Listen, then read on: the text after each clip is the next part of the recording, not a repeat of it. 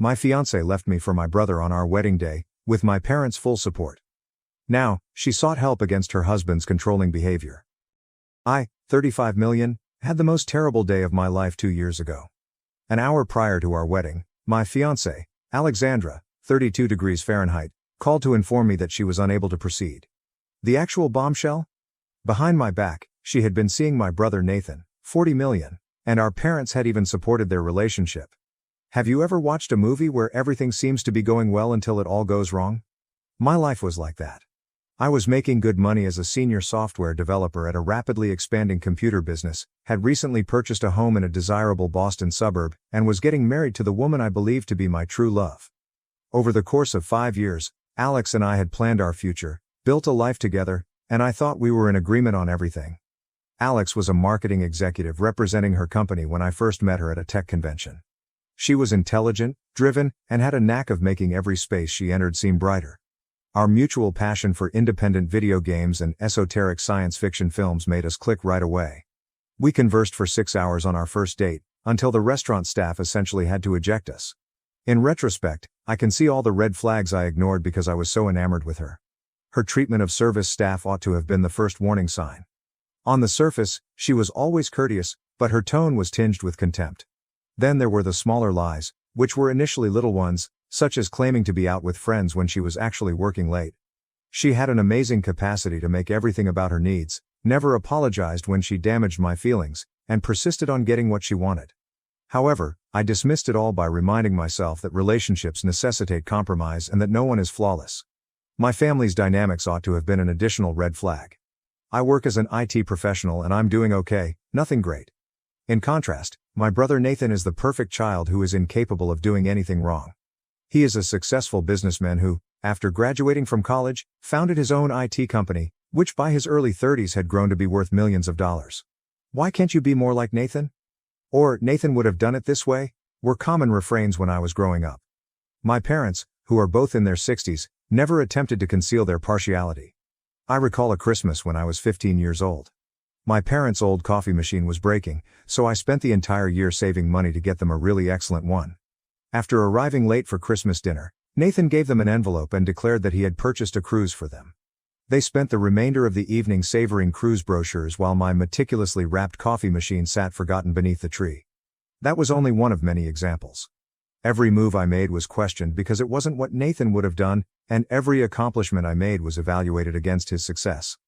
I should have seen Alex's eyes light up when Nathan told her about his business endeavors when I first introduced her to my family. I should have seen how she progressively began to get closer to him during family get-togethers and how their discussions seemed to become more in-depth and personal. However, I was too preoccupied with organizing the wedding and envisioning our future together to notice it. Like all previous important days, the wedding day began as usual. I felt both anxious and eager.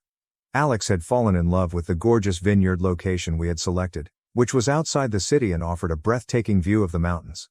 The flowers, the music, and the meticulously prepared meal that had taken months to perfect were all ready.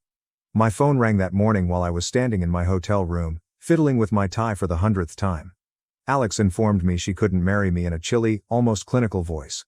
Then the actual bombshell arrived. Nathan was her genuine love. She sounded no apologies. She merely stated that she needed to follow her intuition. As she described how she and Nathan had been dating for months, I stood there with my hands shaking so much that I could not hold the phone. She hoped that one day I would comprehend that they had attempted, but were unable, to fight their emotions. The worst part is that I found out my folks already knew when I arrived at the location to handle the repercussions. That morning, Nathan had informed them. They were too busy attempting to manage the situation, to spare me disgrace to warn me. With the bold suggestion that perhaps it was best, my mother Catherine, 62 degrees Fahrenheit, said, "You wouldn't want to marry someone who doesn't love you." My father simply nodded, more concerned with the opinions of their golf club acquaintances than with his son's struggles. The hours that followed were a haze of cancelled merchants, perplexed patrons, and pitying glances. While I sat in a back room, still wearing my wedding suit, trying to comprehend how my entire life had fallen apart in one morning, my best man attempted to take care of the practical details. My parents informed me that there had been an unfortunate situation, and the wedding had been cancelled after some guests had already come, all dressed to the nines. I didn't realize the full scope of their betrayal until months later. I learned that my parents had actively pushed Alex to leave me for Nathan through a mutual acquaintance. They had assured her that she would have a better life with Nathan and that she was too good for me, promising to provide for her financially if she decided to choose him over me. For months, they had been planning this behind my back while grinning at me and assisting with the wedding preparations. The buddy shared with me text conversations in which my mother set up accidental meetings between Nathan and Alex, giving them chances to hang out. Alex had been informed by my mother that Nathan had always harbored feelings for her and that they would be a better fit. Knowing how significant Alex's career goals were, my parents even offered to help her launch her own marketing consultancy if she decided to go with Nathan. I walked away from everything that day. I moved to a distant state, quit my job, and stopped communicating with my family. I updated my email, my phone number, everything. I couldn't bear to live in the house I had purchased with all the memories, so I let the bank foreclose on it. The awkward interactions with mutual acquaintances who were at a loss for words and the pitying glances from coworkers who had been invited to the wedding were too much for me to bear. My therapist, whom I began seeing to cope with the trauma of it all, was the only one I continued to communicate with. She assisted me in realizing that what I had gone through was a significant betrayal by everyone who was meant to love and care for me, not just a failed relationship. We unraveled how my parents' partiality had influenced my relationships and sense of self as we worked through the years of family dynamics that had brought us to this place. Although they haven't been easy, the last 2 years have been essential. I rented a modest apartment in a peaceful area, got a new job at another computer business in Denver, and began gradually re-establishing my life. Through a local hiking group, I gained new friends who welcomed me for who I am now and didn't know anything about my background. I began meditation, worked on my mental health, and discovered how to be content on my own. I even hesitantly resumed dating. Just casual dinners and coffee meetings, nothing serious. Every date made it clearer to me that Alex's behavior and the toxic relationships in my family were more important than my personal value. I discovered how to follow my gut and recognize warning signs in others rather than justifying them. I poured myself into new tasks at work, which led to a promotion and the appreciation of my coworkers. For the first time in my life, Nathan's accomplishments were not being used to gauge my own. I could just produce my best job and be myself, and that would be plenty. My newfound acquaintances appreciated me for who I am, not for what they believed I ought to be. I believed that chapter of my life was finally over. I had a good group of friends, was doing well at work, and was even considering purchasing a home once more. Without the looming specter of my family's expectations, I had established a new life for myself, one that was based on my own terms. Then Alex arrived at my door last week. First update. Last week, I nearly didn't recognize Alex when I opened my door and saw her standing there. I had lost the slick, self-assured marketing executive I had known. Someone who appeared to have not slept well in weeks took her place. Her once flawless makeup was unable to cover up the heavy circles under her eyes, and her fancy attire had been swapped out for a simple sweater and trousers. When I allowed her in, she was trembling, not from the chilly Denver night, but from what I soon discovered to be ongoing anxiety. She told me everything while we sat in my living room, which is where I've been reconstructing my life for the past 2 years. As my parents had predicted, her marriage to Nathan had begun happily ever after. He lavished her with costly presents, helped her launch her own marketing firm, and purchased her a home in Boston's most affluent neighborhood. However, the dream soon became a nightmare. It turns out that underneath his endearing facade, Nathan is precisely who I always believed him to be. Everyone's favorite wealthy, charismatic businessman is a skilled manipulator. Alex talked about how he gradually took over every part of her life behind closed doors. It started out with suggestions on her business choices. Demands concerning who she could collaborate with followed. He eventually took a seat on the board of her business and was given the last word on all contracts. She described the gaslighting to me, including how he would move items around their home and claim she was responsible, how he would contradict their conversations from a few hours prior, and how he would tell their acquaintances she was losing her mind anytime she attempted to confront him. The worst thing? Everything was made possible by our parents, particularly our mother Catherine. Alex wiped away her tears and remarked, "Your mom tells me I'm lucky to have Nathan and that I need to try harder to make him happy." "That's just how successful men protect their interests," she responded when I informed her about his threat to steal everything if I left. Hearing about their son, my nephew, who is now entangled in all of this, was more heartbreaking than Alex's tragedy. Alex claims that even though he is only 18 months old, Nathan is already acting in a domineering manner toward him. Nathan has very stringent restrictions regarding everything, including the baby's playthings, colors, and when he can sleep. If the infant cries during his crucial calls, he becomes irate and accuses Alex of not managing him properly. She started crying when I brought up the subject of a potential divorce. Nathan has stated unequivocally that he will ruin her if she leaves. He has the resources, the contacts, and, above all, the backing of our parents. He has vowed to deny her custody of their son, force her to pay for her legal bills, and make sure she never again works in marketing. She came to me for that reason. To testify in court, she needs someone who is aware of the reality about our family, someone who can discuss Nathan's actual character, the pattern of deception, and the enabling actions of our parents. She believes that my evidence could support her cause, particularly with relation to custody. No, I replied. I didn't argue or yell. I simply informed her that I couldn't assist. I'll probably never forget the expression on her face. The difficulty is that I've learned in therapy for the past 2 years that I'm not in charge of solving other people's problems. I put a lot of effort into setting limits and removing my family's poisonous influence from my life. My phone was overflowing with texts the following day. News of Alex's visit had somehow spread. Suddenly, I had a lot to say from people I had not spoken to since the wedding fiasco. They referred to me as cowardly, selfish, and uncaring. A particularly nasty note about how I was proving my family right, that I was too weak and self-centered to step up when it mattered, was emailed to me by Alex's former maid of honor. The level of hypocrisy is astounding. 2 years ago, none of these folks defended me. When I was the one in pain, none of them gave assistance or pointed out the manipulation by my family. They now ask me to put my painstakingly reconstructed life and mental health at danger in order to support the woman who deceived me. One message struck especially hard. Your nephew, an innocent child, is involved, a mutual friend wrote. Alex doesn't deserve to suffer for everything he did to you. And that's the reason I can't sleep at night. That young guy is on my mind all the time. Being born into this chaos was not anything he requested.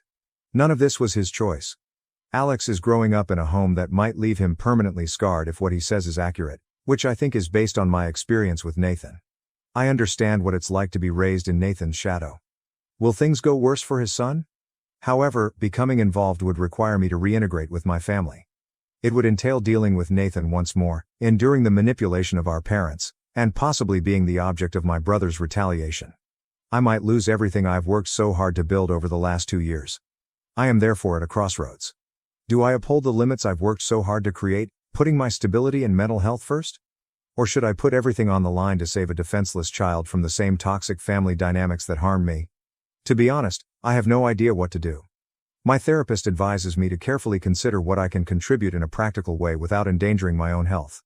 However, every time I attempt to reason with it, I see the image of that young boy. I need your opinion, Reddit. Am I being self-centered by not offering assistance? Or should I defend the tranquility I've at last discovered? What exactly would it look like to assist my nephew without getting sucked into the family conflict again? Second update. A week has passed since my last report, and things have become worse in unexpected ways. My family seems desperate to pull me back into their insanity, even though I hoped that ignoring everything would make it go away. Nathan sent me an email yesterday morning.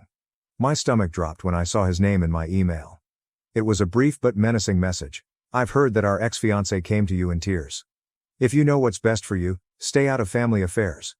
It's been 2 years since you were involved, don't change anything. For a long time, I stared at those words, feeling a mixture of sorrow and, shockingly, fury. The ostensibly wealthy and successful brother is threatening his own sibling because he fears losing power. If it weren't so depressing, the irony would be funny. However, Nathan wasn't the only one who chose to end the 2-year silence. I was at work when our mother, Catherine, called. Some part of me still freezes when I see Mom on my caller ID, even if I should have ignored it. The same tone Mother used to try to control me as a child, her voice sounded sickly sweet. Without even saying hello, she began. Sweetheart, I know Alex came to see you. You must realize that although she is going through a tough moment, it does not imply that she is thinking rationally. Nathan is making every effort to be a decent father and spouse. She changed her strategy when I didn't answer. Your brother's company is currently at a pivotal moment. Everything he's built might be destroyed by this divorce foolishness. He deserves better from his own brother, don't you think? I was able to find my voice at last. As if I were entitled to better treatment from my own family. There was an overwhelming quiet on the other end. The guilt trip followed. What's best for both of our guys has always been our goal. Families must keep together even though parents make errors. At this moment, Nathan needs you to be the bigger person. I ended the call. My phone began to vibrate with texts from members of my extended family a few minutes later. Catherine had apparently rallied the whole family. After the wedding fiasco, my aunts, uncles and cousins, people who hadn't bothered to check on me, became quite worried about family unity. A cousin wrote, "Neither of your parents is growing any younger. Do you want them to worry about raising their grandchild in a dysfunctional household for the rest of their lives?" Another message was sent. "True men don't harbor resentment. Be the larger person." My father's sister sent me the most vexing message. "Although your brother erred, he granted Alex all of her wishes. You're supporting her conduct, and she's just being ungrateful." It's amazing how they've created this story in which I'm the bad guy for not supporting their idealized family image. They will disregard any proof of Nathan's abusive behavior because they are so committed to his image as the successful son. Then, something that truly shocked me occurred tonight. Nathan was contacted by a former coworker who still works with him. He claimed to have seen several unsettling things happen at work, including Nathan hurling explosive outbursts at staff members, threatening them covertly, and falsifying financial records. He claims that a number of workers have left because of the poisonous workplace, but Nathan's attorneys have them bound by non-disclosure agreements. According to this coworker, if I assisted Alex, perhaps others might be more inclined to speak up about Nathan's actions. He did, however, caution me that Nathan had been asking me questions about my new life in Denver, such as my address and place of employment. The danger is obvious. Nathan will target my new life if I assist Alex. He has the means to seriously challenge me on a personal and professional level. And, as always, our parents would be there for him. I've put forth too much effort to create this tranquil life. My therapist says I've made amazing strides in establishing healthy boundaries, I have true friends who embrace me for who I am, and my career is going great. It scares me to think of losing all that. However, my colleague's remarks, about further possible witnesses, continue to cross my mind. This is about more than just Alex and my nephew, if what he says is accurate. Dozens of people might be harmed by Nathan's misuse of authority. I've been recording everything, even the intimidating email, the deceptive phone call, and the flying monkey attacks from family members. Although she tells me that I'm not required to burn myself alive to keep others warm, my therapist says this might be significant. Not only should I assist Alex, but I also have a moral duty to call out Nathan's actions before he causes more harm. But am I prepared for the impending storm? I need your advice, Reddit. How can you oppose someone who has all the resources, family support, and power on their side?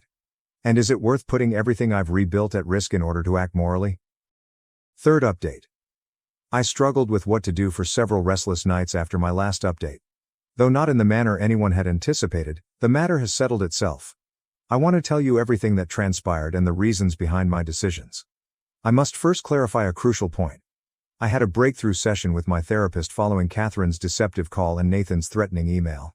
We talked about how my family has always followed the same pattern. Incite a problem, put pressure on me to resolve it, and then utilize my assistance to keep their poisonous system in place. She made it clear to me that getting directly involved would only make this cycle worse. But she also made a very important point. There are ways to help that don't involve me re-engaging with my family's manipulation or sacrificing my mental health. That's when I decided what to do. I sent Child Protective Services a thorough anonymous report. I didn't make this choice lightly. I spent 3 days compiling all of the information I had, including screenshots of the family's nasty texts, emails, text messages, and Nathan's threatening letter. I incorporated all of Alex's information regarding Nathan's domineering actions toward their son. I described how our family has a history of condoning abuse and hiding issues in order to keep up appearances. The report covered more ground than merely the current state of affairs. I gave background information on Nathan's manipulative tendencies and how our parents have traditionally condoned his actions. I gave specific examples, such as how they concealed his college drunk driving episode, how they settled a former employee's harassment lawsuit, and how they have continuously exploited their resources and connections to shield him from repercussions. Additionally, I sent proof of possible financial irregularities that my former coworker had brought up. I thought this gave a more complete picture of Nathan's personality and the depth of his manipulation, even though it might not have a direct bearing on the CPS investigation. Waiting was the most difficult part. Since I was reporting anonymously, I knew I wouldn't receive updates on the status of CPS investigations, which take time. However, I had at least taken a step that would benefit my nephew while still respecting my personal boundaries. Then things began to move more quickly than I had anticipated. Nathan sent me a flurry of angry messages 3 days after I submitted the report. His emails become more and more erratic. "You think you can hide behind anonymity? I know it was you. You've just made the biggest mistake of your life. I'll make sure you never work in tech again. You think you're safe in Denver? Watch your back. You're dead to this family. Remember that. You chose this. Catherine had a different but no less informative reaction. I'm still troubled by the voicemail she left. How could you do this to your own family? We gave you everything, and this is how you repay us? Nathan is devastated. They're investigating him like a common criminal. His reputation could be ruined. I hope you're happy with yourself. What's interesting? None of the accusations were refuted by any of them. They were upset with me because I dared to reveal the truth, not because I made unfounded accusations. After mostly remaining mute during this ordeal, my father suddenly revealed his actual nature. In a letter, he threatened to remove me from his will if I didn't fix this situation immediately. His lawyer wrote the letter. I recognized the hypocrisy of threatening to disown someone who had already left the family. Then Alex sent a surprise message. Hers was shorter than the others and had a distinct tone. I know it was you. Thank you. I'm sorry for everything. I was more affected by those 9 words than by all of Nathan's threats put together. They were the first sincere admission of guilt I had ever gotten from anyone connected to this catastrophe. I learned through rumors that Alex had the leverage she required because of CPS's participation. Nathan's threats of assuming complete custody were less significant because an inquiry was still underway. While the inquiry is ongoing, she was able to obtain emergency temporary custody of their kid. The response from the family has been explosive. The complete force of flying monkeys has been unleashed. My inbox is overflowing with messages from distant cousins I haven't spoken to in years, accusing me of betraying my own blood and ruining the family. On social media, former family friends are expressing their sadness at the way jealousy splits families apart in ambiguous, passive-aggressive condolence posts. The problem is that I'm not as affected by their responses as I used to be. I've never had this level of clarity before, thanks to 2 years of treatment and self-work. Their manipulating techniques are evident to me. Every threat, guilt trip, and effort to get me to reconsider my choice only serves to prove that I chose the right one. My family is upset because I refuse to fulfill my designated part in their dysfunction, not because I have harmed them, my therapist pointed out. I violated the pattern they have been using for decades by opting to safeguard my nephew through legitimate procedures instead of taking part in their cover-up. The fallout has been dramatic but illuminating. I've had to react to the circumstance by taking a number of measures. To make sure they were aware of any threats, I first alerted the security people at my employer about the probable harassment. In order to safeguard myself against any possible reprisals, I also started working with a lawyer. I've had to keep my social media presence totally secret and bolster my personal security measures because of the situation. I didn't want to perform these actions, but they were essential for my security and comfort. But I've also received unanticipated help. A number of cousins who had previously remained silent have privately expressed their pride in me for confronting the family. I've received calls from 2 of Nathan's former workers who want to provide statements in favor of Alex. After hearing the whole story, even some old friends who had previously condemned my choice have changed their minds. Above all, I am comfortable with my choice. Yes, there may be repercussions. Nathan may attempt to undermine my career. The family may actually carry out their threats. However, I'm not basing my decisions on my fear of their reactions for the first time in my life. You're missing the point. Whoever messaged me and said that I'm taking the coward's way out by reporting anonymously rather than going up to Nathan personally. This has nothing to do with conflict or retaliation. It was about figuring out how to support them without putting my own mental health at risk or being entangled in their poisonous relationship again. I have no idea what will occur next. Custody disputes can last many months or even years, and CPS investigations can take many different paths. However, I am aware that I upheld my personal boundaries while doing everything I could to protect an innocent youngster. I discovered a technique to assist without having to burn myself alive to keep others warm. Thank you to everyone who has been reading this narrative and giving guidance. I learned from your encouragement that sometimes doing the right thing doesn't mean being the most dramatic or combative. Sometimes it comes down to figuring out how to protect yourself while yet bringing about change. Keep in mind that you don't have to choose between defending yourself and assisting others if you find yourself in a similar circumstance. Even if it isn't immediately apparent, there is frequently a middle ground. Furthermore, just because you were born into poisonous family systems doesn't mean you have to keep them up. Let me conclude by saying, I believe that the worst thing that could happen to me was losing my fiancé to my brother 2 years ago. I now see that it served as the wake-up call I needed to escape a dysfunctional family structure. Your lowest point can occasionally serve as the starting point for a better existence. My last update will be this one. I believe I made the proper decision for myself and my nephew, regardless of what occurs next. I stopped supporting my brother's family after he said, "No place for losers." That's why I wasn't invited to Christmas. Now he's losing it. In fact, I was excited for Christmas this year. I wasn't rushing to finish everything at the last minute for once. I had purchased gifts for my parents, my brother Jacob, his wife Kelly, and their children before the first week of December. I even purchased extra presents in case there were any unannounced visitors. I have no idea why, but I had the impression that this year would be successful. I was really taken aback when my mom opened the door and said, "We don't want you here this year." As I was standing on my parents' front porch holding a bag of wrapped gifts in each hand. At first, I assumed it was a strange joke. I began to chuckle, but Jacob's voice interrupted her from behind. His words, "This is no place for losers. You're really starting to wear on all of us." I simply stood there and gazed at her. My dad was in the background, staring nervously everywhere except at me without saying a word. Despite her uneasy appearance, my mother didn't retreat. And Jacob was utterly arrogant. I had a flurry of feelings, including humiliation, rage, and perplexity. However, I managed to remain composed. "Fine, if that's how you feel," I said, nodding, and then I made my way back to my car. Something inside of me changed as I sat in the driveway and gazed at the bags of gifts in the passenger seat. No place for losers? Tired of me? From where did this originate? I suspected Jacob was responsible, but I was unable to determine why. Over the years, I had shown him and his family nothing but generosity. I had paid for his children's summer camp tuition, school supplies, and even his mortgage when he needed it most. And now, suddenly, I wasn't invited to Christmas? I made the decision not to go just yet. To gain some answers, I was heading back to the door. I returned after leaving the gifts in the car. As though they hadn't anticipated my return, my parents were still standing there, chatting in low voices.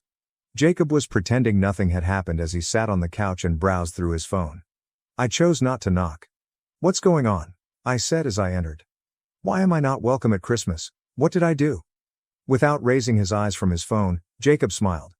"You really don't get it, do you? You've been slacking off lately. The kids have barely gotten anything from you this year." Stunned, I gazed at him. "What are you talking about? I've spent hundreds on presents for your kids. They have more presents in the car than anyone else. Last year, you did more.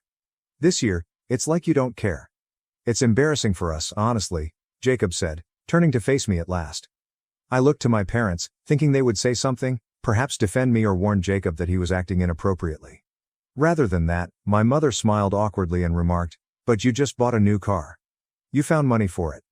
I wasn't even sure how to react for a moment. "The car is on credit," I stated, maintaining a steady tone. "And even if it wasn't, how does buying a car suddenly make me responsible for Jacob's kids? They're not my responsibility." Jacob leaned back on the couch and declared, "You're the one who makes the most money," as though everything had been explained. "We're a family. Families help each other. You've always done that." His wife, Kelly, was sitting calmly in the corner when I glanced at her. Her face was hot, and she was looking down at her hands without saying anything. It was as though she wished to vanish. I questioned, "Is that your reasoning? Because I've been generous in the past, I'm now obligated to do so forever? And if I don't, I'm a loser?" Jacob gave a shrug. "If the shoe fits." For me, that was it. I shook my head and stepped back. I turned to face my parents and said, "You know what? You're right. I don't belong here." Turning to Jacob, I said, "Enjoy your Christmas. And good luck with those presents, because this loser is done financing your life." Without waiting for a response, I left. I gripped the wheel more tightly than I had to and drove silently home. I was unable to comprehend it. Was I the villain in this situation? For years, I had gone above and beyond for my family, always helping Jacob when he needed it and ensuring that his children never suffered because of his financial difficulties. And now I was a loser for not doing enough, in addition to being unwelcome at Christmas. I spent some time sitting in the driveway after I arrived home, staring at nothing. I felt sick to my stomach when I saw the bag of gifts that was still in the van. I had spent weeks choosing the ideal items, considering what my parents would value and what the children would enjoy. And for what? I wasn't supposed to be here? It became more apparent to me as I gave it more thought. This went beyond Christmas and gifts. I had been too blind, or perhaps too willing, to notice that this had been developing for years. The fact was that Jacob had always relied on me. He and Kelly had a difficult financial beginning to their marriage. He struggled to maintain a consistent job, and Kelly's part-time job hardly provided for their basic needs. With the assumption that it would only be for a short time, a few hundred here, a few hundred there. I volunteered to help. Once, when they were in danger of being evicted, I assisted with the rent. Later, when their second child was born, I helped with childcare. A little while became years, however. Jacob always called me first when he was having a bad day. To be honest, I always said yes because I cared for his kids, not because I had to. I didn't want to see my brother and his family suffer, and I didn't want them to be without. In retrospect, I saw that I had produced this dynamic. Jacob relied on me too easily because of me. It became entitlement somewhere along the line and ceased to be thankfulness. The final straw was being excluded from my own family's Christmas celebration tonight because I didn't do enough. I decided I was done when I woke up the following morning with more clarity. Don't help Jacob any longer. No more incessant presence to compensate for his inefficiency. He could decide for himself if he wanted his children to have the items I had given them. Making the choice wasn't simple. Not only would I lose my brother's financial support, but I would also jeopardize my connection with him, his kids, and possibly even my parents. However, I couldn't continue to be treated more like an ATM than a brother and son. They didn't contact me, and I didn't contact anyone. Perhaps they received the message, I thought. However, I should have known Jacob wouldn't take it so lightly. New Year's Eve was spent in complete silence. No texts, no phone calls, nothing. My parents, Jacob, and even Kelly didn't get back to me. I was all alone over the holidays for the first time in years. Although I didn't anticipate them contacting me, it was an odd sensation when midnight passed and my phone was still silent. I'll admit that I considered phoning, but every time I did, I thought of Jacob's sneer and his statement, "No place for losers." I had been the one keeping things together for years, and they had the gall to treat me as though I were disposable. I would give them distance if that was what they desired. I started to notice a change by the middle of January. Kelly has always been a reserved individual who shied away from confrontation. However, she unexpectedly texted me one evening. It was succinct and direct. "I just wanted to say I'm sorry. I don't agree with what happened. Jacob won't hear it from me, but I thought you should know." Unsure of how to react, I sat for a while looking at my phone. The fact that someone in the family recognized things for what they were was comforting, on the one hand. However, Kelly's apology suddenly seemed like too little, too late because she had not spoken that evening. At last, I responded, "I appreciate it, Kelly, but this isn't something I can just move on from." I didn't mind that she didn't continue the topic. The surprise visit. Then, in early February, Jacob unexpectedly arrived at my residence. When I heard the knock on the door, I was in the middle of a work meeting. I initially disregarded it as I wasn't expecting anyone. However, the knocking continued. Jacob was there when I eventually opened the door, and he looked more unkempt and irritated than I had ever seen him. Before I could stop him, he remarked, "We need to talk," and went inside.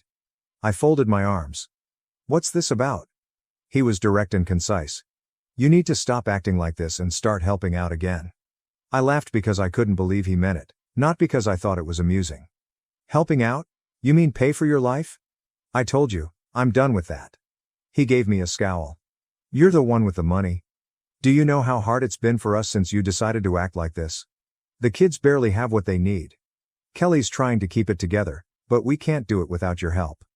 What I was hearing was unbelievable. Are you listening to yourself right now? You're a grown man, Jacob. You have a wife and children. If you need more money, go out and earn it. It's not my job to solve your problems. He retorted. "You've always helped before. Why are you being so selfish now?" "Selfish?" I said again. "You want to talk about being selfish? Let's talk about how you lied to our parents about me, turned them against me, and then banned me from Christmas because I didn't spend enough on your kids. And now you're here asking for more? You've got some nerve, Jacob." I interrupted him by raising a hand before he could say anything further. "We're done here. I'm not giving you another dime, and I don't want to hear from you again until you figure out how to act like an adult." He glared at me as he stood there for a while before hurriedly leaving. I assumed that would be the last of it for a while once Jacob stormed out. He would grumble to my parents, but he would soon realize that I wouldn't give up. I was mistaken. I received a call from an unfamiliar number 2 days later. I wouldn't have answered normally, but I felt compelled to do so. "Hello?" A man's voice said. "Is this Michael?" "Yeah, who's this?" "This is Mark Dawson. I'm a lawyer. I represent a client who has recently expressed concern about certain financial matters involving your family. Do you have a moment to discuss them?" I went cold. "An attorney? What are the financial issues?" In an unduly courteous tone, he stated, "I can't go into detail over the phone, but it involves financial contributions you've made to your brother Jacob and his family. Specifically, your use of those contributions. Would you be willing to come to my office for a discussion?" I was at a loss for words. There were a lot of options in my head, but none of them were good. Had Jacob borrowed money under my name? Was he up to no good with my information? Or was this a last-ditch effort to scare me into handing him money once more? "Who's your client?" I inquired at last. There was a moment's silence. "I'm afraid I can't disclose that right now, but I assure you, this is not a lawsuit against you. It's more of an investigation." I consented to a meeting against my better judgment. My curiosity overcame me, and I couldn't get rid of the impression that this was more than just Jacob being himself. The following day, I had no idea what to anticipate as I entered Mark Dawson's office. But he dropped a bombshell as soon as I sat down. He pushed a packet across the desk toward me and stated, "Kelly is the client I'm representing." I was so surprised that I blinked. "Kelly? Why would she need a lawyer?" Mark studied me intently while folding his hands. "She thinks Jacob's been using the money you've given him over the years inappropriately. She has reason to believe he's been hiding money, from her and from you." I felt sick to my stomach. "Hiding money? What do you mean?" Copies of bank statements, receipts, and what appeared to be screenshots of text messages were visible when he opened the folder. "She suspects that Jacob has been taking your financial contributions and funneling them into a separate account. Based on what she found, he may have been using the money for gambling and other personal expenses instead of supporting his family." I gazed incredulously at the paperwork. "You're saying all those times I helped him with bills, with his kids' school stuff, that money never went to them?" Mark gave a serious nod. "It seems that way. Kelly discovered this recently and came to me because she didn't know what to do. She didn't want to involve you at first, but given the circumstances, she thought you should know." What I was hearing was unbelievable. All along, Jacob had been deceiving me by spending money I believed would benefit his family on unspecified expenses. For not recognizing it sooner, I wasn't sure if I should feel deceived, angry, or just foolish. My voice was strained as I questioned, "Does Kelly have proof?" "Take a look for yourself." Mark nodded and moved the folder closer to me. The proof. I looked over the papers. There were withdrawals from Jacob's account, significant amounts moving to a different account in his name, and transfers from my account to his, which corresponded with the times I had assisted him with emergencies. I observed transactions from that account, including visits to pricey dining establishments, internet gambling sites, and even a few hotel stays. Unbelievable, I shook my head and mumbled. "And Kelly knew about this?" "She only recently discovered the second account," Mark clarified. "She had suspicions for a while, but she didn't have access to his banking information. Until she stumbled across some bank statements he'd left out, she didn't have proof. That's when she contacted me." I tried to absorb everything as I sat back. "Does she want me to do anything? Press charges or something?" Mark gave a headshake. "Not at this point. She's more focused on protecting herself and the children, but she thought you should know in case Jacob tries to manipulate you further." I laughed resentfully. "Well, he already tried. He showed up at my house a few days ago demanding that I start helping again." Mark looked at me irritably. "That goes along with what Kelly told me. It seems Jacob is feeling the pressure now that your financial support has stopped. He may be in even deeper trouble than Kelly knows." As I gazed at the folder, my thoughts were racing. A part of me wanted to go to Jacob's house and confront him, but I also knew that would only make him feel good because he had irritated me. I said, "What's Kelly up to?" instead. Mark paused before responding. "She's considering her options. She wants to make sure she and the kids are safe, financially and otherwise. If Jacob's behavior escalates, she may file for separation or take other legal action." I was more affected by hearing this than I had anticipated. Kelly had always given off the impression of being a gentle, devoted person who would always be there for Jacob. I could tell how horrible things had gone if even she was eager to leave.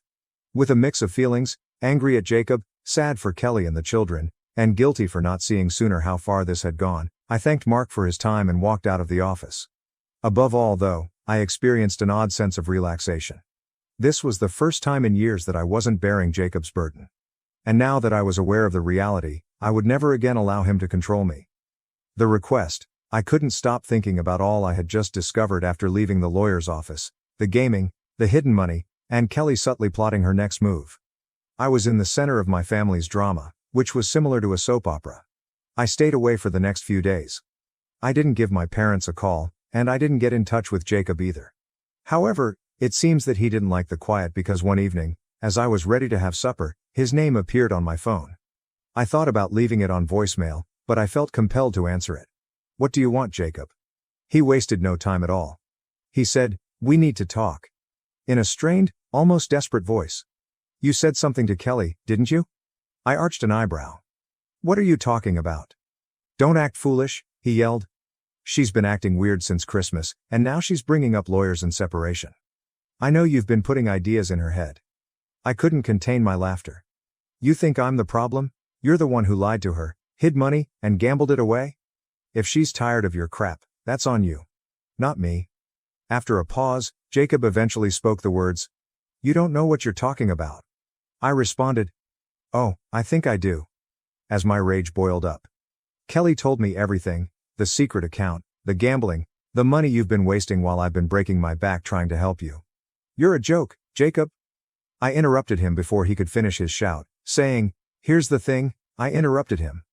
Before he could respond, I hung up. My hands were shaking, but it felt good to finally say what I'd been holding in for years. "You've used me for the last time. I'm done helping you. I'm done covering for you. If Kelly leaves you, that's on you. And if you try to drag me into this mess again, I'll make sure everyone knows exactly what you've been up to." The backlash was quick, and Kelly called me the following day. "Has Jacob given you a call?" With caution, she asked. "Yes," I replied. He wasn't content. "Has something taken place?" "I confronted him about the gambling and the hidden account," she said after hesitating. "He acknowledged some of it, but he is still making an effort to downplay it." "Are you all right?" I inquired. Despite not hearing it, she answered, "I'm fine." But she was sick of defending him. "The children are worthy of better." I knew things were terrible between them, but hearing her say that felt like the beginning of the end, and it impacted me harder than I thought it would. "Whatever you decide to do, you have my support," I replied. "Thank you," she said softly. "And I apologize for everything. The way we treated you over Christmas wasn't fair. I ought to have spoken up sooner." We spoke for a while, and when we hung up, I felt a weird sense of closure. Although Jacob had ruined our relationship, Kelly and the children weren't my enemies, and I wouldn't be angry with her if she had the courage to confront him. Nevertheless, I couldn't get rid of the feeling that Jacob wasn't finished causing trouble. Kelly sent me a brief text message a few weeks later, consisting of only 3 words. "We're going today." She told me she was moving to another state with the kids while Jacob was out of town on a business trip, which I figured was just another excuse for gambling, and that she had packed up their belongings, rented a moving van, and left without telling him, at least not until she had everything sorted out legally. I called her right away. "I just couldn't stay any longer," she stated gently. "I can't keep pretending this is normal." "What about everything, even the rent?" Sincerely interested in how she was doing, I inquired. "I was hoping you could help me with that, just for a little while," she said after a pause. "As much as I hate to ask." "Say no more," I said. "I'll take care of it." So, yes, I did end up helping her and the kids, but for the first time in years, I felt like I was finally doing the right thing and not being used. When Jacob returned home to find the house deserted, he naturally went completely mad and called me to vent about how I had ruined his life and turned Kelly against him. After letting him vent for a while, I said, "Perhaps this wouldn't have occurred if you had spent more time as a husband and father and less time gaming." I hung up after saying, "But hey, good luck with that. The children are adjusting to their new school, Kelly has secured a stable career, and she is at last beginning to feel in charge of her life again. I've heard that Jacob continues to blame everyone but himself, but in all honesty, it's no longer my problem." Then, if you can call it that, you have your happy ending. My sister flirted with my boyfriend and attacked me when confronted. Drama erupted at my wedding when my parents forced a reconciliation. I'm 28, and my sister is 26. We haven't communicated for about 6 years because of a terrible tragedy, which I will explain in a bit. As we grew up, my parents, for whatever reason, never discouraged our intense sibling rivalry. They urged us to compete instead. In retrospect, I don't think that was a wise decision because it made us incredibly jealous of one another. If they had dealt with this sooner, maybe our relationship would have been better. We could sometimes put aside our differences while we were younger, but as we grew older, our hostility increased. When we got to high school, we didn't talk much to one another, and we both liked it that way. I only saw my sister when I returned home from college after high school. Compared to being with someone who was disagreeable all the time, this was a relief. I started dating my fiancé around the time I was about to graduate. After 3 years of friendship, he finally worked up the nerve to ask me out right before I graduated. I said yes as we had been friends for years and I thought he was amazing. He and I moved in together after I graduated. After 3 months of dating, I made the decision to present him to my parents one weekend. It just so happened that my sister, who had just begun college, chose to stay at home that same weekend. With both of us present at the same moment, it was already a formula for disaster. My life was going great at that point. I had my own apartment, a job, and a cute partner. But things weren't going as smoothly for my sister. She was disappointed that she couldn't get into her first choice of college and had to settle for her second. Later, my parents explained that she kept returning home so often because she was struggling to make friends at college. I could tell my sister wasn't happy when I told my parents about my relationship. As I introduced him to him, she pouted in the background. When I introduced her, she instantly turned on her charm, despite the fact that my partner was aware of the strained relationship I had with her. It felt weird, but I tried not to let it upset me. Then, however, things became much stranger. While we were all sitting around, my sister continued trying to chat to my boyfriend since she was too interested in his life.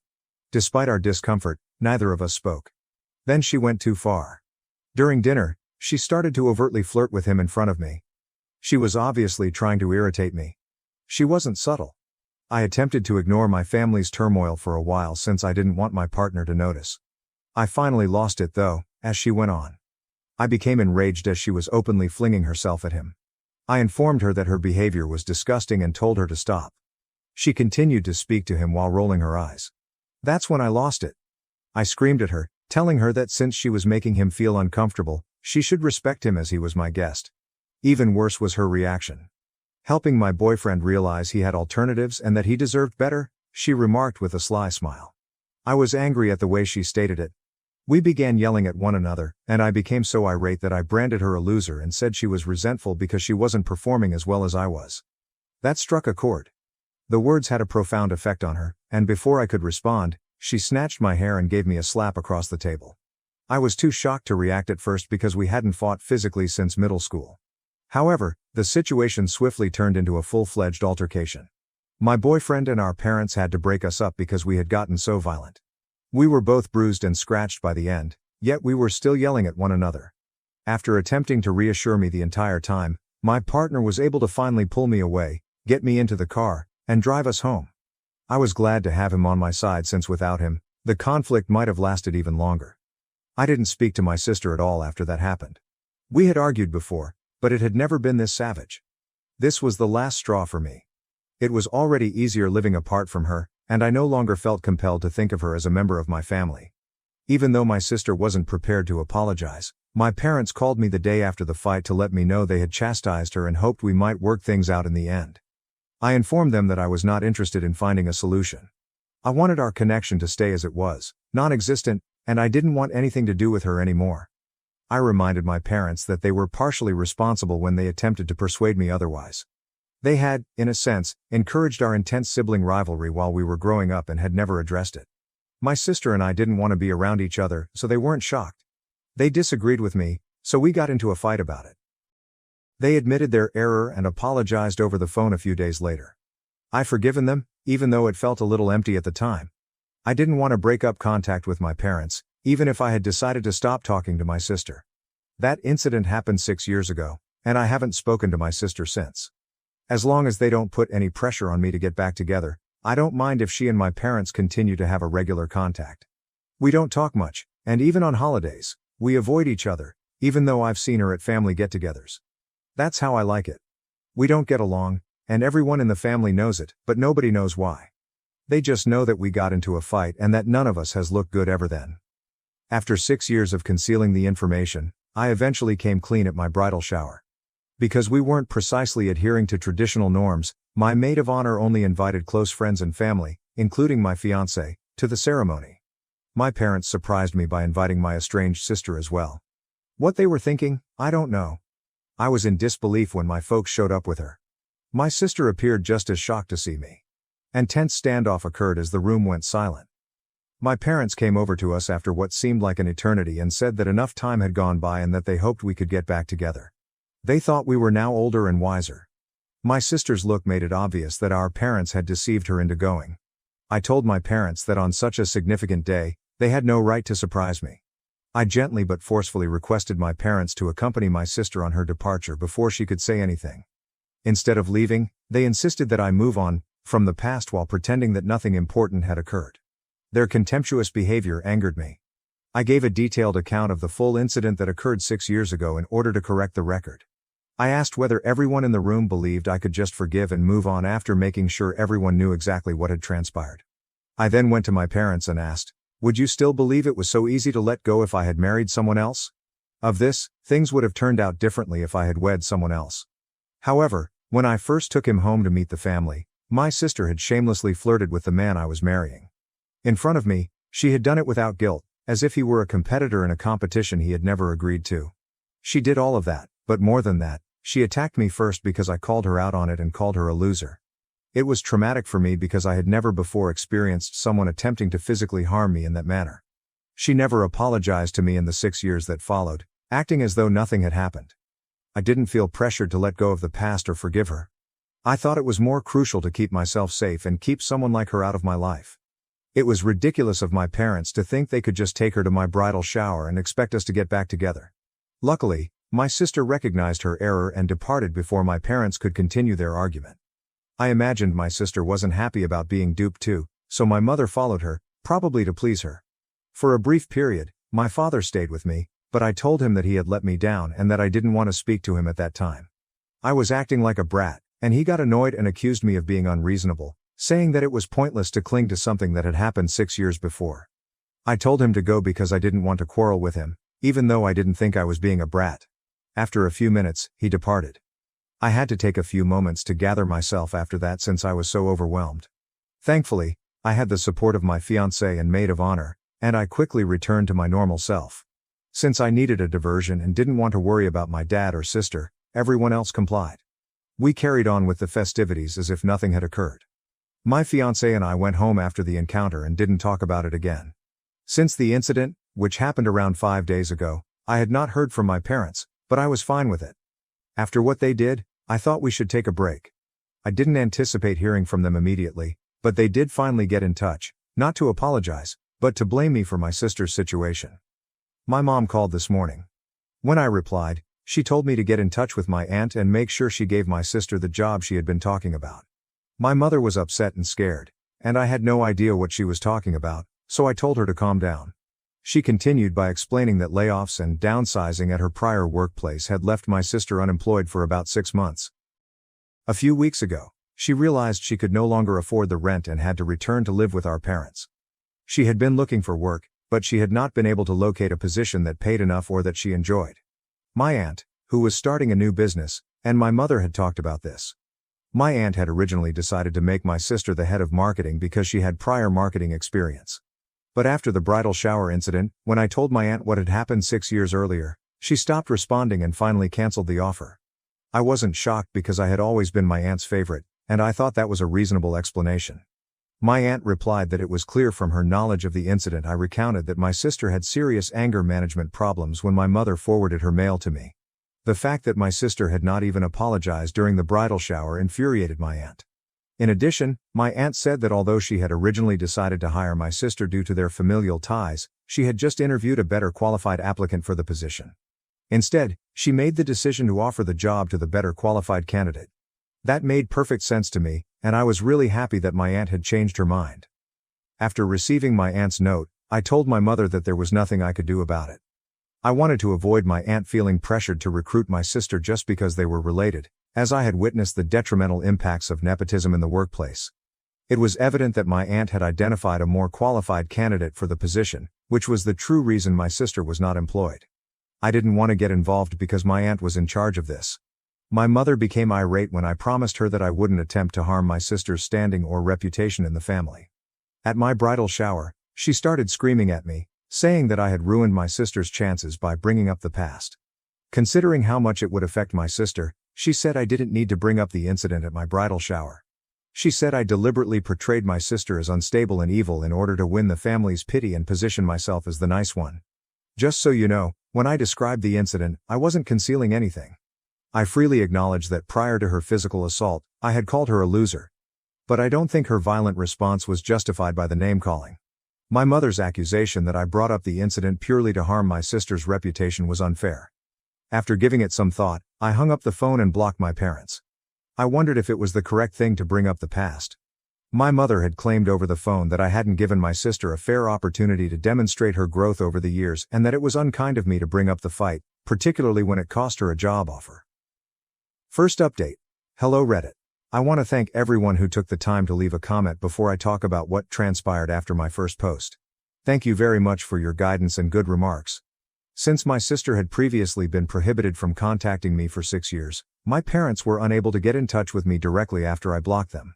They chose to visit my home since they had no other choice. With my wedding just a few weeks away, I was overburdened and very busy getting ready. I had just gotten home from work that day, and my fiancé and I had a last-minute wedding dress fitting planned. I instructed them to go when they showed there without an invitation. We knew that if we opened the door, they would continue the talk and aggravate me much more, so we didn't want to interact.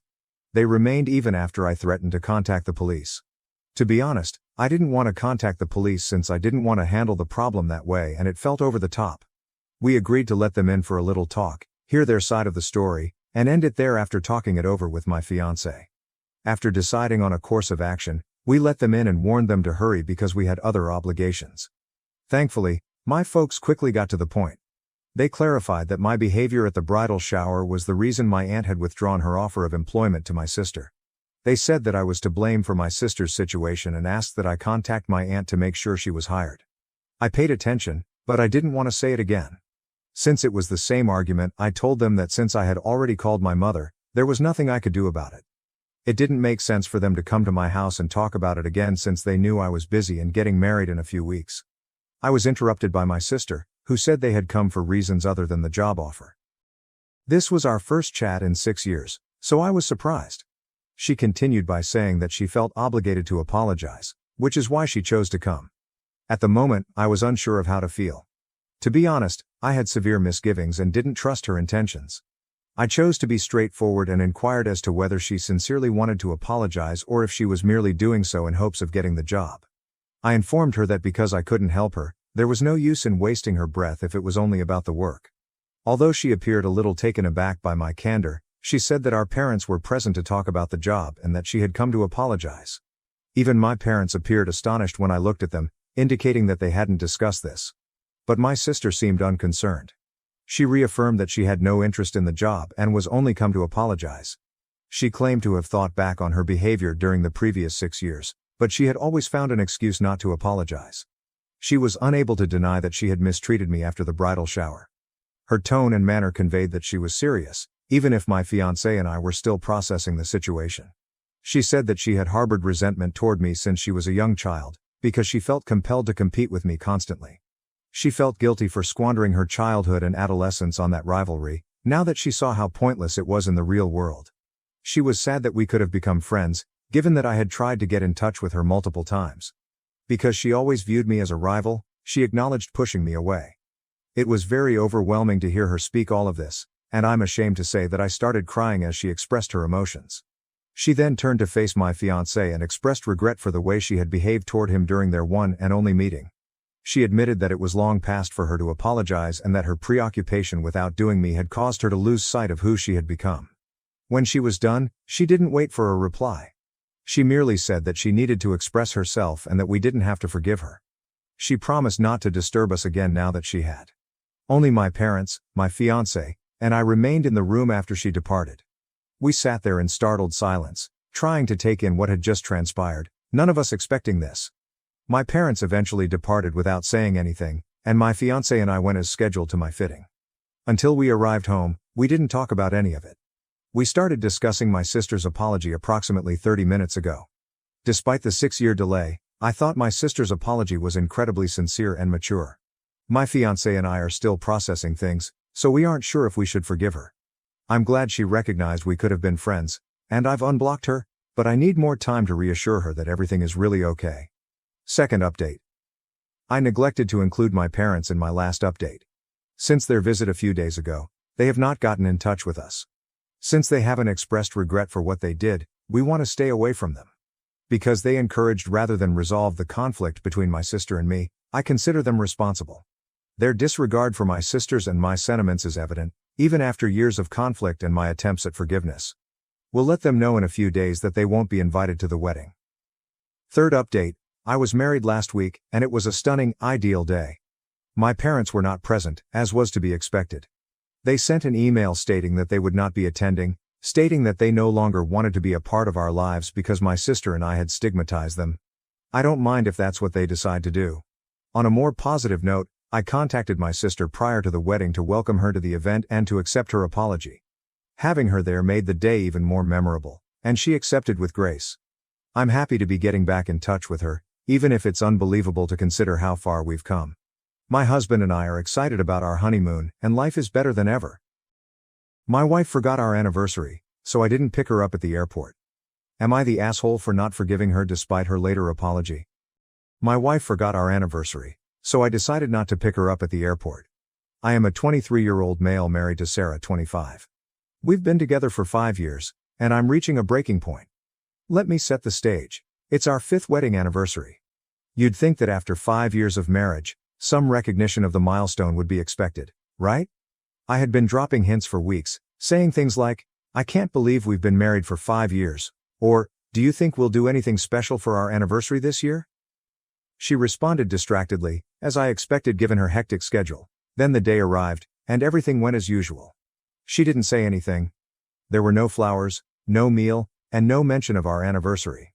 I mean, I had gone all out every year before, organizing surprise dinners, writing meaningful messages, and sending thoughtful gifts. But over the past few years, it seemed like I was the only one making an attempt. So I brought it up. I said something like, hey, I suppose we aren't celebrating today?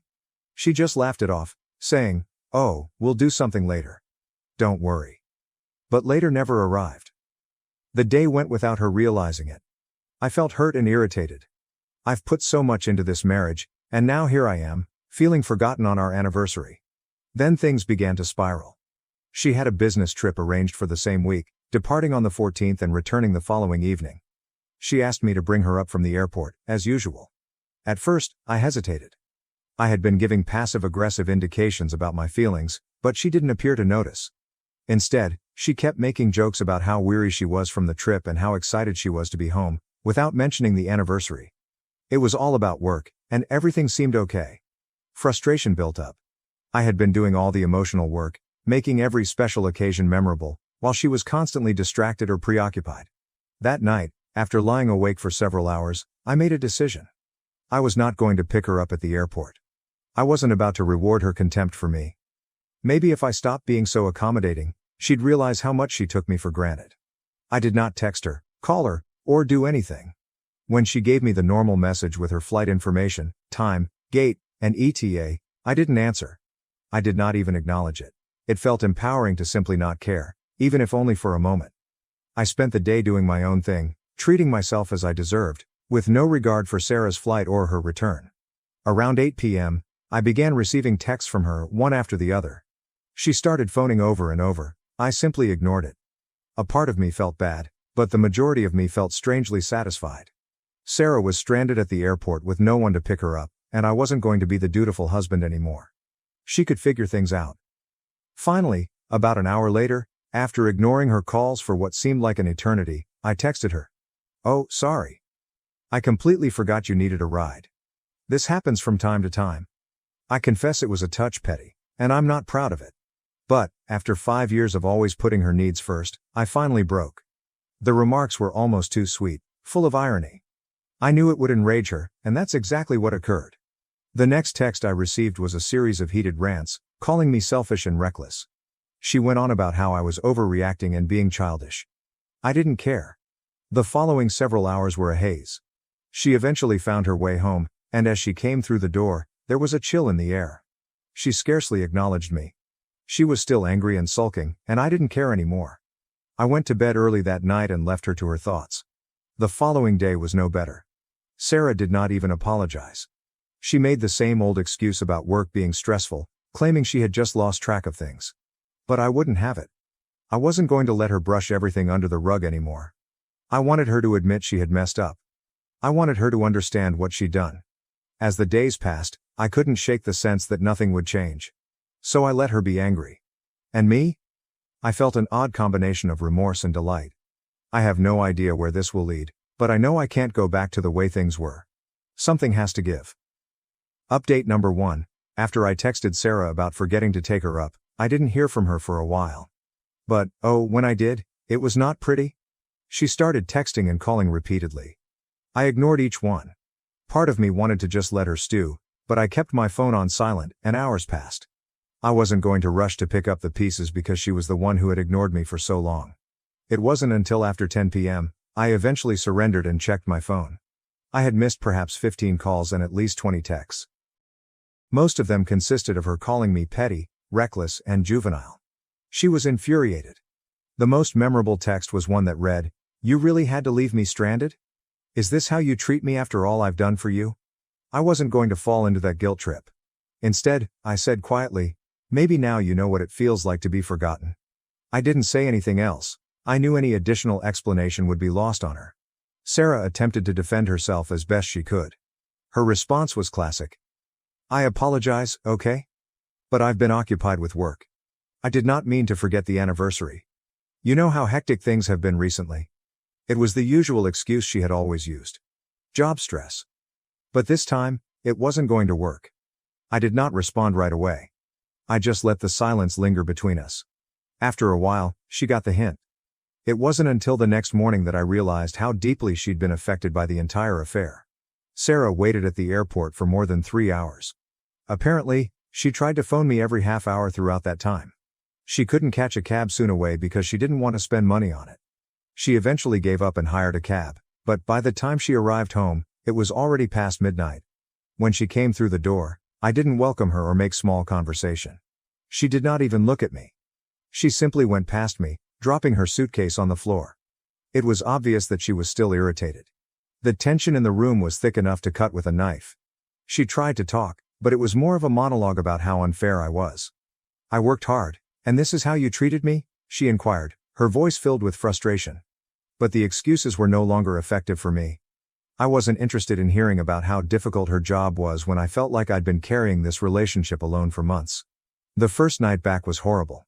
We did not converse much. The only time she looked at me was while I was preparing for bed.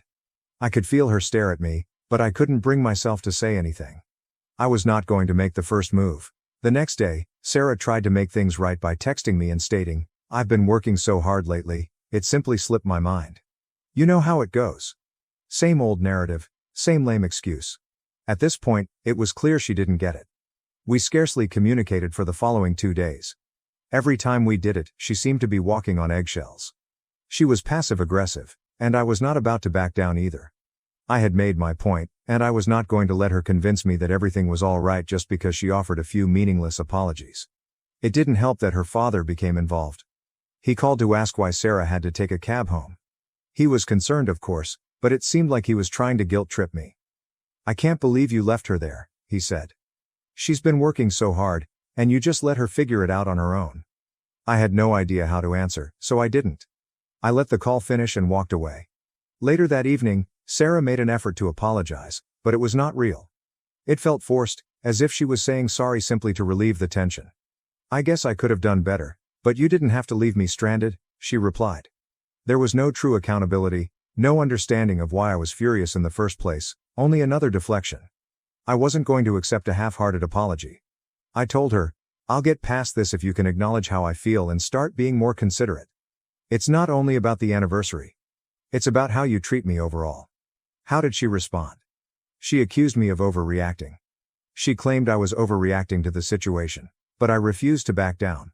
After a few more days of stillness and tension, I decided to establish some boundaries. I wanted space to focus on myself, so I resumed my own activities. It was a comfort not to have to continuously attend to her moods. Sarah wasn't delighted with this, but she made one more effort to make things right. She made a dinner reservation for the two of us, stating it was to compensate for something. I wasn't sure if she truly believed it would heal things or if it was a last-ditch effort to escape true responsibilities. Regardless, I wasn't sure if it was enough. I was still waiting to see if she was truly going to change. Is this a serious attempt, or just another temporary fix that will come apart in a few weeks? Update number 2.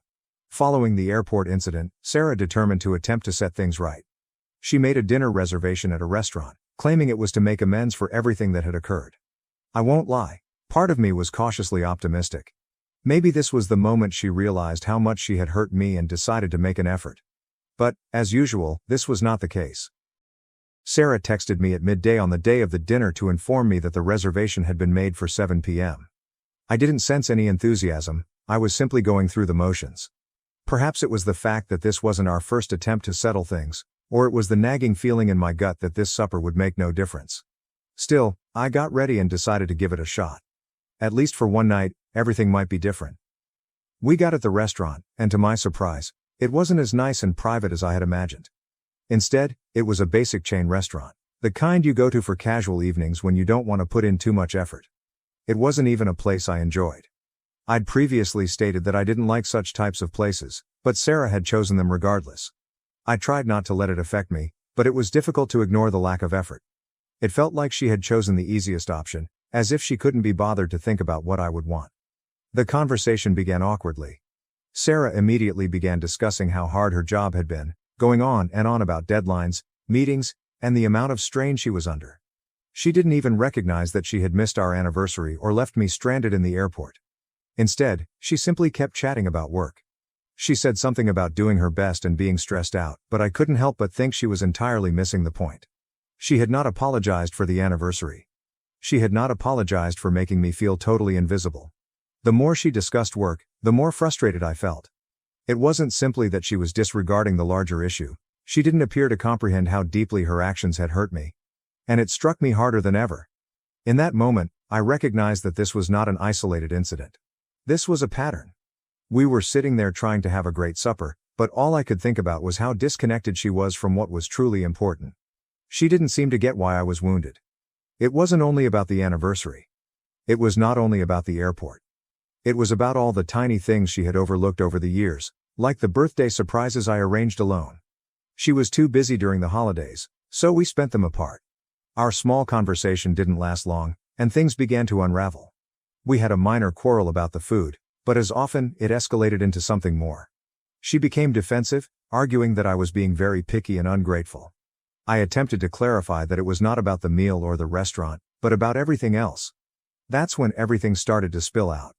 I told her how I felt ignored, and how she never seemed to put any effort into our relationship. I mentioned the anniversaries, birthdays, and quiet nights where I felt like a supporting figure in her life. Sarah, however, deflected rather than accepting responsibility. She began talking about how nobody's perfect, and how I should simply accept what I had. And there it was, the excuse I'd grown tired of hearing. Nobody's perfect. It was the mantra she usually said when things got tough, and this time was no exception. When the waiter came by to see if we needed anything else, I simply stared at Sarah. Her countenance was blank, and it was evident she was no longer listening. She made a token effort, offering me a small box of chocolates with a half-hearted smile. "Here," she answered. "This is for you. Sorry for everything, it was a lovely gesture, I suppose, but it felt insincere, a last-ditch effort to make things right without actually addressing the larger issues between us." I did not even want the chocolates. I was past the point of making little gestures. I needed something authentic. The remainder of the dinner was quiet, unpleasant, and full of meaningless platitudes. We scarcely chatted on the way home. I felt the strain in the car. Sarah was still unhappy, but I couldn't tell if she was upset with me for calling her out or with herself for not understanding why I was upset in the first place. It did not matter. Regardless, the silence was deafening. When we returned home, I couldn't shake the impression that nothing had changed. I thought that this time she'd understand. That it wasn't about the little things, but about the broader picture. But my hopes were dashed when I looked at her and realized she still didn't see it. Sarah began completing minor household chores over the next 3 days. She washed the dishes, helped with the laundry, and cleaned up. At first, I assumed this was a sign that she was attempting to change. However, it felt more like damage control than anything else. She wasn't doing these things because she truly wanted to, she was doing them because she knew I was furious and wanted to avoid a confrontation. I noticed myself emotionally distancing more and more. I couldn't help it. I did not want to keep being disappointed. I didn't want to keep waiting for her to change when it appeared she wasn't trying. I didn't want to fix someone who refused to meet me halfway. A friend of mine advised I provide Sarah an ultimatum. "Either she changes, or you walk away," he replied. It seems harsh, but perhaps it was the wake-up call she needed. I couldn't keep on like this, always wondering if she was going to make a genuine effort. Sarah's excuses piled up over time: work stress, deadlines. They were always her explanations for everything. I was beginning to notice a larger problem. Sarah didn't seem to realize the developing emotional distance between us. She assumed that performing the bare minimum would suffice, but I realized that wasn't the case anymore. I began to ponder about our future together. Was this relationship salvageable? I had no idea anymore. Update 3. After weeks of dealing with the same cycle, empty apologies, half-hearted attempts at change, and more excuses, I had reached my breaking point. I could not go on like this any longer. I had tried to be patient and give her opportunities to step up, but it was evident that Sarah didn't grasp it. So I decided to sit down with her and have the chat we should have had months ago. It was not easy. I'd been putting it off, hoping she'd figure it out on her own, but that wasn't happening. When she returned home from work one evening, I informed her that we needed to discuss. There was no way around this one. We sat in the living room, and I could immediately feel the tension rising. I didn't want to yell, but I couldn't hide my feelings any longer. I began by telling Sarah, "I can't do this anymore. This relationship has been one-sided for far too long. You've disregarded me, forgotten critical events, and never accepted responsibility for any of it." She only glanced at me, bewildered. "What are you talking about?" she asked. "I've been working so hard, and you're acting like I'm doing nothing." I took a deep breath and tried to remain cool. "It is not about your work, Sarah. It's about how you treated me. The anniversary. The airport incident. I've tried to make this relationship work for both of us, but you haven't even attempted to meet me halfway." Sarah instantly went on the defensive, as she usually does. "You're blowing things out of proportion," she continued, her voice rising. "You're acting like I forgot your anniversary on purpose. I didn't mean to forget, okay? I've been stressed out with work." Sarah responded with defiance. I was not buying it. "It isn't only the anniversary, Sarah. It is everything. It's every time you make me feel unimportant. Every birthday and holiday passes, and I'm the only one who makes an attempt." Sarah's face stiffened. "I am not perfect, okay? Nobody is perfect. Maybe you're just too demanding. I do what I can." She placed the responsibility back on me. "Perhaps you expect too much of me." Her statement made me even enraged. "I am not looking for perfection, Sarah. I am asking for basic consideration. I am seeking for respect. I'm asking you to care about our relationship in the same way that I do. But you don't, and that's what really hurts."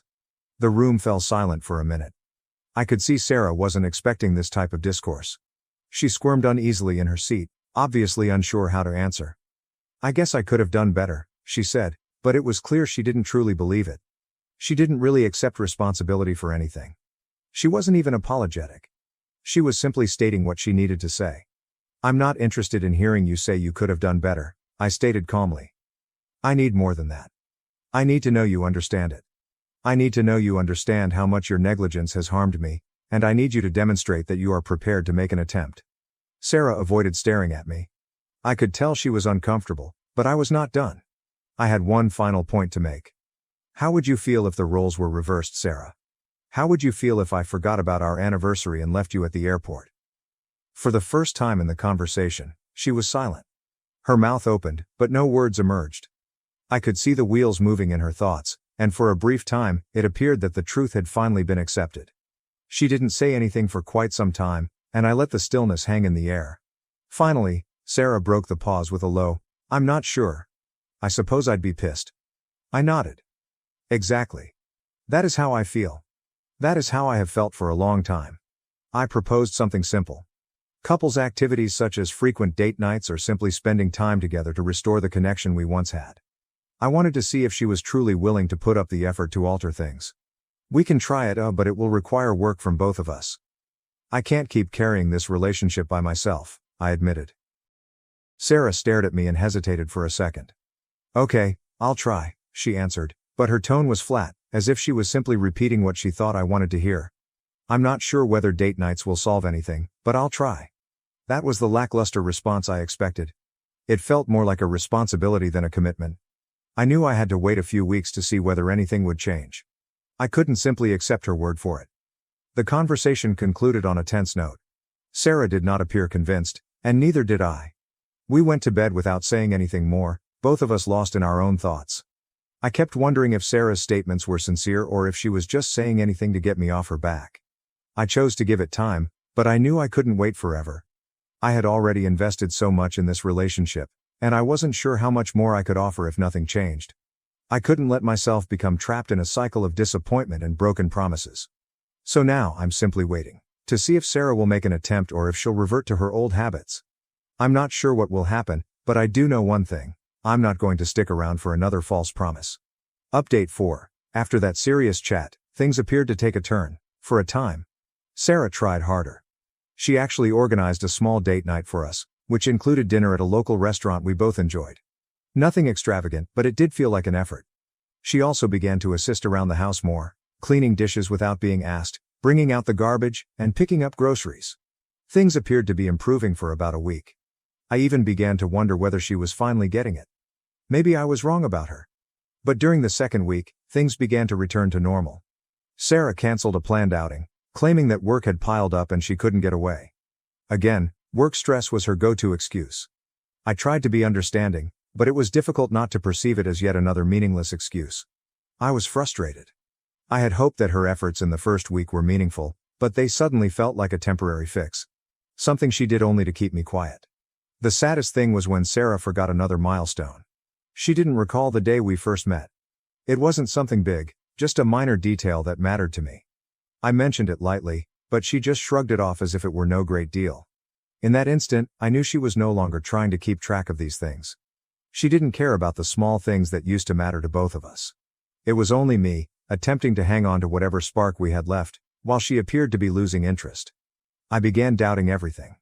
Did Sarah genuinely care about our marriage, or did she simply assume that I would always be there? She didn't appear to realize how much effort I was putting in, which hurt more than I'd want to admit. I wasn't sure if she still respected me or just took me for granted. One day, while cleaning up the living room, I discovered something that made my blood run cold. I found Sarah's calendar stashed beneath some papers on her desk. I don't typically rummage through her belongings, but something told me to look. I noticed the date of our anniversary marked on the calendar. But here's the thing, she still forgot it. It was as if she had prepared for it, made a note of it, but then forgot about it when it finally arrived. I was quite frustrated. Later that night, I confronted her, wondering why she had marked our anniversary yet still forgot about it. She made some poor excuse about forgetting to check her calendar that week. That is what she said, as if it were an innocent mistake. It was not a mistake. It was plain negligence. When I looked at the calendar more thoroughly, I realized what had actually been prioritized. There were work obligations, sporting events, and weekend vacations with pals, but almost nothing about us. Our relationship seemed to have slipped under her notice. I had understood that work was always her top priority, but seeing it set out like that stung me harder than intended. I had tried so hard to keep things going between us, but it seemed like she couldn't be bothered. The final straw arrived a few days later. I overheard Sarah on the phone with a friend, discussing a weekend trip they were arranging for a sporting event. She was ecstatic about it, discussing the trip's specifics as if it were the greatest thing ever. I felt terrible to my stomach. This was something she had not revealed to me. She had time for a weekend excursion with her pals, but she couldn't remember even the smallest details about me. I tried to dismiss it at first, but the more I considered it, the more betrayed I felt. It wasn't simply that she prioritized her hobbies, she never thought about how I'd feel. She had plenty of time and energy for everything else, but when it came to us, I felt like an afterthought. So I stopped engaging. I stopped making an attempt. I stopped texting her throughout the day and trying to make small chat when she arrived home. I felt if she didn't notice the distance between us, she probably never would. I needed her to see what was going on. I needed her to feel how I was feeling. Eventually, our pals noticed. They were initially all on Sarah's side, claiming that I was overreacting. But eventually, they noticed it as well. Several friends contacted me, stating they understood my unhappiness and even confessed Sarah had been selfish. They told me I deserved better, and I understood I wasn't alone in seeing the reality. But nothing changed. The final blow came when Sarah canceled our scheduled dinner date to attend a last-minute gathering with her pals. She didn't even tell me in person. She sent me an apology, stating she couldn't refuse the invitation. That was it. That was when I understood I needed to make a decision. This was something I couldn't keep putting off. Sarah wouldn't change unless I forced her to. I could wait for her to figure it out, but at what cost? The longer I stayed, the more I felt like I had lost myself. I needed to stop waiting for a relationship that was unsatisfactory. Now I'm at a crossroads. I'm not sure if I have the strength to walk away, but I can't keep continuing like this. The emotional barrier has grown so far that I'm not sure how to bridge it anymore. Something needs to give. It's time for me to make a difficult decision about my marriage, one that will either force her to wake up or allow me the space I require to move on. Update 5. After everything that had happened, I felt it was time to take a step back and consider what I really wanted.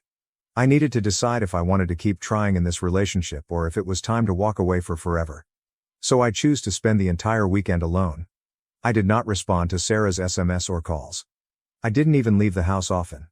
I needed room to think, and this time I wasn't going to allow my emotions influence my decision. During that weekend, I finally realized the reality. I had been settling for less than I deserved for quite some time. I recognized how emotionally spent I had gotten by clinging to something that no longer existed. The small things I did for Sarah, the gestures, the effort, all seemed to go unappreciated. She wasn't making an effort to make me feel respected. She was not even trying. And the worst part? Sarah didn't seem to notice anything wrong. She simply went about her normal routine, figuring everything was great. That understanding ached. I spent the entire weekend reflecting on how much I gave to this relationship and how little I received in return. I was no longer upset about the anniversary or the airport event. I was concerned about the big picture. Sarah had never really cared about putting me first. She had never seen me as a priority. When I came out of my weekend of reflection, I realized I couldn't keep pretending everything was fine. I was emotionally weary, and if I stayed in this relationship, I would only continue to be harmed. So I arranged one last conversation with Sarah. This was it. I was going to lay it all out and set clear boundaries for what I needed if this relationship was going to survive. I decided to wait until the following weekend to have the chat. Sarah was going to be home, and I knew it was our last chance to actually talk. I was prepared to be direct. To tell her everything I had been keeping hidden for so long. When the time arrived, I sat with Sarah in the living room. She could see something was wrong, but I don't think she expected what happened. I began by telling her that I couldn't continue in a relationship in which I felt underappreciated. I've tried to connect with you, I explained, but nothing has changed. You're always too busy, and I'm constantly making excuses for you. I can't do it anymore. Sarah appeared shocked. She couldn't believe what I was saying. She continued asking, "Why didn't you tell me earlier?" I didn't realize things were so horrible. It was as if she was taken aback by anything I said, but I found it difficult to feel sorry for her. How could she not have realized it? How could she not notice the impact her negligence was having on me? She instantly transferred the blame back onto me, saying, "You should have told me how you felt." I didn't realize things were this horrible. I thought everything was fine, she explained. She made it appear as if it was my fault for not being more outspoken about how miserable I was. That's when I realized she was completely out of touch with the state of our relationship. "I've tried, Sarah," I answered, trying to remain cool. "I've tried to connect with you multiple times, but you never listen. You do not take my problems seriously, and I have been left feeling alone. I can't continue doing this." Sarah did not take it well. She asked me for another opportunity. "I will change, I swear. I will put forth more effort. I will prioritize you. Please don't leave me." Her voice was imploring now, and her eyes were filled with desperation. For a brief moment, I considered backing down, but I knew I couldn't just let her keep making bogus promises. She had been doing so for years. "I'm willing to give it one last try," I told you. "But this time, things have to be different. I need you to actually show me that you can change. No more excuses. No more empty apologies." Sarah agreed, but I was not convinced. Her words were only that, words. Actions spoke louder, and I wanted to see if she would follow through on anything she said. We discussed specific things she could do to make time for us, organize more thoughtful dates, and be present while we were together. It was a modest list, but it was the beginning. The following few days saw a variety of tiny but obvious changes. Sarah began planning dates again. They weren't lavish, but they were thoughtful, and she was obviously trying. She began to be more present at home, taking the time to talk to me rather than disappearing into her phone or watching TV. It felt like a start in the right direction, but a part of me didn't believe it would endure. Several days later, Sarah surprised me with a handwritten note. She apologized for everything, realized how much I had been carrying in the relationship, and stated her commitment to making significant changes. I was shocked. This was the first time she had truly accepted responsibility for her acts, and it meant a lot to me. It was a step forward, but I was still unsure whether it would be sufficient. I began to sense a glimmer of hope, but I maintained my hard boundaries. I wasn't going to let myself slip into the same habits. I needed to see actual, long-lasting progress. For the first time in a long time, I felt hopeful that things would improve. But I wasn't going to base my happiness only on Sarah. That was how much I had learned. So, for now, I'm cautiously optimistic. I'm not sure what the future holds, but I know I can control my own happiness. Whatever happens to her, if things go better, that's terrific. But if they don't, I will be prepared to walk away. The decision is now in my hands. My kids sided with their unfaithful mom, took jobs from her new husband, excluded me from their weddings, and cut contact for 8 years. 8 years ago, I, 56 million, discovered that my wife, Marie, 52F, was cheating on me with one of her college acquaintances. When I eventually caught them, they'd been having an affair for about a year. When I found out, I immediately moved out of my house and filed for divorce. We had previously been having problems in our marriage because she didn't think I was making enough money as a high school baseball coach. Despite my best efforts, she continued to moan about everything. We fought constantly, and in my mind, filing for divorce was not a tough option. Our 2 children had already moved out by that point, so I had no reason to stay. Unfortunately, the divorce destroyed my relationship with my children as well. For whatever reason, they resolved to support their mother. Initially, they attempted to persuade me to be kind with her because she had been a stay-at-home mom for a long period. They attempted to tell me that she must have been tired with her monotonous life. In addition, after they had moved out, we began squabbling over everything. Naturally, she was dissatisfied, and I was having financial difficulties. I couldn't understand why my children were trying so hard to persuade me to forgive Marie, especially since I was experiencing the same issues she was.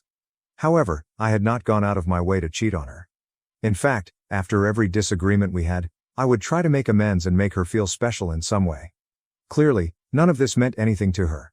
My children were pleading with me to give her another chance, which made me very unhappy. I ended up battling with them about it as well, and for a time, they cut me out of their lives. After the divorce was finalized, I began to feel quite lonely, especially since Marie remarried the man with whom she had been having an affair only 2 months later. I wasn't conversing with my children at the time, but I tried to reach out to them.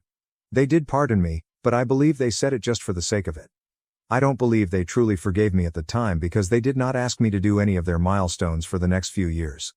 Indeed, until earlier this year, I had little contact with my children. The only reason they're trying to get along with me right now is that I created my own business with a couple of my buddies a few years ago, and it only started taking off recently. I'm doing well for myself, and I'm presuming that's why they're here. For context, I had spent a lengthy time as a high school sports coach. Unfortunately, I was extremely underpaid and overworked. I had a buddy who worked at another school, and we were both struggling financially. While trying to figure out our retirement plans, we decided to talk to a few other people and try to open our own institution. That way, we could continue coaching children, which we were very excellent at and had a lot of experience with, while also turning it into a company. That'd be our retirement plan. We teamed up with another business-savvy acquaintance to launch this venture. We didn't expect much at the moment, but we're happy to say that we're doing well for ourselves now. Our facility has grown fairly popular, and we are considering expanding soon. I'm guessing my kids heard about it because they contacted me earlier this year and began attempting to get on my good side. Initially, I was overjoyed that kids were attempting to involve me more in their life. I assumed they'd finally come to their senses. I didn't suspect they had hidden agendas. However, a few days ago, my 2 children, Gavin and Hannah, paid me a visit. Gavin married 6 years ago, and Hannah married 4 years ago. I was not invited to either wedding because they informed me that their mother would be present with her husband, which would be extremely awkward for everyone. I was quite upset about it, but they said it couldn't be helped because the wedding would be too big. They vowed to make things up to me at some point, but they never did. Like a fool, I kept expecting for them to recognize that I was just as much of a parent to them as their mother. I thought it had finally happened. But when they came to see me lately and started talking about how they'd heard my business was doing well, and then suggested I spend more time with my grandchildren and help them out financially, I knew what was going on.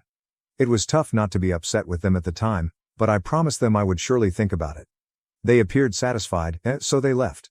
After they left, I blocked them everywhere since I suspected they were attempting to defraud me. Gavin has 2 children, the eldest is 5 years old and the youngest is 1 year old. Hannah's daughter was born 6 months ago, as far as I know. Guess what? I have not met any of my grandchildren yet. My first grandchild was born 5 years ago, and I still haven't met him. Of course it hurts. I've tried to persuade Gavin to bring over his children or ask me over so I could meet them. When Hannah's baby was born, I attempted to meet her as well, but they consistently declined. It was always the same excuse: Marie and her husband would be present and did not want things to become unpleasant. It stung to have to comprehend and let go all the time. They finally want to offer me the opportunity to play grandfather, and I'm guessing it's all because things aren't going well for them financially. I had no idea about any of this before, which is why I didn't completely remove them out of my life. Just to be clear, I am not in close contact with the majority of my extended family, and I am not a fan of family gossip. But when my children came to see me after so many years and began to be polite to me, I sensed something was wrong. So, once they went, I blocked them. Just to satiate my curiosity, I decided to ask around about what my children were up to. That's how I learned that they've been experiencing financial difficulties for the previous few years. Furthermore, their relationship with their stepfather is no longer all sunshine and rainbows. This surprised me because, based on the images they'd posted after their mother remarried, it appeared that the family was really close to the guy. Apparently, things are going bad since he intends to sell his company. They sell furniture, and once Marie married him, my children began working at his company. I don't want to say it because I'm not sure, but I believe that's why they were so ready to support their mother during the divorce. They must have felt that if they could persuade me to ease up on their mother instead of dragging out the divorce, they would be guaranteed a position in their stepfather's company. Basically, Marie's affair partner had bought them out, something I had never suspected. The difficulty is that the company hasn't done particularly well in recent years. Marie's husband wants to sell the business, but my children want him to keep it. He owns the company, so he stands to earn the most from the transaction, and he's fortunate enough to have found a buyer right now. My children, on the other hand, are opposed to the purchase because, despite receiving a percentage of the earnings as stockholders and high management workers, they will lose their jobs. They want to make a long-term plan for themselves. It's a complex situation, and many members of the family are aware of it due to Marie's tendency to speak out. She's been venting about this to everybody who will listen, so it's no surprise that their family is arguing right now. I'm guessing that's why Gavin and Hannah approached me for aid. It's no secret that we are doing well. We're running commercials, and word of mouth has been fantastic for us. After gathering all of this information and meeting with a number of my family, I chose to keep my children blocked. I have no interest in their lives. They have shown no interest in me for the past 8 years. Even now, they're only here because they are in difficulty. It seems demeaning, and I feel like an idiot for expecting them to come to their senses and apologize to me. A few days after I blocked them, they returned to my door and demanded that I let them in. Even when I said I didn't want to talk to them, they pushed. I informed them that I had heard from the family about what was going on with them and their stepfather, and that I understood they were simply coming to seek financial assistance from me. I reminded them that the reason they left me in the first place was because their stepfather could provide them with stable employment and upper management positions that I couldn't. I called them sellouts. In reaction, they began accusing me of being insensitive and bitter. They stated they had no such plans and that they simply wanted to make things right with me. They stated they recognized that, at the end of the day, I was still their father, and they couldn't keep prioritizing Marie over me. They also indicated that the sole reason they had requested for financial assistance was for their children, not because I was doing well financially. They thought it was horrible that I had reached such a judgment after listening to a lot of no-good gossip mongers in the family. This happened 2 days ago, and I've been quite distressed by it all. It's become so terrible that I have to take time off work because I can't stop thinking about what to do. Logically and intellectually, I believe the rest of the family is not lying to me. They would gain nothing from it. Also, my family has always been kind to me, even since my divorce. They've always looked out for me, which I greatly appreciate. So, I don't believe they are lying or gossiping. They're simply answering my questions because I was the one who investigated the case. That being said, I'm not sure if I should give my kids an opportunity to work things out with me. Should I just give them a little cash help? After all, I am earning well enough to support them, and I am very certain they are not looking for a long-term commitment. They'll probably acquire jobs after the company is sold. I presume they are simply expecting me to be their safety net because of their children. I haven't actually spoken with them what kind of money they want. Whether it's an investment, a loan, or simply goodwill. In any case, I am aware that financial assistance will be provided. I feel as if I don't want to pass up an opportunity to reconnect with my children and create a relationship with my grandchildren just because of this. The way they discussed the situation during their visit the other day has thrown me off guard, and I'm not sure what to think anymore. I've been continually anxious, and I'm wondering whether I'm making the worst mistake of my life by shutting out my children. Perhaps I am being insensitive and ungrateful, as they stated. If I let my ego get the best of me, I doubt I'll ever have another chance to work things up with my family. The only thing holding me back right now is my fear of being used, which I absolutely do not want. I really don't know what to think anymore. I feel lost, and I don't think I have anyone I can freely discuss this with. So here I am, an old man attempting to figure out life after being mostly alone since my divorce. As much as I hate to admit it, I miss my children a lot and want them in my life. However, I am unsure if this is the best approach. So, am I wrong for not wanting to be financially involved with my children? Update 1. Thank you for your comments. I guess I needed a reality check since, in desperation, I had considered talking to my children. But now I realize I'm being exploited, and I shouldn't be such a doormat to them. That is what I have been all these years. They would speak to me as if they were doing me a favor, but they would always ignore me because they preferred Marie and her husband. Now that I understand why people preferred him, I don't think there's any going back. I even discussed it with my friends at work. They were aware of the history, but when I informed them of the current situation and what I had recently discovered, they were outraged. Initially, they assumed that Marie had misled my children, which is why they did not want to communicate with me. They believed there might still be some room for reconciliation.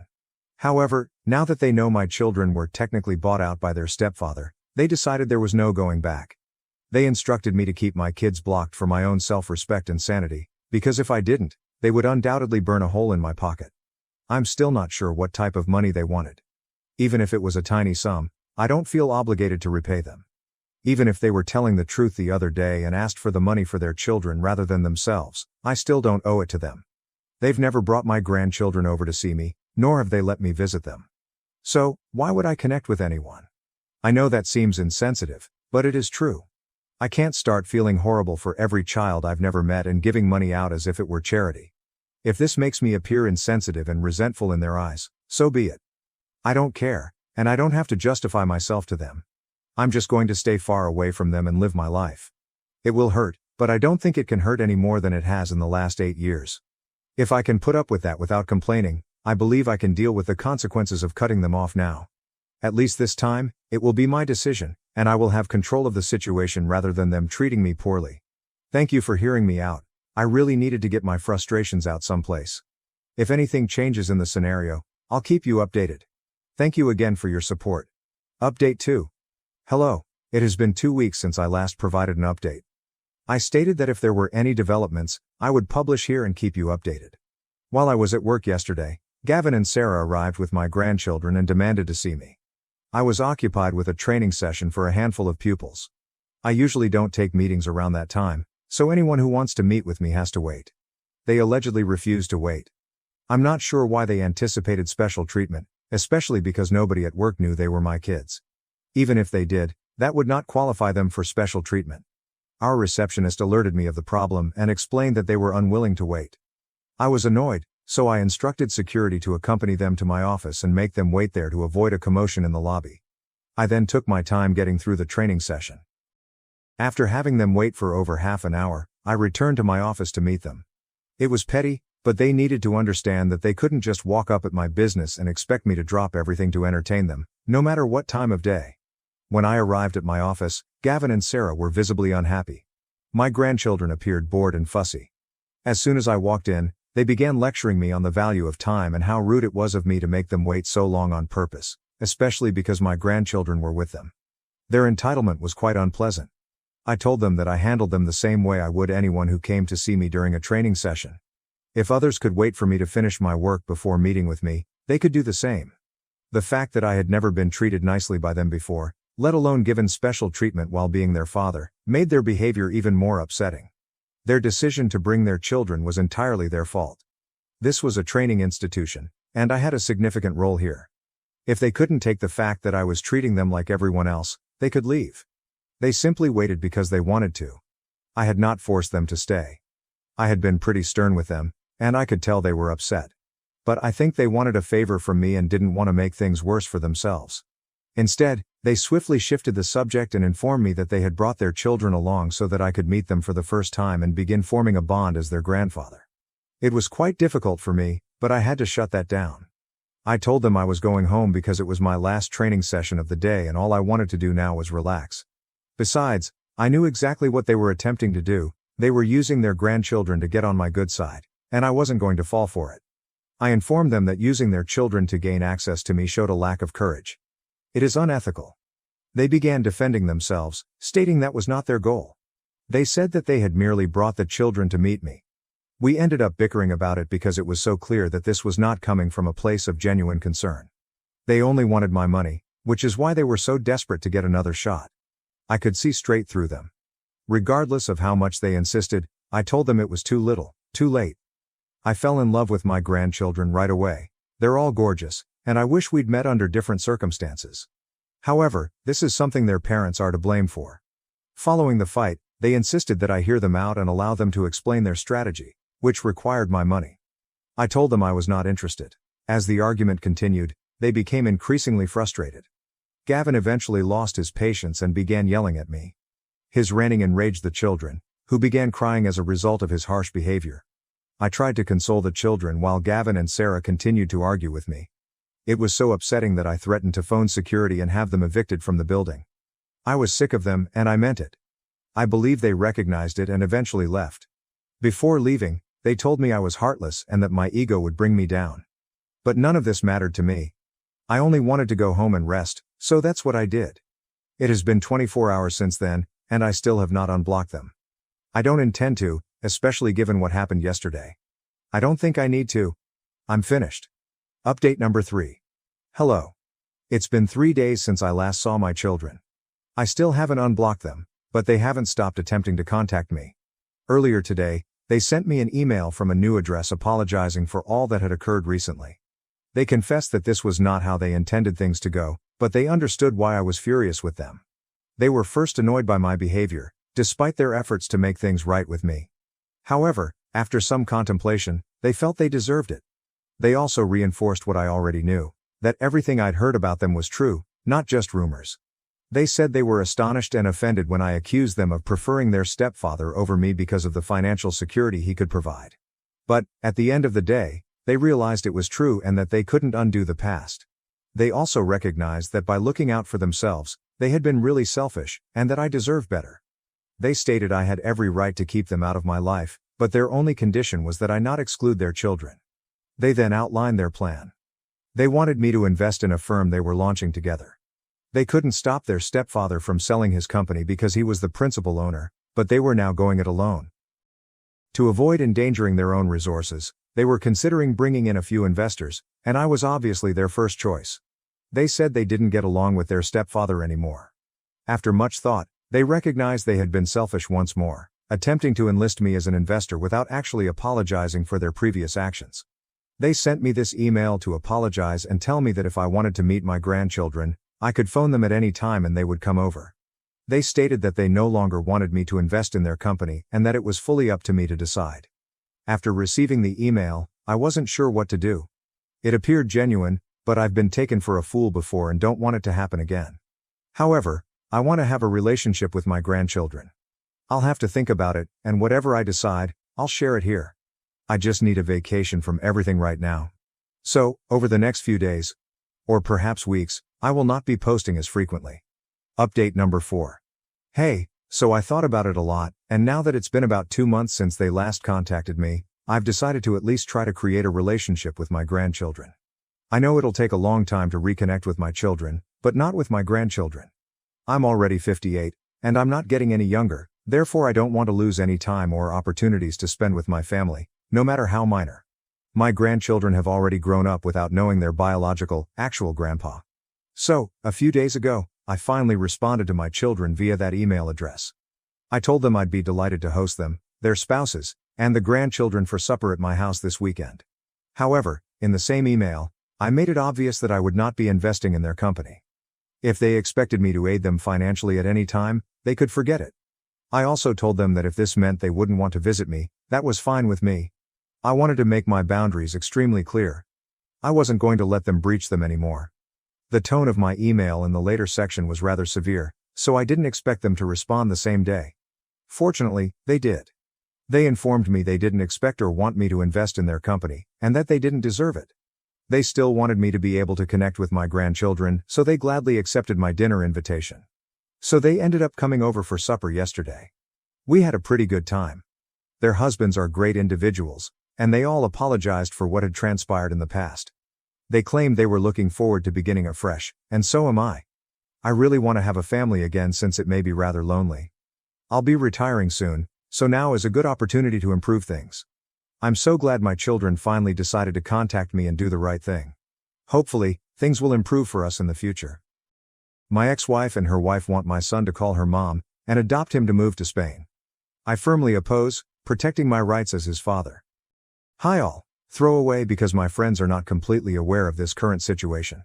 I, 35 million, was married to my ex-wife, 34F, for 7 years. 2 years ago my ex-wife came out as lesbian.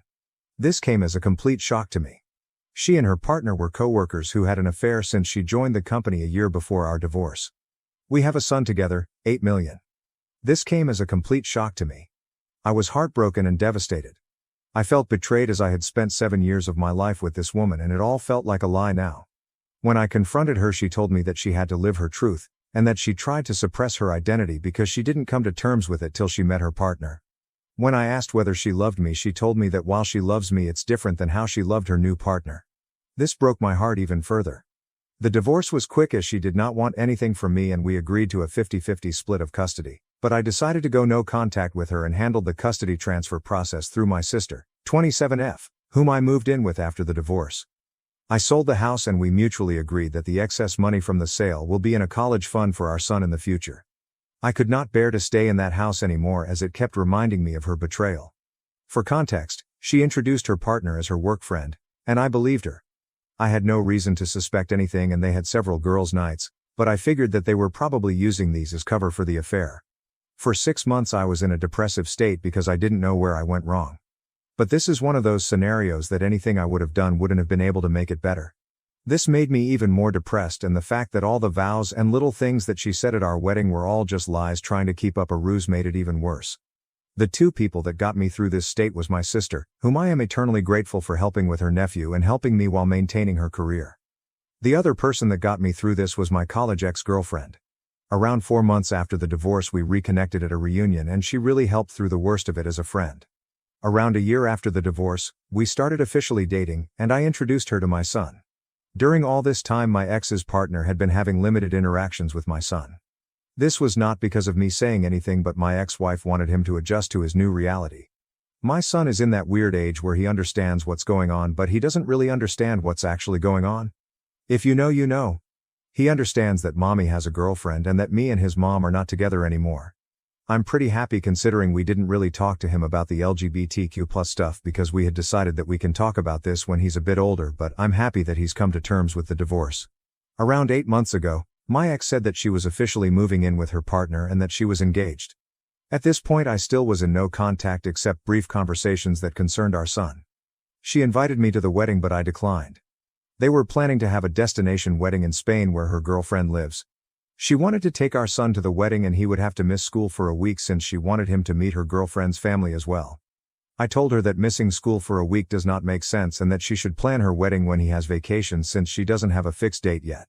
She argued that most likely they won't have a date that will align with his vacations and that they are getting married as soon as possible. I relented and agreed since I didn't want to interact with her anymore and it was well within her rights to have her son at her wedding. The problems started when my son came back after the wedding. He was supposed to stay with me since we have a flexible week in week out custody arrangement.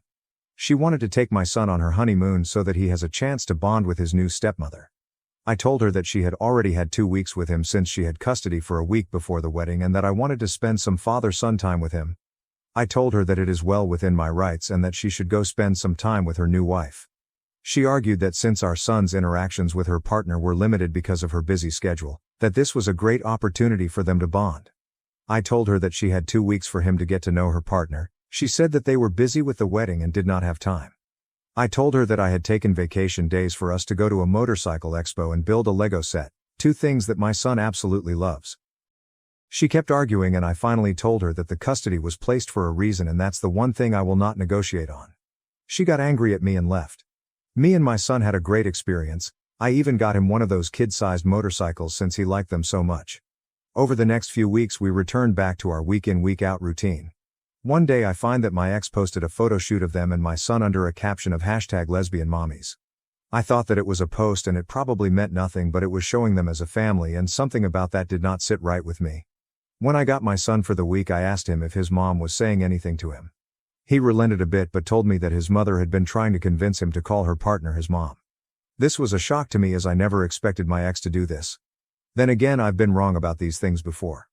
I asked him if that's something he wanted and he told me that he is much more comfortable calling her by her first name and that he feels weird with calling two people mom. I told him it's okay and that he shouldn't feel pressured to do anything. I called my ex and asked her to meet up because this was serious and I wanted to discuss this. I confronted her about this and she told me that since her and her partner were married, it's only natural for our son to have two moms now. I told her that it's not okay for her to try and convince him into calling her partner his mom because she is not his mother. She doesn't have an active parenting role in his life and that any major parenting decisions require the two of us. She tried making an argument that since me and my girlfriend were becoming serious now and that eventually I might want him to start calling her mom. I told her even if we become serious, I won't try and convince our son to start calling her mom, because he already has two parents and he doesn't need more. Then she dropped the bombshell on me. She told me that she and her partner were hoping that eventually down the line they can file for adoption. I'll still be able to visit and see my son, but she wanted her and her wife to have legal guardianship because they wanted to build a new family with them. I told her absolutely not and that our partners have no say in our kids' lives. She accused me of being homophobic for denying her the right to a complete family, and I told her while her life is her choice, our son's life has to be a thing that we decide ourselves. I ended the conversation there and told my son to tell me if her mother tries to force him to do anything that he doesn't want to do. 3 weeks later I found out that my ex had enrolled him in Spanish lessons that he told me that he hated doing. For context, my ex is Latin and her partner is Spanish, so they are more comfortable talking to each other in Spanish. We made the decision to raise our son in English because it made sense at the time, as she speaks English better than Spanish and I don't speak any Spanish. When I discussed this, she told me that she would like her son to connect more to his heritage. I said that I don't have any problem with that, but we have tried this several times before when we were married and he had shown zero interest in it. She told me that this time might be different since he will have two Spanish speakers at home. I told her that I am in favor of bilingualism because two languages are always an advantage, especially for kids, but if he doesn't want to do it, there is no reason to force him to do it. Maybe try another language? She then accuses me of denying our son his roots and goes on a tirade of accusing me of denying our son his identity and coming back to me denying her right to a family.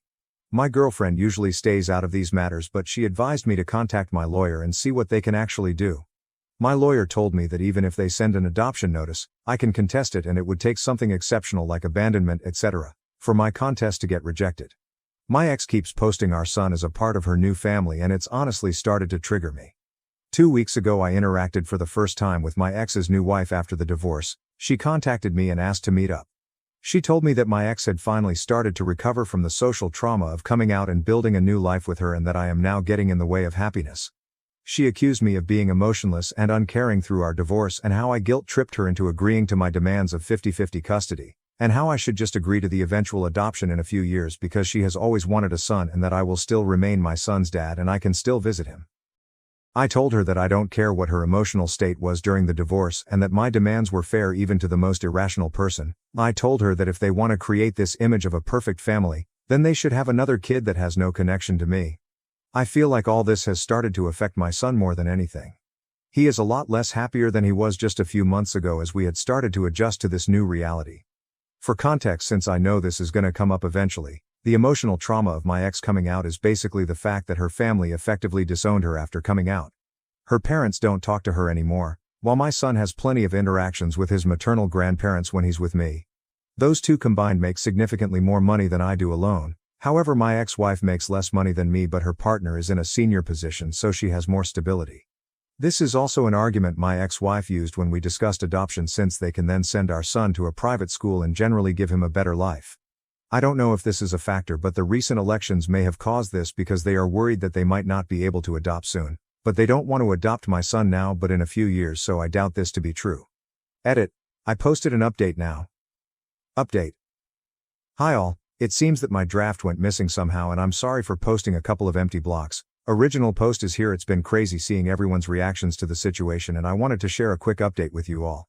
First of all, I'd like to clarify that my son and I have been going to therapy since the divorce. He was doing quite well until the whole mom saga happened. My in-laws disowned her after she came out. They were not even aware about the affair when she came out to them. They still spend time with my grandson under the condition that they don't badmouth my ex and don't preach their views to him. They agreed and said that they valued a relationship with their grandson over any political view they might hold. I have been a part of every interaction that they have had with him because I was worried they might say something. Thankfully, this has not been the case. Her extended family has said to me that they have all cut her off as well, some for the affair and some for her being gay. Our mutual friends also cut her off because of the affair. All our mutual friends were my work buddies and their spouses, partners. I did not ask them to do anything, they came to the decision on their own. I was actually glad when she told me that she had made a friend on her own, as she used to complain about not liking her colleagues. We all know how that turned out. I'm pretty sure they're not planning to skip the country. I have all my son's documents and we decided it during the divorce because she was still figuring out where to go, and since I was moving in with my sister, the chances of them getting misplaced were low. I have also had no demands for any documents and she returned the passport to me when we came back. The whole adoption thing probably stems from the fact that my son has a very close relationship with his mother. The only times he has really complained to me is when she asked him to call her partner mom, and that she was making him do Spanish classes that he did not want. We did everything for him equally during our marriage, but I had to travel out of state to my parents frequently during COVID, because they were sick with pre-existing conditions and couldn't take care of themselves. My sister was on an assignment abroad at that time. My sister also agreed with this. Please let me know your thoughts. I listened to people and contacted my lawyer, who is also my friend, today morning. He told me the same thing as last time, and that it would take something really unusual for the adoption process to go through like child abandonment. He also said that they a bunch of idiots that have no idea how the law worked. He also told me that if the whole, "we want to adopt him," is a real thing, and if she is talking shit about me to my son and I could prove it, I could get custody. This has not been the case, as I've not heard my son say that his mom says bad things about me. This brought me a sigh of relief. I plan to contact my ex today with the following conditions. We both install parenting apps and document all interactions. No more mention to me or my son regarding adoption or calling her partner mom. No more posting images of my son as a part of their perfect queer family, because frankly, I don't want my son photos on the internet when he is so young and he can decide what he wants when he is older. I plan to talk to my ex in a couple of hours. Please let me know what you think about this. Final update. Hi all, so I talked to my ex today. She was busy yesterday and I wanted some more time to gather my thoughts. When we met, I put forth my demands.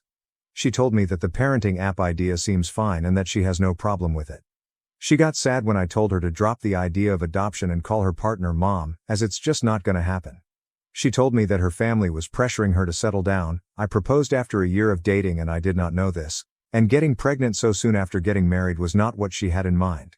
She got pregnant 1.5 years after getting married. Is that soon, IDK? She told me that she was in the closet all her life because of her parents and that she thought marrying me would cause her feelings to subside and that she was happy until she met her partner. She did go through postpartum depression after giving birth, but I did not know that she didn't want to get pregnant so soon. She then told me, her wife and her, that the reason they wanted to adopt my son was because she wanted to start new. She then said that she was never really happy during our marriage and that with her new wife she could have the family she always dreamt of having. She didn't want my son to grow up to resent her for being a lesbian, as he doesn't have any exposure to people like her apart from her and her partner. Look, I have to be honest here. I don't know any gay people, nor anyone in my friends or family is gay. We never talked about these things because it simply doesn't come up in our daily life, but that doesn't mean me and my son have no idea who they are, especially after the divorce. I told her that this is not going to happen and that he has had a lot of exposure to people from her community.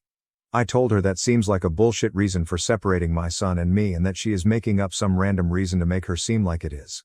After some arguing, she told me the real reason why she and her partner want to adopt my son. Reddit is crazy for their prediction abilities, like honestly, wow.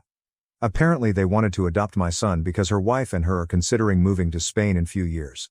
I told her that she can't do that and that the legal framework supports me and my rights in both countries. She told me she knew this and that's why they wanted to get me to sign adoption. I told her that she was crazy, that she in no way is able to do this, as she still need my permission to take him out of the country as when she did when they got married in Spain. I also read a comment yesterday on the update and researched a bit on the laws regarding this, so I know this is not happening.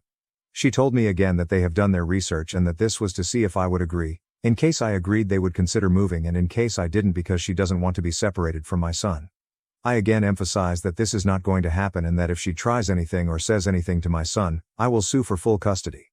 She got sad again and told me that they wanted to check with me first. I told her, in what world would you expect me to give you and your wife full custody? First you divorce me, leave me a woman, and then expect me to sign over my child and act like nothing happened. I told her from this point on we will document everything, every interaction we have, and that if I even get a whiff of you trying to pull something, I will sue for full custody. She got a bit scared at the idea of losing full custody. She didn't really consider me doing that, and she agreed. I then told her not to paint this picture of a picture-perfect queer family that they are trying to do, because that is not going to happen. Our son has a mom and a dad that he spends half his time each with, not two moms. He is not your affair partner's son. He is your son and mine. If you want a child with her, you can do so on your own. I then told her that the courts are more likely to side with me than you in this case because of the thing you have been trying to do and the fact that I work from home and spend more actual time with him than you and your wife. I have been trying for him to have a stable relationship with both parents since the divorce because I don't want him to reset either of us, but if you try to remove me from his life, I will sue for full custody and deal with any resentment he has for either of us. I didn't want to argue anymore and I left the room. I secretly recorded the conversation because I wanted to have proof in case anything happens in the future. Honestly, Reddit, I have been very angry at my ex since the divorce. I have not shown it around her and my son because I don't want her to use this against me in any way, and have been going to therapy, but I am still internally angry. The comments she made today about our marriage really hurt me even more. I have spent 7 years with this woman and her betrayal still makes me angry to this day. When I got home, I contacted my lawyer friend and he again reiterated that they would have to kidnap him. I asked him if there was anything else we could do and he said that the current agreement is very thorough. We have made sure of that. If I want full custody or not is up to me, but I have to be sure that I want to put me or my son through the whole process. I don't want my son to grow up without either of his parents, as that is just not healthy for him. That is why I won't sue for full custody now. If they are stupid enough to kidnap him, I'm sure they are not. Then the law sides with me anyway. I know what position her partner is at their workplace, so I know they are making good money to leave it all behind for no good reason. As for the passport thing, I have all his documents, and all things such as notifying travel, hospital visits, and others are already in the signed custody agreement. We already have a legal framework for all this. I am not going to sue for full custody now because I don't want that for my son. My ex-wife is still a good mother and loves him, and he enjoys spending time with her. Plus my son is the type of person to openly voice out what he does not find okay to me, so I will know if they continue any of their nonsense. On a more positive note, y'all, I'm not against Spanish lessons, but he doesn't like them. I was just suggesting that he try some language he likes. There are other languages out there. I didn't say it to my ex then, but now I know that she was trying for him to learn Spanish because of the Spain thing. Thank you to everyone for their support. It really helped me with understanding the problem. Holy shit though, I didn't even consider her considering moving to Spain until I read the comments. Y'all are great at this. I grew up overshadowed by the golden child. She tried to seduce my husband, we exposed her, and my mother framed me, refusing her faults. Hello, everyone, I need some help and maybe a place to rant. This will be a long one, so please bear with me. I, 33F, have always had a problematic connection with my younger sister, Julia, 30F. Julia is our family's golden child, which has caused me grief since we were little. Growing up, our parents always preferred Julia. She was the beautiful, talented, and all-around perfect person. Meanwhile, I was the older sister who consistently fell short of their expectations. My earliest memories include occasions when I felt invisible next to her. One memory strikes out so vividly. I was about 8 years old and it was my birthday.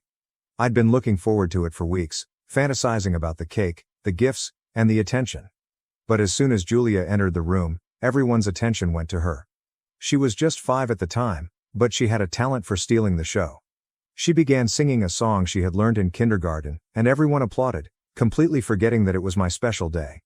My parents didn't notice the tears welling up in my eyes as I watched them adore her.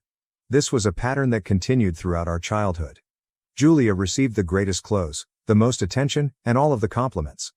I recall feeling pleased of myself after receiving a B on a math test.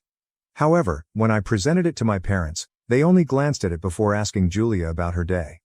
She had colored a picture at school, and that was considered more impressive. The hardest aspect was that Julia was well aware of her position within the family. She wasn't a malevolent child, but she knew how to use circumstances to her advantage. If we ever fought, as siblings do, She would scream and run to our parents, who would always support her side. I was always the one that got scolded, regardless of the situation. The dynamics remained rather stable as we grew older. Julia excelled in whatever she did. She was a straight A student, a star athlete, and eventually a social butterfly with a large network of friends. In contrast, I suffered both intellectually and socially. I was shy, introverted, and had difficulty establishing friends. Our parents frequently compared us, always adversely to me. "Why can't you be more like Julia?" was a constant refrain in our home. High school was really stressful. Julia was a freshman when I was a senior, and she rapidly gained popularity. She joined the cheerleading squad, was chosen class president, and boys wanted to date her. I was the nerdy senior who rarely had any friends and spent the most of his time in the library. She seemed to be the center of my existence. One incident from high school still bothers me. There was a major dance coming up, and I had finally worked up the guts to ask a boy I liked to go with me. To my astonishment and happiness, he replied yes. But a week before the dance, he canceled, claiming he had invited someone else. Someone else turned out to be Julia. She had no idea I had asked him, but it didn't matter. She got to go to the dance with him, whilst I stayed at home, devastated and alone. After high school, I attended a local community college, while Julia received a scholarship to a prominent university. Our parents were understandably pleased of her, but it hurt to see how little they cared about my accomplishments. I worked 2 jobs to pay for my tuition, but Julia's expenses were covered by our parents. They paid her many visits, attended her college functions, and were continuously positive about her progress. Meanwhile, I had to fend for myself, both emotionally and financially. I eventually earned a nursing degree, while Julia went to law school. By then, I had learnt not to seek my parents' approval. I moved out, obtained a job, and attempted to establish a life for myself. But the agony of those early years never left me. Julia and I remained in touch, but our connection was strained. She was always the successful, attractive sister, but I was just myself. Fast forward a few years, I met a beautiful man named Alex and we married. For the first time in my life, I felt truly appreciated and cherished. Alex was aware of my family dynamics and was really helpful. He helped me realize my own worth beyond the shadows cast by my parents and sister. We purchased a home, and I began to feel like I could finally leave the past behind. But Julia returned to my life in an unexpected way. She had completed law school and was working for a respected firm. She became engaged to a man who seemed perfect in every aspect. Our parents were ecstatic and couldn't stop talking about the forthcoming wedding. I tried to be pleased for her, but old feelings of inadequacy and hatred came back. Julia asked me to be her maid of honor. I was taken aback. We weren't friends, and I questioned why she would want me in such an important capacity, but she insisted on rebuilding our connection. I reluctantly consented, believing that this would be an opportunity to repair old hurts. The wedding preparations were a nightmare. Julia was a bridezilla, demanding and domineering. Every choice had to go via her, and she frequently rejected my thoughts and proposals. It was evident that she had not changed much. She still desired to be the center of attention. But I gritted my teeth and went along with it, hoping to support her and even gain some of her favor. Next came the bridal shower. It was a spectacular event hosted by our parents and attended by Julia's numerous friends and colleagues. I felt out of place and uncomfortable, but I kept a brave face. During the event, our mother delivered a speech praising Julia to the skies. She stated how proud they were of her accomplishments and how attractive she appeared. I stood there, feeling invisible yet again. But then something unexpected occurred. Julia seized the microphone and began speaking. She thanked everyone for attending, then turned to face me. Her response was, "I want to take a moment to acknowledge my sister, who has always been there for me. I know I haven't always shown it, but I appreciate everything she's done. She's strong, kind, and an amazing person. I'm lucky to have her as my sister." I was stunned. Julia has never publicly recognized me like this before. Tears welled up in my eyes, and for a little minute, I believed our relationship could alter. Perhaps this was a tipping point. However, the goodwill was short-lived. Julia called me in a panic about a week before her wedding. She had misplaced the family heirloom necklace that our grandmother had given us, and she was scheduled to wear it on her wedding day. She was hysterical, and I dashed over to assist her in finding it. We flipped her place upside down and still couldn't find it. 2 days later, Julia called me again, accusing me of stealing the necklace. She claimed I must have taken it out of jealousy. I was astonished and hurt. All I had done was attempt to help her, and now she was accusing me of stealing. Of course, our parents believed her, as they usually did with Julia. I was devastated. Eventually, Julia discovered the necklace in a drawer she had forgotten about, but the damage had already occurred. She never apologized for accusing me, and neither did our parents. The wedding went on, but I felt like an outsider in my own family. After the wedding catastrophe, Alex and I chose to concentrate on our respective lives and families. Alex, who had always been technologically inclined, began researching ways to make money online.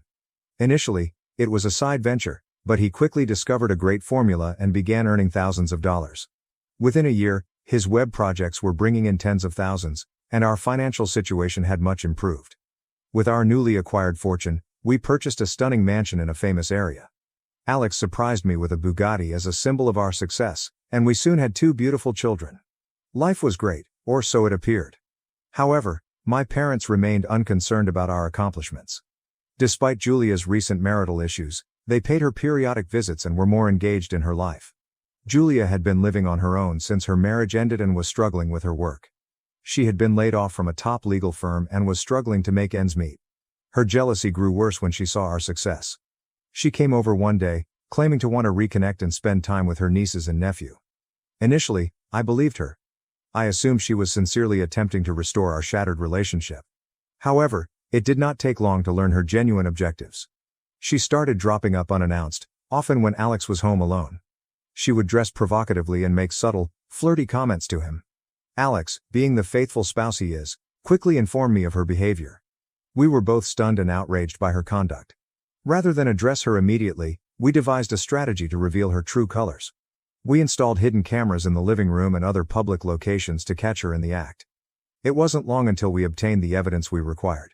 Julia made her move one day while I was supposed to be out running errands. She approached Alex, placed her hand on his arm, and whispered provocative things into his ear. "Come on, Alex," she said. "You deserve someone who truly appreciates you. Someone like me." Alex played along just long enough to keep her talking. "Julia, you need to stop. I love my wife, and this is incredibly inappropriate." But Julia persisted, leaning closer. "She doesn't have to know. It'll be our little secret." That was the moment we'd been waiting for. Alex forcibly pushed her away, saying, "Julia, I'm serious. You need to leave. This is wrong on so many levels." We documented the entire event on camera. With the proof in hand, we decided to take action. First, we convened a family meeting, which included Julia's husband, who had been unaware of her activities. When everyone had gathered, we showed the video. The room was silent as the video aired. Julia's husband's face became red with rage, and my parents were completely astonished. The video concluded with a tense silence before Julia's husband stood up. "Julia, how could you? After everything, you try to seduce your own sister's husband?" His voice was full of surprise and hurt. Julia stammered, attempting to come up with an excuse, but there was no disputing what we had witnessed. Our parents looked at her, disappointed and disgusted. "Julia, we trusted you. We always believed you were the better daughter, but this is beyond forgiveness," my mother replied, her voice cracking. My dad shook his head. "You've brought shame to our family. I don't even know who you are anymore." Julia's husband promptly filed for divorce. He left that same day, accompanied by their 2 children. My parents, who had always elevated Julia to a pedestal, were forced to confront the truth of her behavior. They moved away from her, unable to look at her in the same manner again. Julia's world came crashing down. She has lost her husband, her children, and the support of our parents. She tried to reach out to me, but I couldn't bring myself to forgive her that readily. The scars were too fresh, and the treachery was too severe. Alex and I continued to construct our lives together, stronger than ever. Julia's betrayal, however terrible, had eventually brought us together. We knew we could handle anything as long as we had each other. Life went on, but the scars from the past remained. My parents, who had always preferred Julia, struggled to accept her conduct. They visited less frequently, and when they did, it was evident that they were still dealing with their disappointment. They attempted to appear normal, but the strain was evident. Julia, on the other hand, was attempting to gather up the pieces of her broken existence. She had lost her work and was struggling financially. Her attempts to reconnect with her husband had been unsuccessful, and he had filed for full custody of their children. She was alone and desperate. One day, she appeared at our door, looking more ragged and broken than I had ever seen her. She pleaded with me to let her in so she could explain. Despite my better judgment, I agreed. She sat at our kitchen table, tears flowing down her cheeks, admitting everything. "I'm so sorry," she wailed. "I've been jealous of you for so long. I saw how happy you were, how successful, and I couldn't stand it. I thought if I could take Alex away, I'd feel better. But I was wrong. I've lost everything." Her words struck me hard. For so long, I had regarded Julia as the favored one, the one who had everything. I never realized how deep her insecurities went. I felt sympathy and hatred, but mostly I was tired. Tired of the drama, the suffering, and the never-ending cycle of rivalry and animosity. "I don't know what to say, Julia," I said. "You've hurt me in ways I can't even begin to describe. But I can't keep living with this anger. It's poisoning me, and it's poisoning our family." Julia nodded, tears still running down her cheeks. "I understand. I don't expect you to forgive me right away. I just wanted you to know how sorry I am." We sat quietly for a while, the weight of our common history hanging thick in the air. Julia eventually went, leaving me to my own thoughts. Could I ever really forgive her? Could we ever get past this? In the weeks that followed, I concentrated on my family and my personal recovery. Alex was a rock for me every step of the process. We discussed Julia, the past, and what the future might hold. I slowly began to let go of some of my anger and bitterness. I recognized that holding on to it was not benefiting anyone, least of all myself. Julia continued to struggle, but she started to make changes. She began going to therapy, getting a job, and rebuilding her relationship with her kids. It wasn't easy, and there were failures along the road, but she was making an effort, which was something. My parents remained distant. The golden child had fallen, and they had no idea how to deal with it. They continued to see Julia on occasion, but it was evident that nothing would ever be the same. They came to see us less and less, and when they did, the tension was evident. It seemed as if they didn't know how to interact to me without the usual dynamic of favoritism. One sunny afternoon, as I watched my children play in our lovely garden, I realized something profound. Despite everything, I was content. I had a nice husband, wonderful children, and a life I was pleased with. Julia's acts had been painful, but they had also brought me to a place of strength and resilience. In the end, life continued. The scars of the past would never be completely healed, but they did not have to define the future. Julia and I started to restore our connection gradually and cautiously. It wasn't perfect and never will be, but it was a start. For the time being, I've decided to focus on the now and the future. The past had its purpose, but it no longer kept me captive. Alex and I continued to create a life together full of love, laughter, and the occasional struggle. Our beautiful home exceeded all of our expectations. The mansion was huge, beautiful, and ideal for raising a family. The children enjoyed their new rooms and the wide backyard where they could play. Alex and I were happier than ever, and for a while, it appeared that we had put the turmoil behind. Part 3. An unexpected turn. Life seems to have settled into a peaceful rhythm. Julia and I worked hard on our relationship, and it gradually began to improve. She apologized sincerely, and I noticed a true improvement in her behavior. We began meeting for coffee, discussing our lives, and even planned family outings together. It was a relief to finally feel like I had a sister I could count on. Meanwhile, Alex's career soared. He accepted an early retirement option from his software employer, which came with a large compensation. We were now financially secure beyond our wildest expectations, and Alex was excited to spend more time with the family and work on personal projects. However, the peace we had worked so hard for was quickly broken. My mother, who had always preferred Julia, appeared reluctant to accept the changes in our family dynamic. She couldn't get the suspicion that I had set Julia up with the video evidence. The thought persisted in her head, and she became increasingly aloof and hostile. One morning, while I was preparing breakfast, the cops appeared at our door with a search warrant. They discovered other items in our garage that I had never seen before, including pieces from a stolen car that had been reported missing months before. I was stunned as they handcuffed me and hauled me into custody. I kept thinking that it was a terrible mistake. Alex, who was on a business trip, rushed home as soon as he received the news. He quickly engaged one of the top criminal defense attorneys in the country, Rachel Hargrove, a talented but pricey barrister. Rachel assured us that she would get to the bottom of things and clear my name. The court date arrived soon. Rachel worked tirelessly in the days leading up to the trial, going over every detail and questioning everybody who may provide information. During our investigations, we discovered the awful truth. My own mother had planned the entire plot. Apparently, my mother had underworld friends who helped her obtain the stolen car parts. She had planted them in our garage, attempting to tarnish my reputation and, in her warped manner, teach me a lesson: for what she saw as my betrayal of Julia. She refused to recognize that her golden child was at fault, instead believing that I was the manipulator. The trial was tough. The prosecution presented their case, convinced that they had sufficient evidence to convict me. But Rachel was prepared. She provided irrefutable evidence that the car parts had been installed in our garage without our knowledge. She also called a witness, one of my mother's accomplices, who claimed that my mother had coordinated the entire operation. It barely took the jury 2 hours to deliberate. They judged me not guilty of all accusations. I was free, but the ordeal had left a lasting scar. My mother, however, was not so fortunate. The judge sentenced her to 5 years in jail for fraud and conspiracy. The judge made it clear that her conduct were both illegal and morally abhorrent. The courtroom became hushed as the verdict was read. My mother's expression was one of shock and rage. She never expected her scheme would fail so spectacularly. As they dragged her away, she gave me a hateful look.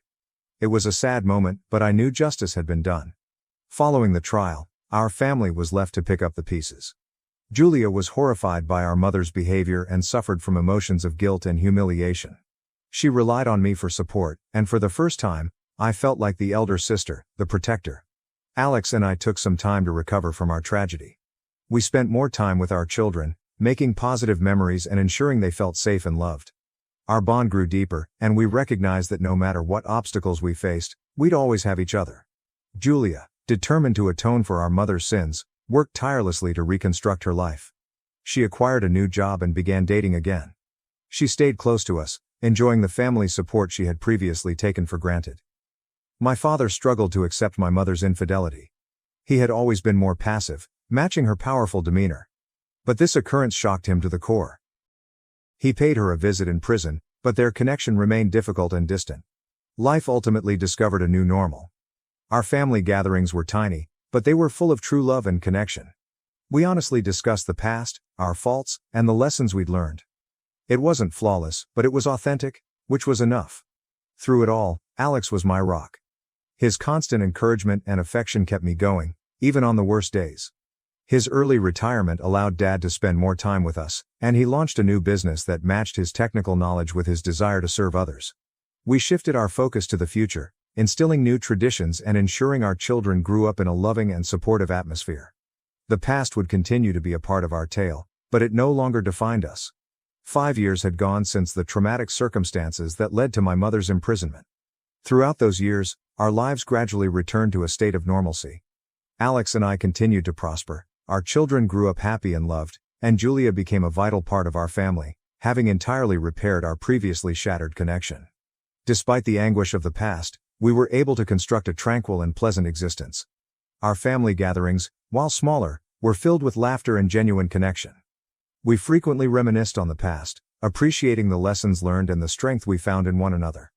However, the serenity we had established was shattered once more when my mother was freed from prison. She had served her sentence, but her bitterness and animosity had not subsided.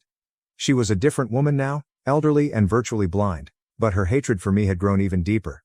Unbeknownst to us, my mother was scheming her retribution. She believed I had destroyed her life and wanted to hold me accountable. One fateful day, she took a shotgun from a nearby farm and started out to get me. Her objective was to catch me off surprise and take my life. I had no notion how dangerous the situation was. It was a bright afternoon, and I had taken the kids to the park. Alex was out running errands, while Julia was at work. I was sitting on a bench, watching my children play, when I suddenly felt a searing pain. I turned to see my mother standing a few feet away, her shotgun pointed directly at me. Her expression was a mix of wrath and determination. She screamed something incoherent and fired several bullets in rapid succession. Despite her fading eyesight and weak hands, 2 rounds reached their target.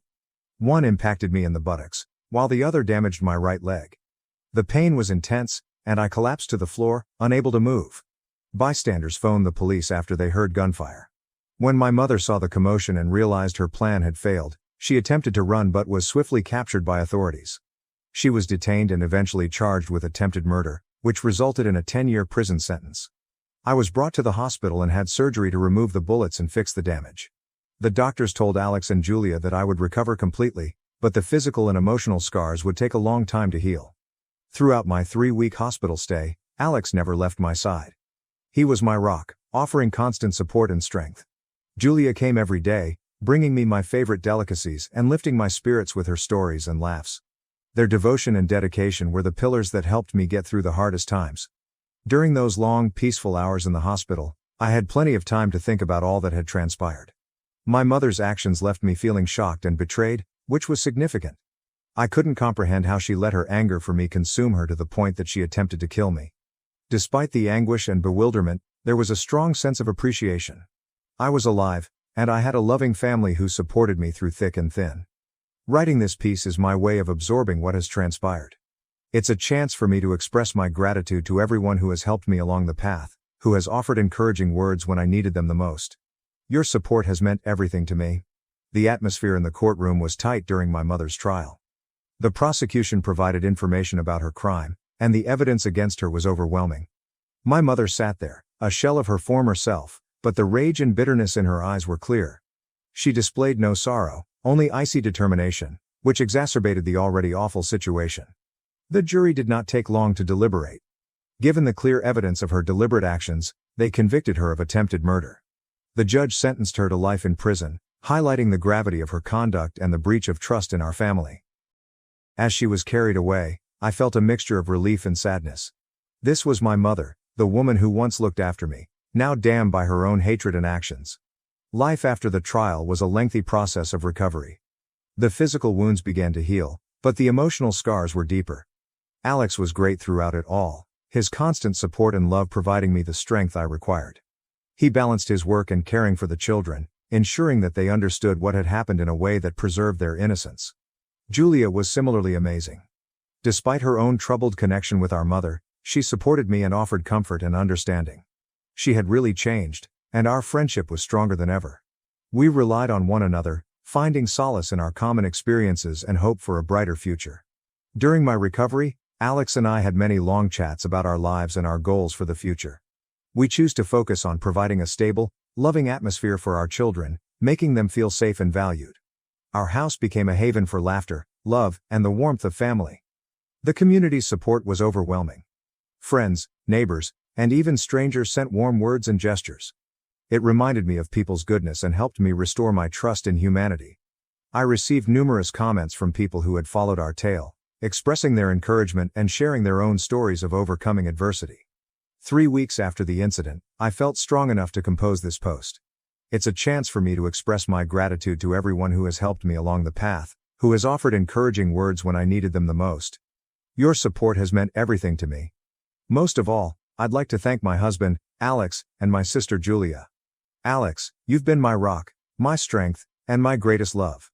Your constant support and love have helped me get through the toughest moments. Julia, you've taught me what true forgiveness and redemption look like.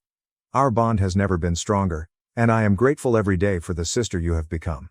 Life is unexpected, and the future is constantly unknown. But with the love and support of those that matter most, I'm confident I can tackle whatever comes my way. Thank you for taking part in my adventure. As I look ahead, I am filled with hope. My mother's acts, however painful, did not break me. They have helped me become stronger and more resilient. I am resolved to live a life filled with love, kindness, and compassion, and to instill in my children the value of forgiveness and family. My family and I were excluded from our longtime friend's annual trip because my son is autistic. What should I do? Original post: 5 years ago, my childhood best friend, 44/male, invited me, my wife, 41/female, and our son on a week-long trip to California with his family and 3 of his college work friends, 42 to 45/male, and their families. I'd met them before and we all got on well enough, so I agreed to it. They knew that my son was autistic before they invited us and were fine with it apparently. The first year we went, my son had a really hard time adjusting but got better as time went on, although he did have a few meltdowns, but everyone acted like it was fine and that they understood and continued to invite us on the trip, and things usually went like that. Earlier this week, my friends said that they wanted to discuss the trip, and I too wanted to discuss the trip because of some concerns I had, mainly one of my friend's teenage daughters who was extremely rude to my son, so I agreed, and when I got there, things were really awkward. No one really said anything, and finally one of the guys just said that they and their families had decided that it would probably be best if we, my family, didn't go on the trip this year. I was completely blindsided and of course asked why, and none of them would come right out and say it directly, but they slyly said it was because of my son. They said that this year, since it was vacation, They wanted to be able to truly relax, and for the past few years they haven't been able to. They also said that this year they really wanted some adult time, since they haven't had any the last few years. Whenever my wife and I went out, our son would have to come too because no one would stay with him, and quite frankly I didn't trust any of the other kids to stay with him, and he had a meltdown once at a restaurant. Their final reason was that some of their kids were uncomfortable. We rent a big house out there, and felt unsafe staying in the house because of one instance where my son did get a little out of hand, one time out of the 4 years, so I did understand the part a bit. Like I said, they never came right out and said it was because of my son, but I knew and it really hurt.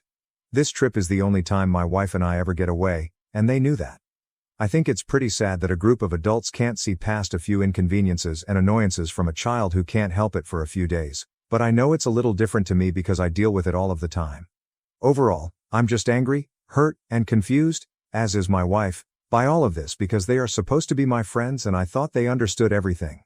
I feel like I'm ready to cut ties with all of them and not look back, but my wife thinks that I should tell them all how I truly felt about the situation so that they won't just think it's okay to do that to anyone. I don't really know what I'm asking, whether I'm overreacting, I truly don't think I am, or whether I should just end the friendship now or talk to them first. TLDR. Friends excluded me and my family from our annual trip because my son has autism. I just want to cut them off and be done with it, but my wife thinks I should talk to them and tell them just how unacceptable that is. Top comment. You have every right to feel hurt because we can't control the hands we're dealt.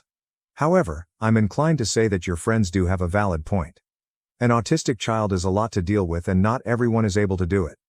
Your point of view is people should accept him because he can't help it, because he's your child and you're used to it. Imagine it from the other point of view.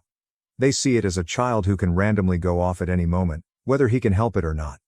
It doesn't matter if it's caused by a disease or just a hyperactive child. They see the potential meltdowns as uncomfortable and awkward. Pretend it wasn't your child. Pretend one of your friend's children has ADHD. His family wants to go on vacation because they're used to it and have learned to tune down his yelling. Would you want to go out with him constantly yelling and making people uncomfortable? Could your friends have been more straightforward in their approach? Yes. At the end of the day, they did a cost-benefit analysis and figured it was better to have peace of mind for their kids and them and decided to cut you. I recommend planning a vacation with your son. There's no reason why y'all can't have a great time as a family somewhere. Update. After thinking hard about it, I decided that I would talk to my friends about everything that happened. We decided to meet again and talk it out. They said that they understood why I was hurt, but weren't even planning on budging in any way. There was no hesitation this time, and one of them, the one with the rude daughter, told me straight out that being around my son was way too stressful and risky, and that this year they refused to constantly walk on eggshells and put their kids at risk for my family's sake. We were never the closest, but I still thought we were friendly enough acquaintances to be respectful to one another, but I guess not, and in the moment we did get into a bit of heated argument and basically nothing got resolved, but my childhood friend did tell me that he doesn't want this to end our friendship and that maybe next year we could all work something out, but quite frankly, I don't really want to go on a trip with any of them and I left. My wife, when I got home, was happy that I'd talked to them but upset that I even considered trying to come up with a solution to go on a trip where we would not even be wanted, which I understand. As far as my friendship with those guys, I'm not sure where it stands, and if we don't talk in the future it won't bother me too bad since they feel the way they do. I know that a lot of people disagree with me, but if you can't accept my child, then you can't accept me, especially when he's so dependent on me. I am a little disappointed because I thought we were all friends, but maybe it's for the best. TLDR. I talked to my friends, and things didn't go well, but that may be for the best. Top comments. Comment 1. Everyone in your last post said this is how they probably felt and have a right to feel. Almost to the letter. They feel like they have to walk on eggshells. Do you think they should be made to feel like that on their vacation? You feel like they're rejecting your family, and you have a right to feel that way, but it seems like you still haven't looked at the other side of the coin. Comment 2. Your friends don't owe you a vacation. You're demonizing them as if they don't like you or your kid, and you feel that they should accept your son without reservations because his misbehavior is part of his disability. Vacations are not supposed to be stressful, and your son adds stress to their vacation. They are in no way obligated to deal with that. You are because he is your kid. And guess what? They tried for 4 years to accept the situation and see it from your end. What have you tried? My ex-wife tried to manipulate the court for alimony, but the judge exposed her lies. She faced legal consequences, and I blocked her. Have you ever sat in court and watched someone dig their own grave in real time?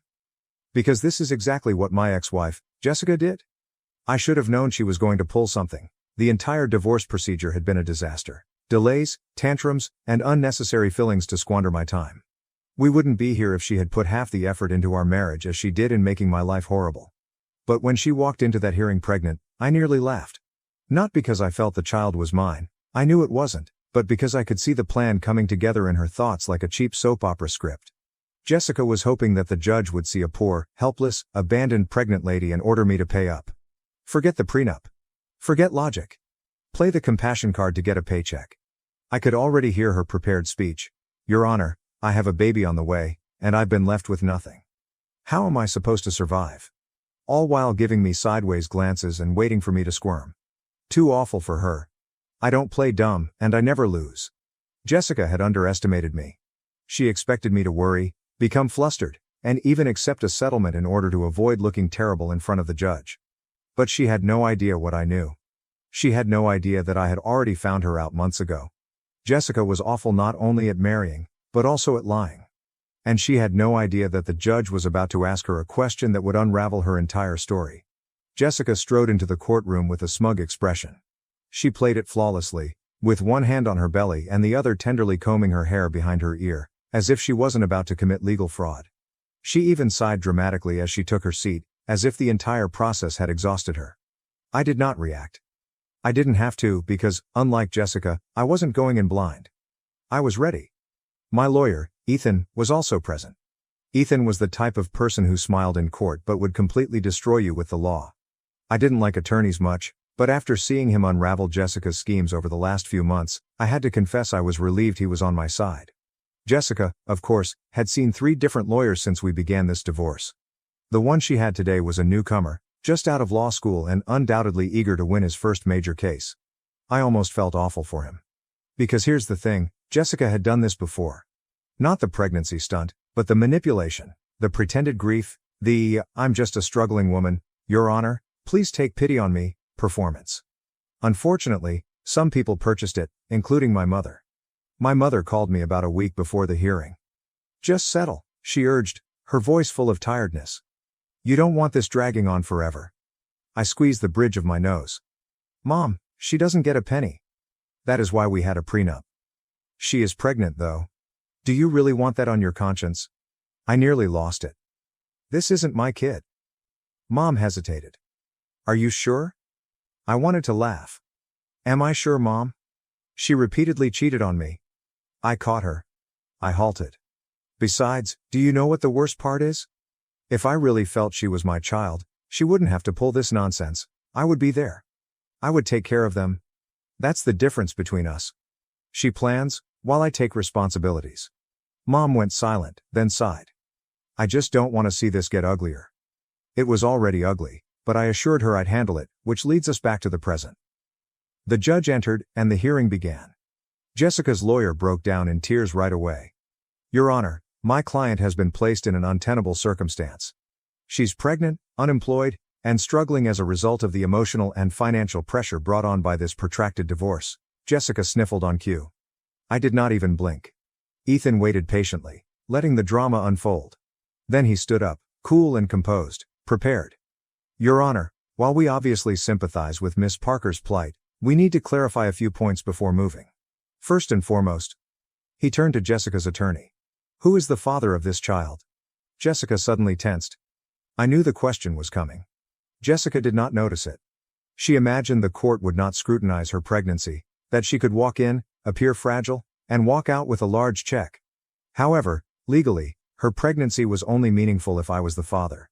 Her lawyer froze and said softly, "My client believes it is the petitioner's." I nearly laughed. "Believes?" Ethan did not even flinch. "Does she believe so? There is no proof?" Jessica shuffled uneasily. The judge's gaze narrowed. "Miss Parker, have you had a paternity test done?" Jessica's mouth opened, closed, and then opened again. She was trapped. I just assumed." "You assumed?" The judge continued, unimpressed. "Miss Parker, is there any evidence to suggest the petitioner is the father?" Her lawyer seemed to want to die. Jessica appeared pallid. I relaxed back in my chair, enjoying the entertainment by this point. Ethan was prepared to finish her off. Your Honor, we have strong reason to believe this child is not my client's. He showed out images from 2 months after Jessica and I split up, of her on vacation with another man, holding hands and kissing. Clear evidence that she had moved on. Then came the last nail in the coffin. Ethan slid medical records across the table. Additionally, we have subpoenaed Miss Parker's recent medical records, which show that her first confirmed pregnancy test was months after she and my client had last been together. Jessica's face wrinkled. Her lawyer looked at her, understanding she hadn't told him all of this. The judge gave a long sigh and shook his head. Miss Parker, this court does not tolerate dishonesty. Given the evidence, there is no justification for financial support. The prenuptial agreement stands. You will not receive alimony or further compensation. Boom! Jessica gasped, as if she had been physically struck. Your Honor, this hearing is over, the judge announced. Done. Jessica sat still, immobilized. The judge's remarks lingered in the air, but I could see it occurring in real time. Her mind searching for an escape. This was not how she expected today to go. According to her account of events, she was meant to cry, seem miserable, and leave with a large monthly check. Instead, she had been publicly exposed. Her lawyer stopped staring at her. He was staring at the floor, most likely re-evaluating every decision that had led him to take on this case. Meanwhile, Jessica was clutching the table's edge, as if she could somehow cling on to the remaining pieces of her plan. Then the tantrum began. Jessica's final desperate try. But Your Honor, Jessica shouted out in a high-pitched voice. This is not fair. I'm going to have a baby, and he can just walk away. The judge inhaled sharply and rubbed his temples. He was finished. Miss Parker, he stated firmly. This court does not render financial decisions based on emotional appeals. Your pregnancy has no legal bearing on this divorce until paternity is confirmed, which it has not, according to the evidence supplied. But the judge raised his hand. Enough! Jessica snapped. She whirled in her chair, swinging her head at me. Are you really going to do this to me? To your own child? There it was. The final bet. Even after being publicly humiliated, she continued to spread mistrust. The courtroom became silent. Then I gave a leisurely, pleased, vicious smile. You really want to do this, Jessica? I leaned forward and spoke calmly. Do you want to go on record accusing me of being the father? Because we can obtain a court-ordered paternity test straight away. Her face twitched. She had nothing. She knew she didn't have anything. Everyone else in the room felt the same way at that time. This time, the judge did not bother to react. He simply turned to the clerk. The journal is done. Jessica had lost everything. But it wasn't finished yet. The hearing ended, but I wasn't done watching her break down. I went out of the courtroom with Ethan beside me, my mother following a few steps behind. I half expected Jessica to slip out quietly, but I should have known better. She stormed out after me, heels clacking, face flushed, hands shaking. You're a monster, she snarled. You let me sit there humiliated. I gently turned, examining her up and down. I apologize, Jessica. Which part embarrassed you? The portion when you attempted to defraud the court, or the part where you knew I was 3 steps ahead? Her jaw clenched. You set me up.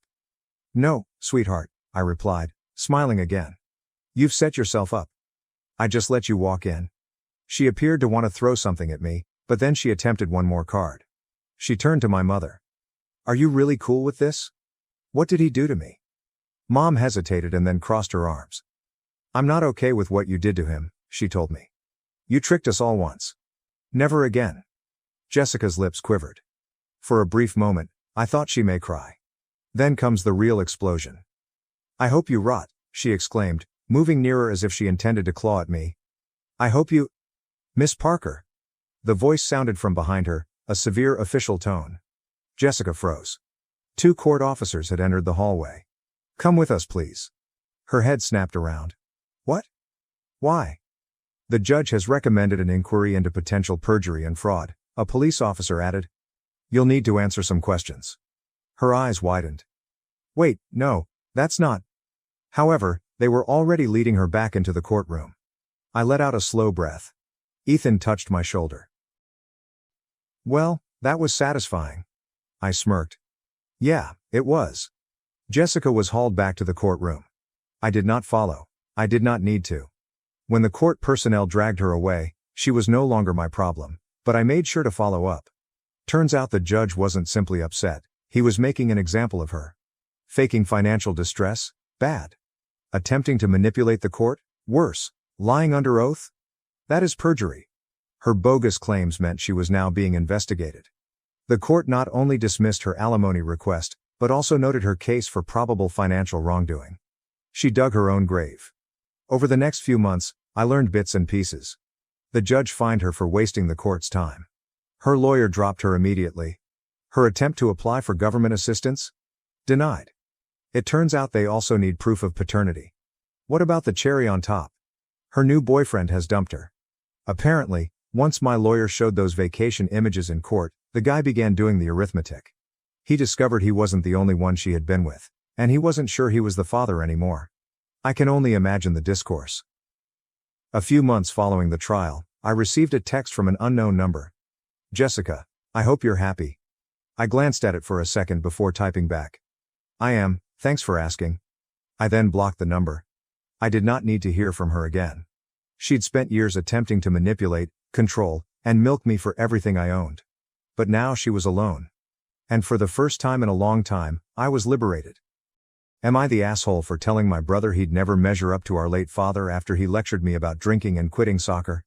Original post March 11, 2019. I have 3 older siblings, 2 sisters who are 28, and my older brother Chris, who is 26. I am the youngest child at 16. 3 years ago our dad died of cancer, after a pretty rough battle.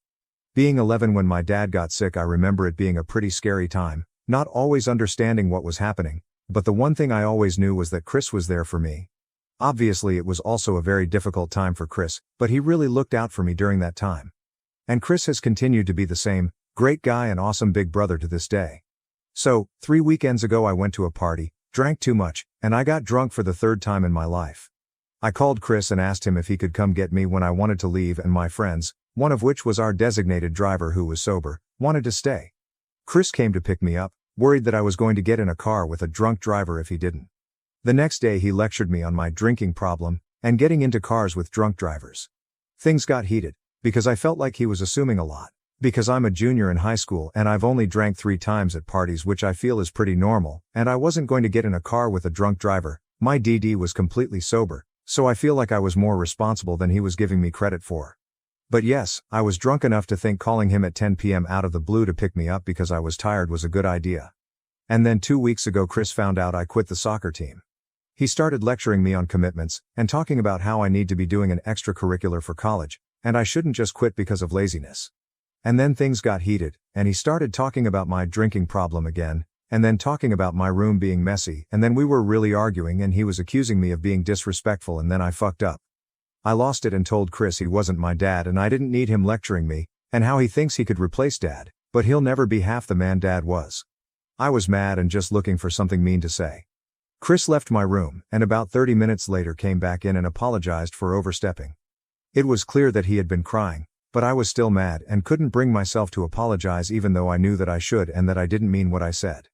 Chris left and went back to his place, and we didn't talk for 3 days. 3 days later I finally did the right thing and texted him a heartfelt apology for what I had done and said, thanked him for always caring enough to be there for me, and told him I spoke with the coach about rejoining the soccer team. He texted back hours later. Thank you, that means a lot. Since that time we've only spoken sporadically over text, whereas we used to speak all day. I've asked him if he wants to hang out, and he's always busy, or he says maybe tomorrow, and then when I text him the next day he doesn't reply until it's too late. Chris has come to every soccer game I've had over the past couple of years, but he's missed the last 2. I have apologized again by text. I would do it in person, but I haven't seen him since our fight, whereas normally I see him a couple times a week. One of our things has been going to see Marvel new releases together. I asked him if he wants to go next weekend, and he said his girlfriend surprised him and took him this weekend. So I replied back, okay, maybe we can do something else together? I'd love to hang with you. I miss you. No reply yet. I know what I said was completely fucked up and wrong. Besides being a very mean thing to say, it's not true at all. He's great. I understand why he's upset, and I know it's my fault, but now I don't know how to make things better. Chris was overbearing at times, but I would give anything to go back to that right now. Is there anything more I can do to fix this? TLDR got into a fight with my older brother a couple of weeks ago because I felt like he was trying to parent me. We got into an argument and I told him that he'll never be the man our deceased father was. This hurt my brother's feelings, and things haven't been the same since. Relevant comments. You broke his heart. And I don't say that to make you feel guilty, I say that so you can understand that a text message apology is not remotely enough. You need to go to him, not wait for him to come over, you literally need to go to his place and apologize in person. OOP. You're absolutely right that a text apology is not enough for what I've done. I want to apologize in person because he deserves one. So should I just show up to his place uninvited? Because I've thought about doing that. I asked to come over before and he didn't reply until it was already late, saying he had just got home, but next time I could. Update May 23, 2019, 2 months later. I thought I would provide an update to my first post. Someone advised me to write my brother a letter apologizing, which I did. I apologized for being mean and hurtful, and that I was wrong for doing that.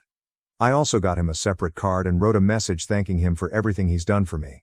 I went to his house with my letter and card when I found out he was home to go talk to him, but unfortunately when I got there he was gone already, so I slid them under the door.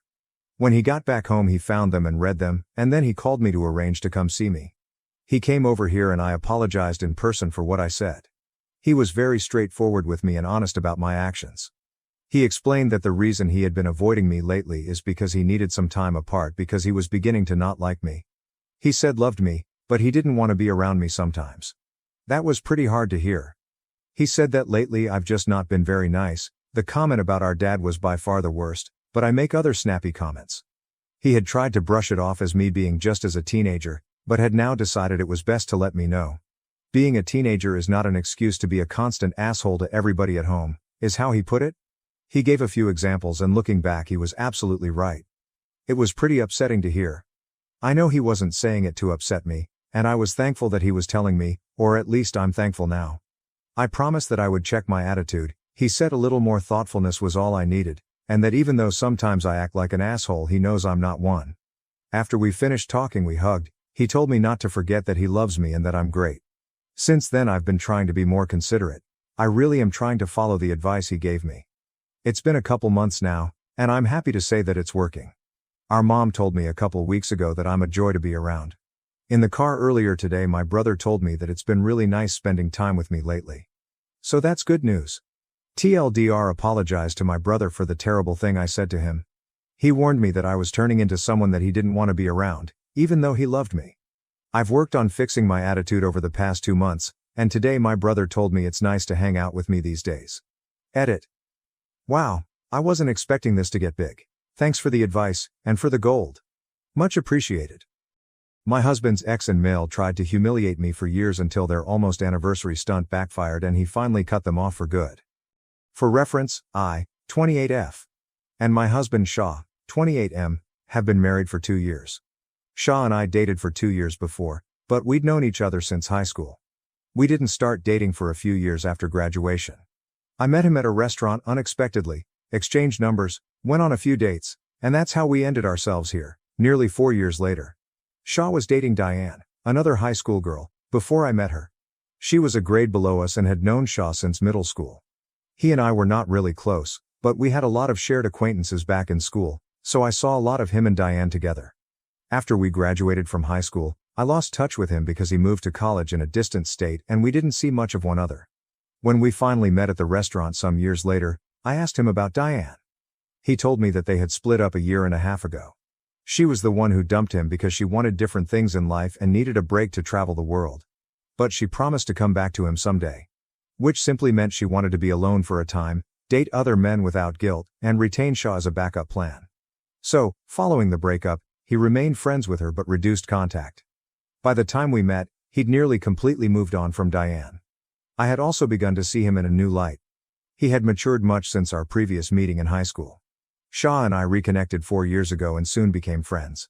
We still have the same laid-back relationship. He claims that is something he never had with Diane. She was continually trying to get him to chase after her because she thought it made her more beautiful. She flirted with other guys, went out with her friends without speaking to him for days, and never asked Shaw how he felt about anything. He stayed with her because he was young and stupid, and he felt obligated to make the relationship work because they had been together for so long. Another factor was that his mother, Sharon, 49F, was a major fan of Diane. Diane had met my mother-in-law numerous times while they were together. Sharon praised Diane and pretended to be someone else whenever Diane visited. According to Shaw, Diane did the same thing for Sharon. showering her with accolades and acting like a completely different person to impress her. They would chat about other people, particularly Shah's female acquaintances, whom he despised, and sometimes even about him. Shah's aunts and cousins. Diane is also conventionally attractive, which makes Sharon appreciate her even more. I'm not sure why that exists, but it does. Shah told me that Sharon continued to invite Diane to family occasions and holiday dinners after their breakup. He tried talking to his mother about it, urging her not to invite Diane, but Sharon refused. She stated that she really liked her and that even though they had split up, she and Diane remained friends, so she saw nothing wrong with inviting her around. They spoke almost every other week and were really good friends. So this persisted even after I began dating Shah and he introduced me to his family. I felt strange about it at first, and still do. But there was a reason I had tolerated it for so long. Shah initially brought me home to meet his family for Christmas 4 years ago. We had been dating for about 8 months. Diane was also present, and she treated me horribly the entire time.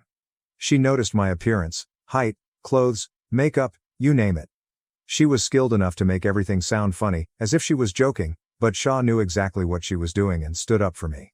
Sharon, on the other hand, quickly shut it down and asked me if I had a problem with Diane's jokes, putting me in the position. I knew that if I indicated I wasn't good with it, they'd make it appear as if I was insecure or jealous, putting me down even further. So I resolved to present a strong front and say, I don't care. It was petty of me, but the moment I said it, I saw their expressions. They seemed surprised and annoyed. That's when I realized I'd done the correct thing. When Shah and I came home, he apologized to me for Sharon and Diane's behavior. He promised me he'd make sure his mother stopped inviting Diane to family functions. But I was the one who warned him not to do that. I knew the type of woman they were, and I didn't want to lose to them, if you get my drift. I didn't want them to believe they were intimidating me or making me feel insecure. Because they had not. And I felt compelled to prove it. I explained this to Shah, and although he was astonished by my approach, he stopped interfering after that day. Since then, Diane has attended every single family function Sharon has thrown. Every time they act the same way with me. Snide remarks. Backhanded compliments. Constant attempts to bring up Diane's past with Shah, even when it is entirely unrelated, in order to make things difficult for me. I've confronted everything with a brave face, and I try to remain as unmoved as possible. Sharon has even stated multiple times that Diane was her ideal daughter-in-law and would have made a better bride for Shah. Indirectly, of course. It was bothersome, but I tried to seem unconcerned. Because as long as Shah was by my side, I didn't mind what others said. Sharon and Diane could talk for hours on end, and it wouldn't matter to me. That's how I've handled things for the past 4 years. And I intended to maintain the same mindset for the next 4. I was not going to be the first one to snap, that was for sure. Now let's get into what actually happened, the incident that brought me here. Sharon became 49 years old 3 days ago. Every year, she throws a big celebration for her family and friends. This year, Shah did not want to attend. Instead, he wanted to attend his co-worker's engagement celebration, which happened to fall on the same day. And he had good reasons. His co-worker was only getting engaged once, and they were really close. However, Sharon refused to accept it. She made him pledge to attend her birthday party instead. And after days of pressure, she wore him out. So we decided to go. Diane was invited to the function, just like any other. And she dressed to the nines. For some reason, Sharon was also overdressed. But it was her birthday, so I let that one go. Shah and I had agreed to leave after Sharon cut the cake and attend the engagement celebration. At around 5:30 p.m., my father-in-law brought out the cakes, and to our astonishment, there were 2. One of them stated, "Happy almost anniversary." Shah and I were puzzled. We had no idea what the other cake meant, and neither did anyone else. We waited for the birthday girl to explain. Instead, Diane took over. To our surprise, she took Shah's arm and dragged him to stand close to her. We were too surprised to respond because he had suddenly been forced into the spotlight, and everyone was staring at him. Then Diane began chatting. She began by telling that almost 10 years ago, on Sharon's birthday, Shah had gotten down on one knee and handed her a promise ring. They were both 18 years old at the time, set to go to various colleges. 10 years later, she still wore the same ring. To prove that, she proudly raised her hand in front of everyone. Then she wrapped Shah in an awkward hug, which he did not respond to. Sharon encouraged them, smiling as she explained that she was ready to let them steal her thunder this time so they could enjoy what may have been. The whole situation was so absurd that Shah and I stood there with our mouths agape, just like the rest of the guests. For several minutes, no one spoke. Because what could you possibly say in response to something this insane? But Diane kept going. She joked about Shah being her almost husband, and Sharon being her almost mother-in-law, thus today was their almost anniversary. As if we didn't get the joke. Then Sharon sliced the so-called anniversary cake. She started by feeding Diane a slice. Then she tried feeding it to Shah. That's when Shah appeared to snap back to reality. He backed away from his mother when she brought the cake close to his mouth. Sharon was astonished and questioned him, "What's wrong?" That's when all hell broke loose. Shah exploded. He began shouting at Sharon and Diane, calling them out for what they had just done. Years of pent-up rage eventually spilled out, right there, in the thick of the celebration. He ripped into them, calling them shallow, ignorant, and so self-centered that they had become entirely insane. He admitted that he felt humiliated to have ever been engaged with Diane. He was even more mortified that he was biologically connected to Sharon. Because they were the trashiest women he'd ever met. I have to admit that his reaction surprised me. Shah is normally a pretty calm guy. He rarely yells or gets furious with others. It takes a lot to drive him to the brink. But Sharon and Diane had finally finished it. With each other's assistance, of course. After shouting at them, Shah stormed out of the party, followed by me. Instead, we took a taxi directly to his co-worker's place. I tried to talk to him in the cab, but he was clearly agitated. He said he didn't want to talk about his mother or his ex at that time. So I dropped it.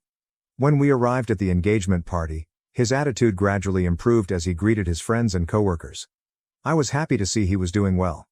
When we returned home, Shah was in a much better mood. So I decided to bring up what happened at Sharon's party again, hoping that he would want to talk about it now. But he didn't. Instead, I received an earful about how some of this was also my fault.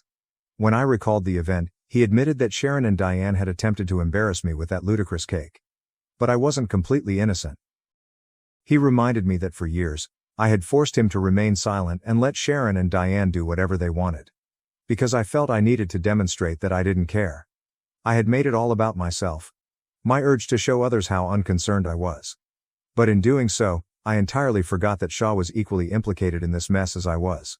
And it was getting on his nerves. While Sharon, Diane, and I were competing in mind games, Shah was hurting. Nobody bothered to check on him or ask how he felt about anything. He did not anticipate his mother or ex to show him any consideration. But he expected it of me. And in that moment, he told me something that struck me hard. I'd let him down by prioritizing my own feelings over his in the scenario. That night, I protested with him, telling him that he was being far too harsh and cruel to me. But now that I've had time to think about it, I believe he was correct. I had pushed my husband to remain silent for years while his mother welcomed his ex to family gatherings only to bring me down. Okay, I apologized to Shah this evening. I read the comments, did some reflection, and even discussed it with a few of my friends. I concluded that I was in the wrong here, and that what he said that day was accurate. I had been putting my feelings before of his, and I was so busy behaving as if Diane and Sharon's behavior didn't disturb me that I didn't even consider the possibility that it did bother Shah. For his sake, I should have allowed him terminate this if he wanted to. I forced him to ignore his own feelings for years so that I could win a sick mind game with individuals I didn't even like. And in doing so, I risked the one connection that was most important to me. I had made a serious mistake and realized I needed to make amends. Shah had been giving me the cold shoulder since the party, and I had tried to pretend it didn't bother me. It's something I've always done, and it's been a problem for a long time. My natural reaction is to pretend that things don't upset me, even when they do. I want to be viewed as unconcerned and unaffected by anything, so I act like it and suppress my emotions. I now recognize that this is a really harmful coping method. I absolutely need to work on this if I want my marriage to work. I skipped work today and decided to get him dinner at his favorite restaurant, as well as a chocolate cake with the words, "I'm sorry," written on it. I returned home, set everything up, and tried to make it as romantic as possible, because I know he likes sappy rom-com style apologies. Also, I was really sorry for what I had put him through, even if it was inadvertent. He arrived home from work in the evening and was surprised to see what I had planned for him. He forgave me within 15 minutes of his arrival. We had a tearful reconciliation, and I ended up crying because I was afraid I'd lose him over it. When he wasn't speaking to me, I felt completely adrift. We spoke it out, and everything is well between us now. Since I admitted my mistake, I revealed to him my constant desire to be viewed as calm and laid back, someone nonchalant for no other reason than it seems cool, and because I don't want to be vulnerable in front of others. That is the underlying explanation for this entire catastrophe. He recognized and respected the fact that I admitted it and stated that I needed to work on it rather than shoving it down and suppressing my emotions. He also apologized for being nasty to me, which I don't believe he needed to do. He did it because he is a good man and loves me, which makes me feel like I have won in life. After supper, we finally discussed what had transpired to Diane and Sharon. I hadn't heard from either of them since the party, and my battle with Shah had pushed the whole issue out of my mind. Sharon, on the other hand, had been continually texting Shah, attempting to persuade him to apologize to Diane, who was supposedly distraught and stricken with grief as a result of Shah's treatment of her. I had to work pretty hard not to roll my eyes when I read the messages Sharon sent. She was clearly attempting to guilt-trip him into apologizing to the woman. Sharon pretended that the cake and the entire almost anniversary farce were nothing more than a joke. There was nothing deeper behind it. But I called BS on it. This was a married man they were pulling this scam on. Surely, they had the intelligence to recognize how improper and insulting this was towards me. They did it on purpose, since they wanted to humiliate me during the party. So they couldn't simply dismiss it by saying, it was just a joke, and pretend Shah had overreacted. The hubris of them to claim that Shah and I had gone too far or disrespected them by leaving the party was ridiculous.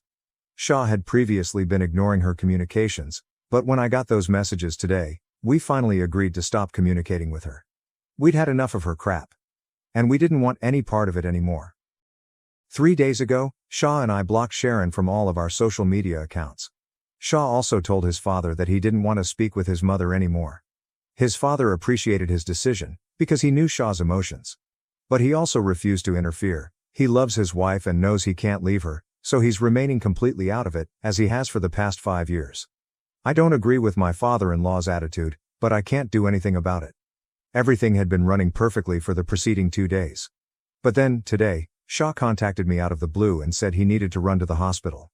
Apparently, his mother had fallen from the top of the steps and fractured her leg. Shah's maternal uncle had informed him, and he fled immediately upon hearing the news. We both arrived at the hospital at roughly the same time. But before we could enter, Sharon stopped us in our tracks, and she was perfectly well. She and Diane had surprised us in the hospital's parking lot. Then they nonchalantly informed us that this was the only way to grab Shah's attention, because he had blocked them everywhere. They didn't expect me to show up with him. Instead of acknowledging me, they ignored me and began talking to Shah as if they had done nothing wrong. Diane attempted to explain that everything she did at the party was a prank and that she never meant to insult him. Sharon backed her up. Shah allowed them to converse for a bit. And then, much to their surprise, he told his mother and XTF off. Then he went away with me once more. Sharon started shouting at us as we got into our different cars. But we didn't stay around to hear what she had to say. I'm sure she was cursing at us, but it didn't matter. She lied to get to meet Shah again. And I couldn't think of anything more manipulative than that. Shah returned home because he was too stressed. I, on the other hand, needed to return to work. While at work, I received a call from an unknown number. It turned out to be Sharon. She screamed at me for 15 seconds before I finally disconnected the call. I'd merely been taken off guard while working. Else, I wouldn't have responded. All I heard were hand-picked swear words spoken at maximum volume. I had no idea why she was furious at me. I had nothing to do with Shah's behavior. She had pushed her own son to that point, not me. Anyway, I blocked her and attempted to go on with my day. When I came back home at 6 p.m., I finally got to speak with Shah. He told me that he had also blocked the rest of his mother's relatives, including his uncle, because it was obvious that they would go to any length to persuade him to forgive Sharon and speak with her. That's all we can do right now since they're not threatening us in any manner, and they're not stalking us on a regular basis, so a restraining order is not an option. Shah also told his father about what happened today, but he still refuses to intervene. It's his choice, and Shah adores his father, so I won't say anything right now. But, personally, I don't think my father-in-law's behavior is a wonderful example of being a good father. The least he could do was speak to his wife and advocate for his son. But he won't even do it. Shah adores his father, but the man has never stood up for him when it comes to Sharon. I've only kept my mouth shut out of respect for their relationship. Otherwise, I'd have a lot to say about how incredibly selfish his entire family is. They never think about anyone other than themselves. I will never understand how a man like Shah could come from such a family. Hello everyone, it's been a week since I last updated. Yesterday, Shah and I decided to file a restraining order against Sharon and Diane because of something they did to me. Or, more precisely, attempted to do. 3 days ago, on Thursday, I was returning from work. On Thursdays, I normally go to a coffee shop near my office and purchase myself a frappuccino as a treat. Last Thursday, I was planning to do the same.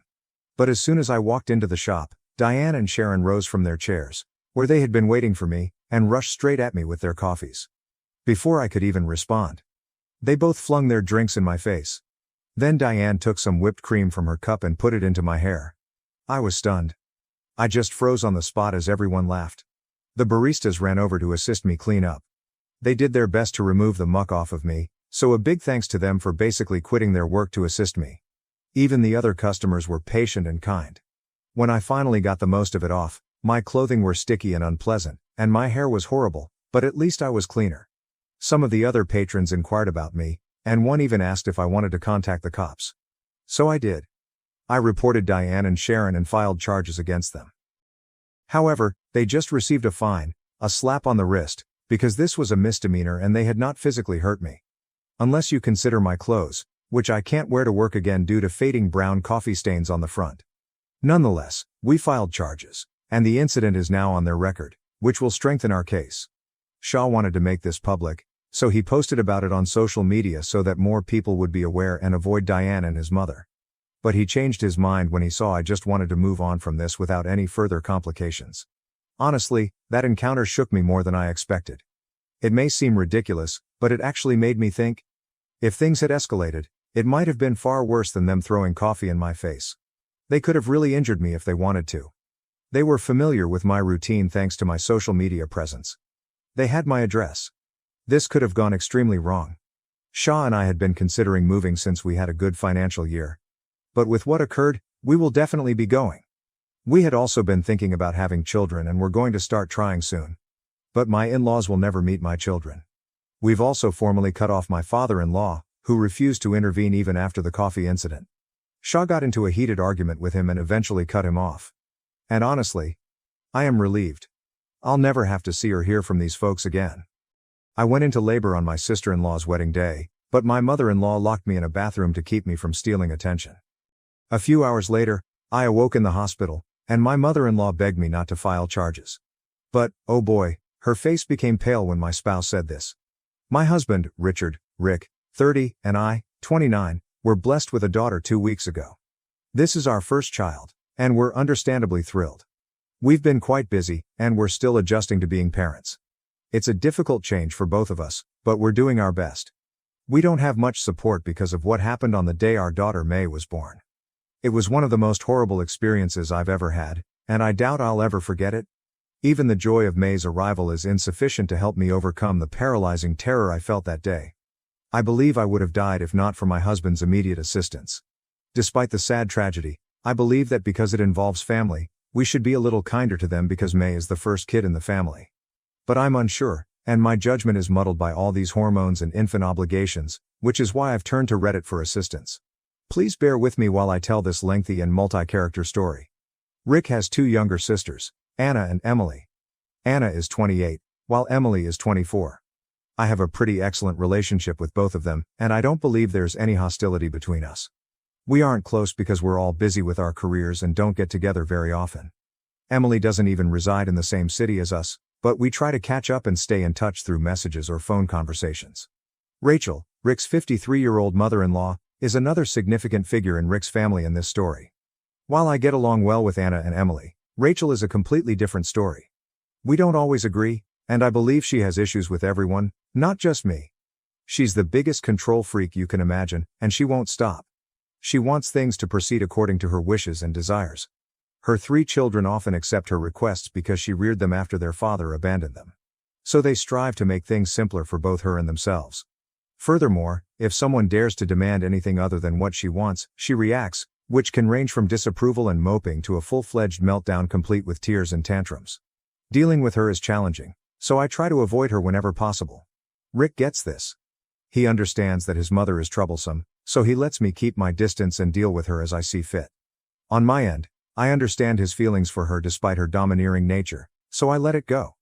She doesn't like me, therefore she doesn't interfere with my life, which works well for all of us.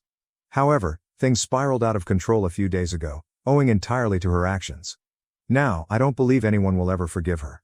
Anna was getting married on May's birth date. It was a gorgeous ceremony, and her husband Jonah, 30, is Rick's acquaintance. He proposed to her about a year ago, and Anna asked me to be her bridesmaid. I had accepted. However, when Rick and I discovered I was pregnant, I had to suggest that she ask someone else because I knew I wouldn't be able to handle it. This was about 6 months after the proposal, therefore only 6 months till the wedding. I was 3 months pregnant by then. I expected repercussions from her for backing out midway, but I knew I needed to prioritize. I was very worried and jittery before telling her. I believed our connection would be strained indefinitely. However, to my relief and astonishment, none of it occurred. Anna was pleased when I informed her. She had forgotten about her wedding for a long time. When I told her I wouldn't be available for duty, she said, "Obviously, I'll be taking care of you." She even pondered rescheduling the wedding since she didn't want me to miss it, as I would have if May had been born then. That didn't happen for a variety of reasons, and she probably shouldn't have done it in the first place. It was a close call in the end, but she remained supportive throughout. Emily became the maid of honor, and I knew the two sisters were preoccupied with wedding preparations, so I didn't trouble them much during the pregnancy, which was traumatic for me. Nonetheless, they kept in touch as often as possible and came over to encourage me greatly. I feel a little guilty for not supporting Anna on the most important day of her life, despite the fact that she supported me the entire time. My mother-in-law was the only one who was upset about the situation. I believe Mom was angry that I couldn't be the maid of honor anymore, which caused some disturbance in the wedding preparations. That seemed like the only reasonable explanation, and I understood where she was coming from. However, the antagonism, for lack of a better phrase, persisted even after Anna accepted the pregnancy and my absence as maid of honor. The bride was not upset in the least, but Rachel began antagonizing me from that moment forward. It was strange, but I assumed I was on edge because of the hormones, and she was on edge because of the wedding. I assumed that all of this was simply building false narratives in my head. I ignored her as much as I could, and things were largely all right. During the wedding, things became out of hand, both physically and figuratively. I was completely pregnant, my feet were swollen, my abdomen was massive, and I felt like I was about to pass out. I still wanted to go to the wedding because Anna wanted me there. I had asked her previously whether she wanted me there because I wanted it to be her special day. I informed her that the presence of a heavily pregnant woman might draw attention away from her, something I didn't want. Weddings are for the bride and groom, and I would hate to be the one to take away from that. When I told Anna this, she was outraged and upset. She stated she couldn't believe I'd be preoccupied with such trivial matters and miss her wedding. She said she didn't care about the attention or the limelight. All she wanted was her family to be there for her on her wedding day. She told me I needed to come and not worry about the drama. I knew she meant it. She's not one to mince words. If she didn't want me there, she would have said so right away. But she did, and she stated it emphatically. I felt it was my obligation to be there for her. Despite my physical discomfort, I felt I needed to be present for her on her wedding day. I'm not going to lie, there were a lot of people whispering, but I tried to ignore them because I knew Anna was glad I was present. That was all that mattered to me at that moment. Rachel did not say much to me and glared at me the entire time. However, I was too uncomfortable to notice.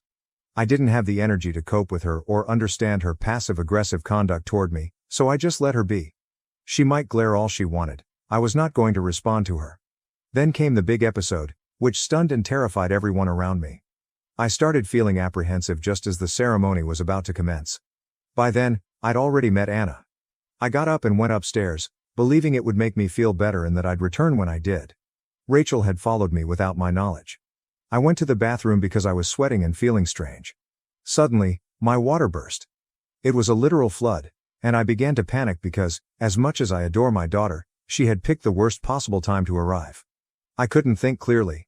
Thankfully, I noticed my mother-in-law in front of me. By then, I was crouching in agony. She raced to me, and I ordered her to take my phone and call Rick right away because we needed to hurry to the hospital. She helped me up and had me sit in the restroom. I gave her my cell phone. That is when she flipped. She claimed she'd make sure Rick arrived in an hour after the ceremony was complete since she didn't want me to take Anna's attention. I asked her if she was crazy and told her I couldn't take this for an hour. I tried to grab my phone from her, but she locked me inside and took it with her. So there I was, pregnant, with my child actually on the way, sitting on a toilet in a bathroom, without a phone or a spouse. I'm not sure how I didn't suffer a full-blown panic attack. Thank goodness I didn't, since I'm not sure what would have occurred otherwise. I stood up and slowly made my way to the door. I began beating on it. I yelled repeatedly.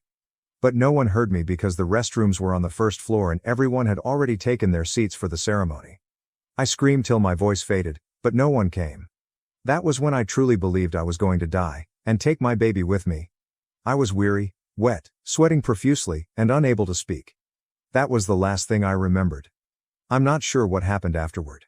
I passed out from tiredness. I can't recall how I got to the hospital. I know I did. A few hours later, I awoke in the hospital, sobbing with Rick by my side. It took me a few moments to figure out where I was and what was going on. When I noticed Rick crying, I expected the worst. Everything came flooding back, my mother-in-law locking me in the bathroom, my crying. And I believed May hadn't made it. When Rick saw I was awake, he breathed a sigh of relief and began crying in my arms. I had no idea what to make of it and felt a terrible feeling in my stomach. Then I saw the nurse enter with a baby girl, and I breathed a sigh of relief. I really wanted to hit Rick for messing with me like that. But he said he wasn't toying with me.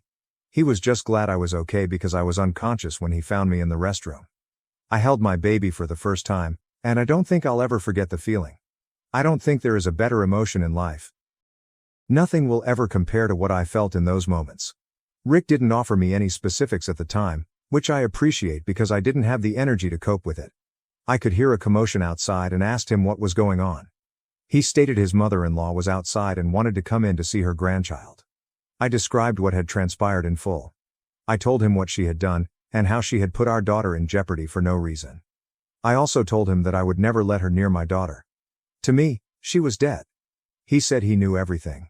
When he found me in that state, she broke down and told him everything. I told him that just because she broke down didn't mean I'd forgive her.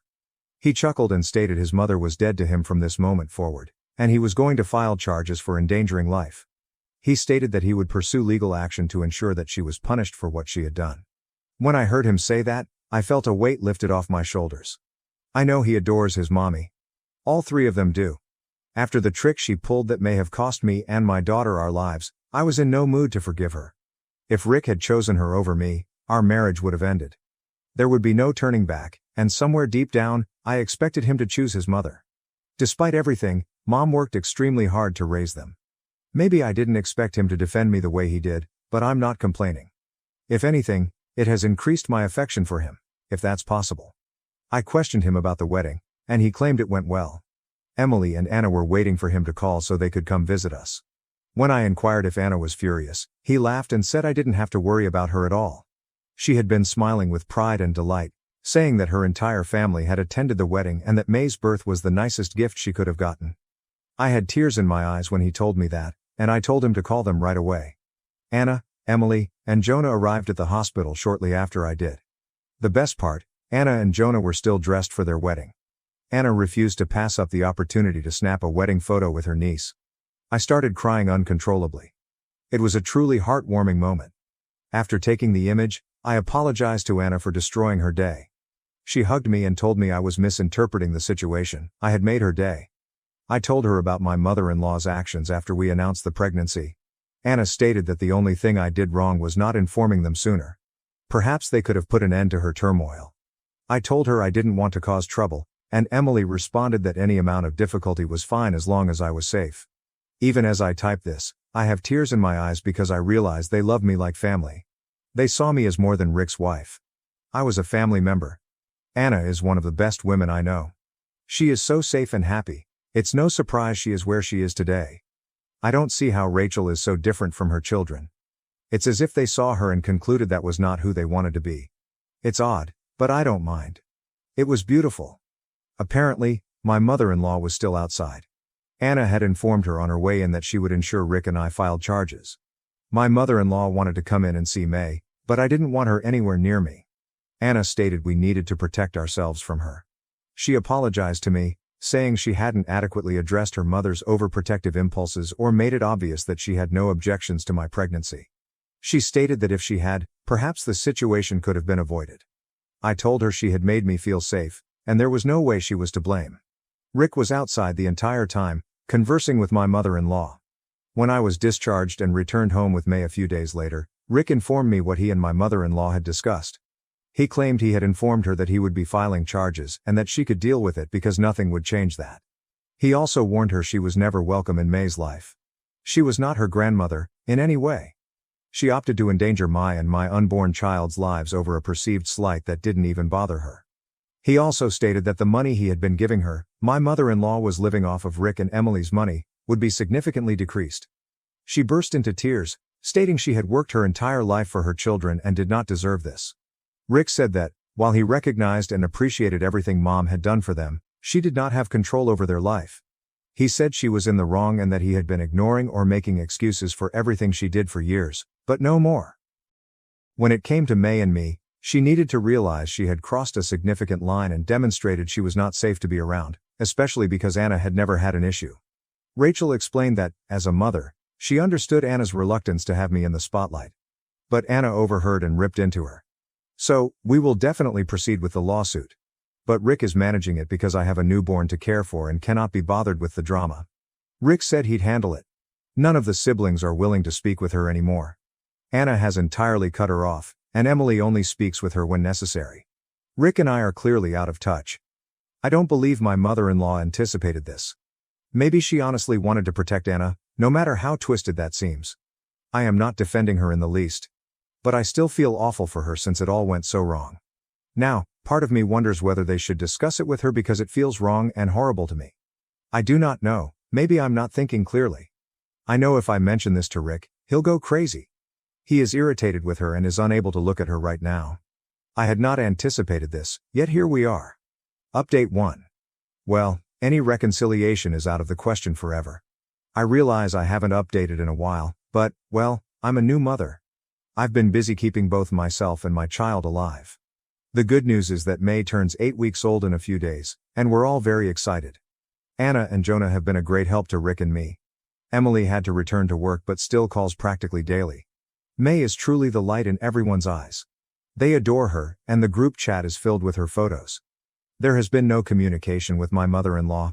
I persuaded Rick not to press charges since we had too much on our plates and it would serve no purpose. Rick was reluctant, but he consented because neither of us had the energy to do anything else. When we told my mother-in-law, she seemed grateful. I say appeared, because the woman is indeed insane, and she showed everyone her true colors shortly after. Rick and I awoke about 1 a.m., a loud banging on the door. I assumed it was a heist, so I fled and hid with May as Rick attempted to open the door. I could hear shouting, but I didn't dare go outside since I didn't want May to wake up. It was my mother-in-law, and Rick said she was being insane. She continued to scream that she wanted to see May and that we couldn't keep her away. Rick claimed he had to scare her with the cops before she backed down. She was trying to force her way inside. We quickly notified Anna and Emily because if anything was wrong with her, everyone wanted to know. We were concerned, but in the end, it was for nothing. The following day, she sent us a frightening text. She began by claiming that we were being mean and horrible to her by not allowing her to see May, and that we were punishing her for doing nothing but being a mother. There was more melodramatic gibberish in there, and her text became increasingly crazy. She stated that she had the responsibility of raising 3 children and had to always choose one child's needs above another. That's what she thought she had to do for May's birthday. She did not want May to ruin Anna's day. She conveniently forgot that May was a fetus, and that Anna herself had stated several times that she had no objections to the pregnancy and wedding taking place concurrently. I still comprehended this section. What she said next startled me. She expressed concern that having May in our lives would make her less valuable to her children. When I revealed my pregnancy, she assumed Anna would be upset since that is how a normal woman would react. But when she realized how enthusiastic we were about both the pregnancy and the wedding, she wasn't pleased. She was basically indicating that she didn't enjoy how happy we were together, with and for each other. She wanted us to be jealous and competitive. She stated that when she discovered the due date was close to the wedding, she hoped Anna would be upset with us and that May would not dominate everyone's attention. But it did not happen, and everyone was just talking about May. She said she felt disrespected that a baby who hadn't even been born had stolen her position as the siblings' unifying force. She continued to type while I requested Rick to block her. I told him she was insane and dangerous to me and all of us. I've got a continual headache since I saw those messages. I can't believe a woman over 50 is competing with a 7-week-old infant. It doesn't make sense to me, and it doesn't need to. Because I'm done with her. I'm done making excuses for her actions and attempting to understand her intentions. I don't care if she ends up in hell. We forwarded the messages to Anna and Emily, who are also upset. They suspect she is experiencing a manic episode. Emily stated that she will travel down to have my mother-in-law checked at a facility. I think that's a terrific idea, but I'll remain out of it. This is insane behavior, and I no longer want anything to do with her. Update 2. We have a restraining order against my mother-in-law. She did not try anything else, but we are being cautious. Emily had her tested and met with both a psychologist and a psychiatrist. Everything is okay with my mother-in-law. She was diagnosed with generalized anxiety disorder, but that was all. The doctor stated that there was no underlying medical basis for her behavior and advised Emily to seek therapy. Emily has since made no touch. She stated she would be eager to help if something was wrong, but my mother-in-law is cruel, and she can no longer stand her. I completely understand and share your point of view. If she had a psychological problem, she may have received my sympathies and help in a few months. But once that's ruled out, we know who she is. There is no way to reconcile it. This is why we sought a restraining order. May's safety is extremely important to Rick and me, and my mother-in-law has proven herself to be dangerous twice. Furthermore, she harbors animosity for May in particular, so we must take extra precautions to keep them apart. I believe this will be my final update, and I hope I never have anything further to say about the entire episode. I was ignored by my family, overshadowed by my mom's favoritism. No matter how hard I tried, I was always blamed for my sister's mistakes. I was never a favorite. That was my sister, the golden child. The person who could do no wrong, no matter how vicious she was or how much she got away with. My mother adored her. And me? I was just there. An afterthought. A shadow in my own house. It's always been this way. Growing up, I immediately realized that my opinions did not matter. My dreams were unimportant. My feelings? Either disregarded or mocked. My sister failed a test because I distracted her. When she lost a buddy, I was very likely the cause. When she broke something, I must have pushed her. And my mother? She believed her. Every single time. I strived to be a perfect daughter. I worked hard. Received good grades. I remained silent as they insulted me. I never acted out. Never fought back. I hoped that if I demonstrated my worth, they would eventually love me as much as they loved her. However, nothing changed. And suddenly everything came crumbling down. It began with an argument. Well, they were arguing. I was just standing there and letting them rant. My sister had failed a class and, rather than accepting responsibility, blamed me. Again. I didn't know how. Perhaps I stressed her out simply by being. "You've ruined our lives," she exclaimed. I barely had time to respond before my mother added, "We'd be happier without you." And that was it. The moment that left me broken. I did not cry. I did not yell. I did not beg them to take it back. I just nodded. Then I turned around, walked to my room, got a backpack, and packed whatever I could fit. They did not stop me. They did not even watch me depart. Just like that. I was gone. I stepped outside into the night, the weight of my backpack pressing against my shoulders. However, nothing compared to the heaviness in my chest. I walked without a destination. Simply putting distance between myself and the house I'd never fully called home. It was frigid. I recall that vividly. The air nipped at my skin, but I didn't shudder. I was numb. I had always imagined leaving would be spectacular, like in the movies. Maybe with tears rolling down my cheeks. Maybe with one final lingering look at the house I was leaving. However, there was none of it. No one pursued me. Nobody called my name. Nobody cared that I didn't know where to go. I had no plans. There's no safety net. My savings? Laughable. I had a few $100s put away from modest tutoring gigs, but I knew one thing for sure, I'd never go back. I chose a cheap motel for the night and paid for a single room with trembling hands. I glanced at the bed but couldn't make myself lie down. Instead, I sat at the small desk, the weak yellow light flickering above me, trying to decide what to do next. I did not have a degree, I didn't have any connections. I barely had any money. But I had one advantage. I'd spent my whole life being ignored. Underestimated. Nobody had ever handed me anything. If I was going to succeed, I'd have to create something from nothing. I began with what I knew. Studying. It sounded ludicrous at the time, but I was really excellent at it. I had spent years excelling in school, instructing other students, and assisting individuals with complicated subjects. Maybe, just maybe, I can make that into something. The next day, I went to a small cafe, ordered the cheapest coffee on the menu, and utilized the free Wi-Fi to apply for every online tutoring opportunity I could find. I kept my charges low, just enough to entice folks to notice me. Initially, it was just enough to get by. I lived on quick noodles and dollar store foods. I rented a room in a shared apartment with 3 strangers who barely knew I existed. However, it was still better than where I had come from. Because every day, I awoke knowing that no one would yell at me. Nobody would blame me for their failings. Nobody would say I was wrecking their life. And it was enough. The months have passed. My tutoring opportunities grew. 1 client became 3. 3 multiplied into 10. I soon made enough money to move into a tiny studio apartment that was scarcely larger than a box. But it was mine. Despite all of this, my family never phoned. Not once. Not on my birthday. Not on holidays. Not even to see if I was alive. It hurts, as old wounds do. Deep. Silent. Lingering. But I assured myself everything was good. If they did not care, neither did I. A year into my new existence, things began to alter. I had established a reputation as an instructor specializing in college entrance tests. Students from all throughout the country reached out, begging for assistance. However, I was still trading time for money. And I knew it wasn't sustainable. That's when I had an idea. What if I combined my lessons into something bigger? Something scalable? I spent several months researching digital marketing. Watching hours of free YouTube content. I read every article I could find. Then, I began designing my own online course. The ultimate SAT preparation guide. There was a risk. I spent every spare money I had on developing the course, creating a website, and running advertisements. Sales began slowly, 1 here and 2 there. Then something changed. Word of mouth spread. Students began raving about my approaches and shared them online. And, almost overnight, it burst.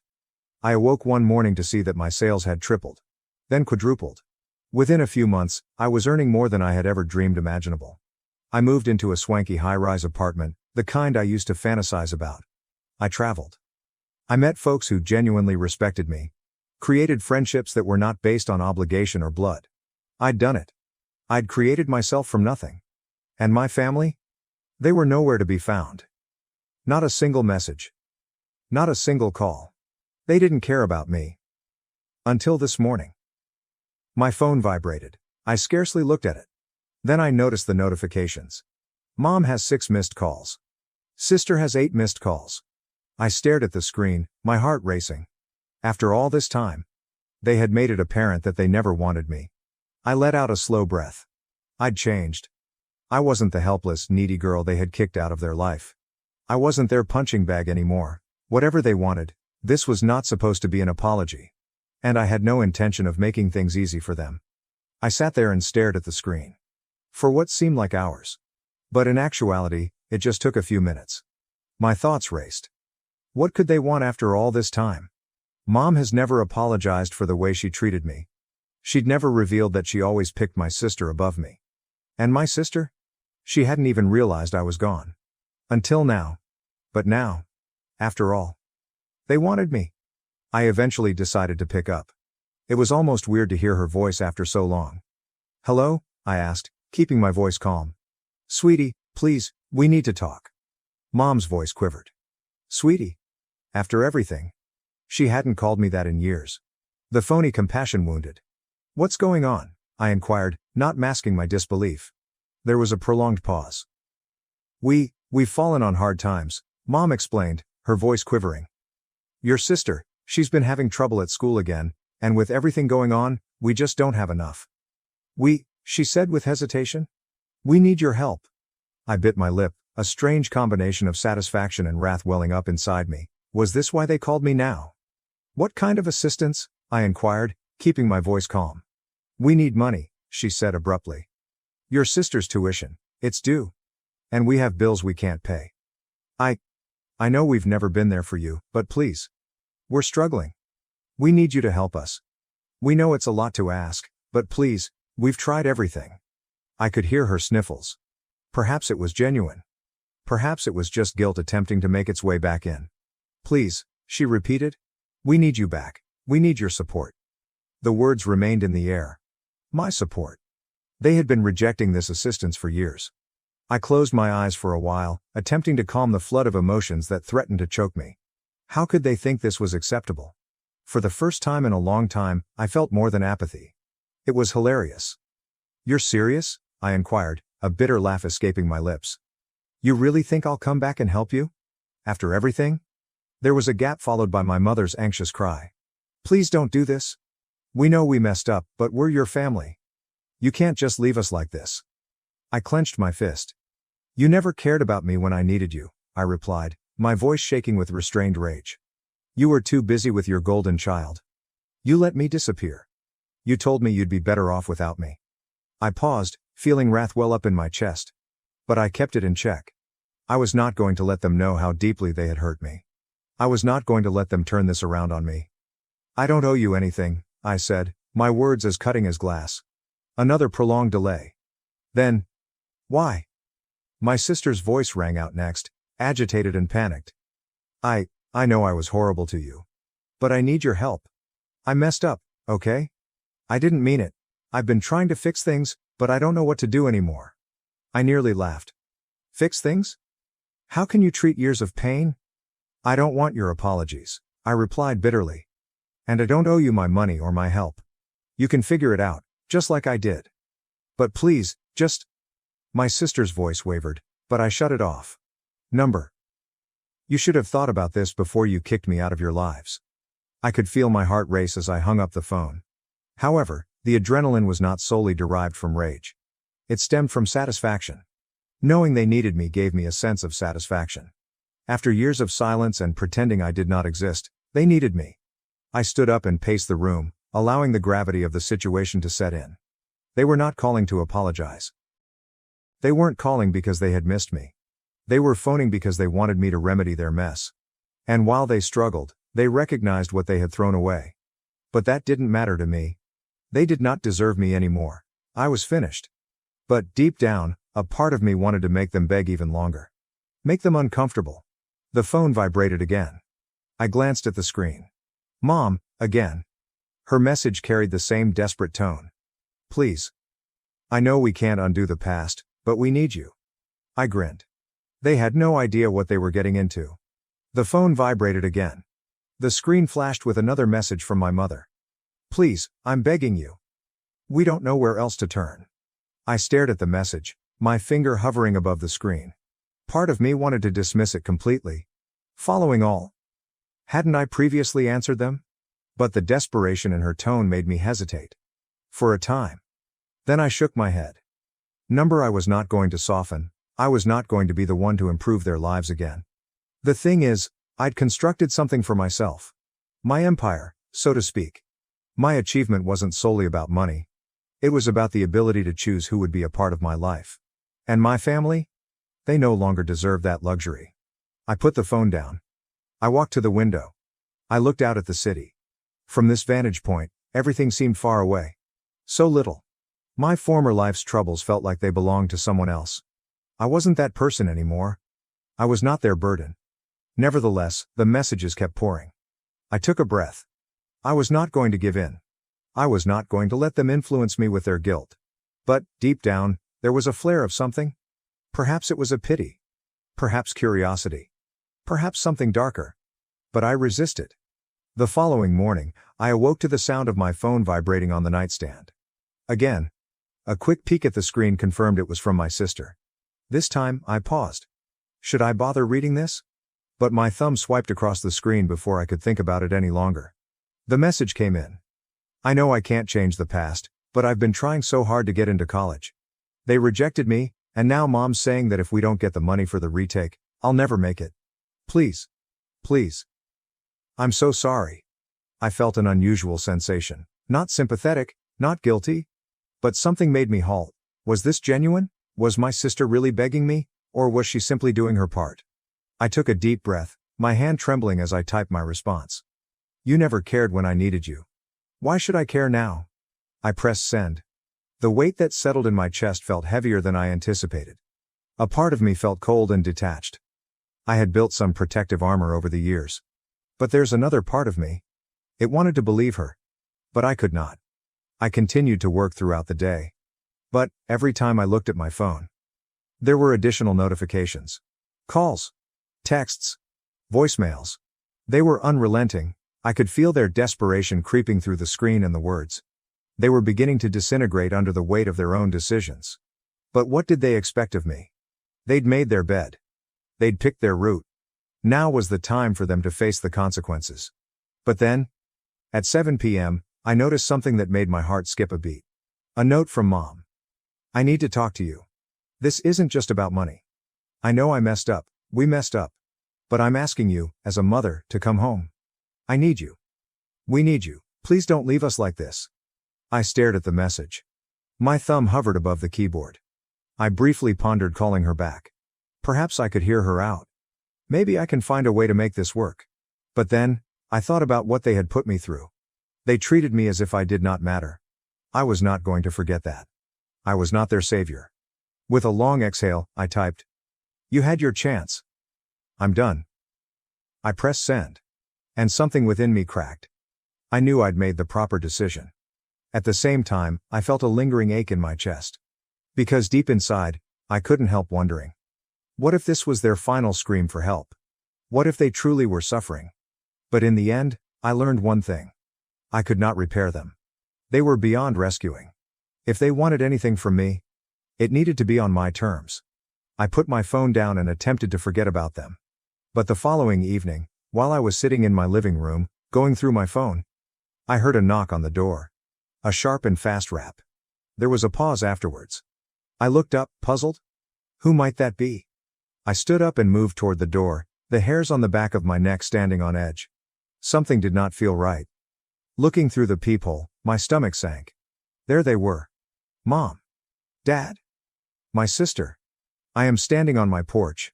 They looked like they hadn't slept for days. Their faces were worn, drawn, and pale. But it wasn't only their appearance that made my pulse quicken. It was the fact that they had arrived here. Uninvited. I hesitated for a time, unsure what to do. Part of me wished to ignore them. Turn around and walk away, pretending I hadn't noticed them. But the wrath I had been suppressing surged up. I wasn't about to let them enter my space, not after all they had done. I opened the door just enough to see them clearly, my heart pounding in my chest. What are you doing here? I questioned, my voice low and angry. Mom stepped forward first, her eyes wide with despair. Please, just hear us out, she begged, her voice shaking. I stared at her. The same woman who said she'd be better off without me. Who had repeatedly shoved me aside. So now, she was standing on my porch, pleading for assistance. What the hell are you doing here? I asked, my voice rising. You think just because you show up at my door, I'm going to take you back? You think I'm going to forget everything you've done? Dad shuffled uneasily behind Mom but did not speak. My sister stood next to him, staring at the ground and avoiding my look. We're sorry, Mom admitted, her voice breaking. We've been trying to reach you, but we know we've messed up. It's just so hard, and we don't know what else to do. You're the only one who can help us. The only one who can help you. I felt the rage surge like a tidal wave. You didn't need me before. Why now? You had years to fix this, I retorted. Years. And you never once bothered to reach out. To make things right. Not when it mattered. And now you think you can just show up here and make everything okay? They remained silent for a minute, evidently surprised by my coolness. Mom's eyes filled with tears. But I could not force myself to care. We've been struggling, she said in a desperate whisper. We don't have money for rent. Your sister's future is slipping away. I don't know what else to do. I clenched my fist. Don't tell me you don't know what else to do, I exclaimed, my voice quivering with rage. You had choices. You made choices. And I wasn't part of them. But now that everything's falling apart, suddenly you want me? Mom took a step forward, hand outstretched. Please, just listen. I slammed the door on her face. The sound resonated throughout the home. The boom rang in my ears. And for a brief moment, I felt a rush of power. I could finally take control of this situation. But while I stood there with my hand on the door handle, something gnawed at me. Something twisted in my stomach. It wasn't a case of guilt, it was terrible. It was the knowledge that they'd come here, to me, because they had nowhere else to go. And they had shown up. Not because they wanted to improve our connection, not because they were genuinely remorseful, but they needed me, and I despised it. They did not deserve me. But rage was not the only emotion I felt. A part of me wanted to hurt them. To show them how terribly they had messed up. Make them suffer the consequences of their own conduct. And the fact that they assumed they could simply walk up on my doorstep. It got me angry more than anything else. I moved away from the door, leaving them standing on the other side. But they did not leave. I could hear them conversing outside. Mom was pleading. My sister was crying. Dad was attempting to console them. I couldn't take it anymore. The rage within me was tremendous, and I knew I'd regret not doing something. So I reopened the door. There they were. Standing there. Still waiting. Desperation was written all over their features. Mom's eyes were red from crying. My sister hung her head low in shame, and Dad? He appeared defeated. Like a man who had lost everything and had no idea how to get it back. For a moment, I simply stood there, taking in the view of them. The family that had harmed me. The family had made me feel useless. Invisible. So now, they were here. Asking for assistance. But what do I owe them? Nothing. I took a deep breath. And then, without saying anything, I took one last glance at them. No. You don't get to come here and expect forgiveness just because you're struggling now. The words came out coldly. Hard. Like a scalpel cutting through the strain. I didn't feel any regret as I stated them. They deserved to hear the truth. You had years to fix this, I said, my tone steady but forceful. Years to realize what you lost. But you didn't care then. And I'm not going to be your solution now. I noticed Mom open her mouth in protest. But I held up my hand to silence her. I built my life. My success. From the ground up. And I'm not going to let you destroy it too. You don't get to come into my life and expect everything to magically change because you've hit rock bottom. Their eyes started welling up again. But I felt nothing. There is no guilt, no regret. Just some calm satisfaction. I knew I was finally putting myself first. Go, I stated simply, my tone unyielding. Fix your own mess, I'm done. I closed the door for the final time. Weeks have passed, and I continued living my life. My business has grown, my network expanded, and I felt more energized than ever. I had become the person I had always wished to be. The person who did not have to apologize for their accomplishments. The one who had learned to let go of the negative aspects of their history. I never heard from them again. Not a message. Not a call. And you know what? It was fine. It was the tranquil peace I hadn't realized I'd been seeking. And as time passed, I came to realize something important. The ones who have wronged you, those who abandoned you, are not the people you should seek validation. You are the one who matters. You get to select what happens to your future. In the end, I had discovered one very simple truth. You can't keep giving to individuals who have never given you anything back. The door closed. For good. My broke best friend refused a job at my restaurant, saying being a server is low and not respectable. Original post. This happened just before. My friend is broke, he hasn't worked in over a year, he's running out of savings and has even had to ask his parents to support him. I asked him many times why he doesn't try to get a job that's not in his field. He's got a computer science degree but has never worked in the field a single day in his life since graduating. He's turned down lots of jobs for reasons. They don't pay him enough, they won't give him a higher up position right off the bat, etc. I'm well aware he's deluded in that sense, but he has many other good qualities and that's why I love the guy. So since graduating the only job he's done is share marketing, something like online investing, in Forex. He said he made about $20 a day and that it was enough for him. He's single, lives in a shared house and doesn't spend much. Whatever makes him happy, right? The thing is he's totally broke. I don't think he really is making even $20 a day on the shares because he's run out of money. He's stressed out and won't stop complaining about money problems. This is confusing for me and I think it comes down to his pride not allowing him to get a job that's not fit for his ego. Now, I work as a server in a very nice restaurant and have offered him a job as a server many times. I have a great relationship with my boss and after telling him my friend's situation he didn't hesitate to say he wanted to help and would like to offer him a full-time job. My friend has been turning it down for months without really giving much of an explanation. Today he called me saying his parents have cut him off and asked to borrow money from me. I said that as a personal rule I do not lend money to anyone, but that he was welcome to start working tomorrow with me. He again turned down the offer and I got a bit frustrated because I'm offering him a solution to his money problem but he won't accept it. So we got into a bit of a banter and he finally confessed he thinks being a server is low and doesn't get you people's respect. I told him respect is earned by getting off your ass and doing whatever you have to make ends meet. I asked him if he thinks I'm low and he backpedaled, saying he didn't mean I in particular was low, but the job itself was. He then straight out told me nobody can respect me working as a waiter in my 30s. Wow. TBH. I'm pretty upset. He thinks I am low for working as a server? I got a degree too, but I couldn't find a job in my field, so I had to take the first job I could. I'm not some prissy prick thinking I'm too good to serve others. I take pride in being a waiter and doing a great job. I'm so hurt by his comments. Why is he my friend if he thinks I'm low? I didn't want to say something nasty or get into an argument with him, so I only told him he was being very offensive and I felt like he needed time to think about what he said to me. He replied saying there was nothing to think about, then gave me a list of low jobs like street sweeper, cleaner, etc., and said it's a fact those are low, not respected jobs. I asked him to apologize before this snowballed into a full-blown argument, and he said he stood by what he said. I don't want to overreact, but I don't know if we can keep being friends after this. I really don't know what to do. I don't want to badmouth him, but he should examine his life and learn empathy. I'm a very easygoing and forgiving person, but what he said hurt me and was idiotic. The man who refuses to work is calling me low. I don't know what to do. TL.dr friend is broke. I offered him a job in a restaurant, but he turned it down saying it is low and not a well-respected job. Top comments. Comment 1. Honestly, be happy he didn't take the job. Because with that attitude he wouldn't have lasted long and tarnished your rep with it.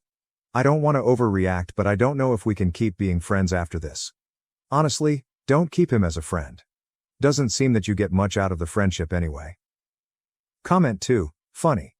Pompous ass is too good to work as a waiter but isn't above asking to borrow money from a waiter because he's too pathetic to go earn a living to take care of himself. It's easy.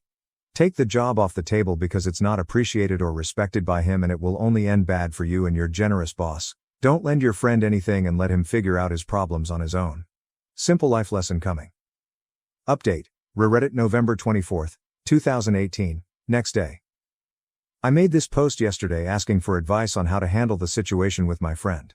Basically, he's very broke and his parents have cut him off. I've been offering him a job in the restaurant I work in for months and he always turned it down. His situation got so bad he came to me yesterday asking to borrow money. I don't lend money to anyone as a rule, but I told him there'll always be a plate of food for him in my house and he was welcome to accept the job offer and start working with me the very next day. Well, long story short, we had a bit of an argument, if you can call it that, and he finally confessed he thinks being a server is low and won't earn him people's respect. In an interesting turn of events, he called me today and said he'd thought it through and had decided he's willing to accept the job only with one condition, as if he was the one doing me the favor, that he's to be made manager right off the bat and that he should move in with me so that I can drive him to work because the bus from his house to my workplace takes 35 minutes and that's over an hour of commuting a day. He then suggested I move my youngest daughter into my elder daughter's room so that there's an empty bedroom for him in my house. So he obviously had given this some thought. I was dumbfounded. The sense of entitlement and the level of pride you gotta have to make those demands is astonishing. I know he's never had a proper job, but he's not stupid. He has to know you can't be made manager if you don't even know the names of their dishes or how to serve a coffee. It's all about his pride. He's got an ego bigger than I thought. He can't be humble enough to accept a waiter job and work things out from there. He needs to be made manager so that it won't hurt his pride as much. I was so out of words I said I don't want to talk and hung up. I can't explain how off-putting that conversation was. I feel repelled by him. I feel disgusted, as if something has changed inside me. I can't have a person like him in my life. What makes a person refuse all help just out of sheer pride? My wife says I've been patient and kind enough to him throughout the years and I should let him figure things out on his own.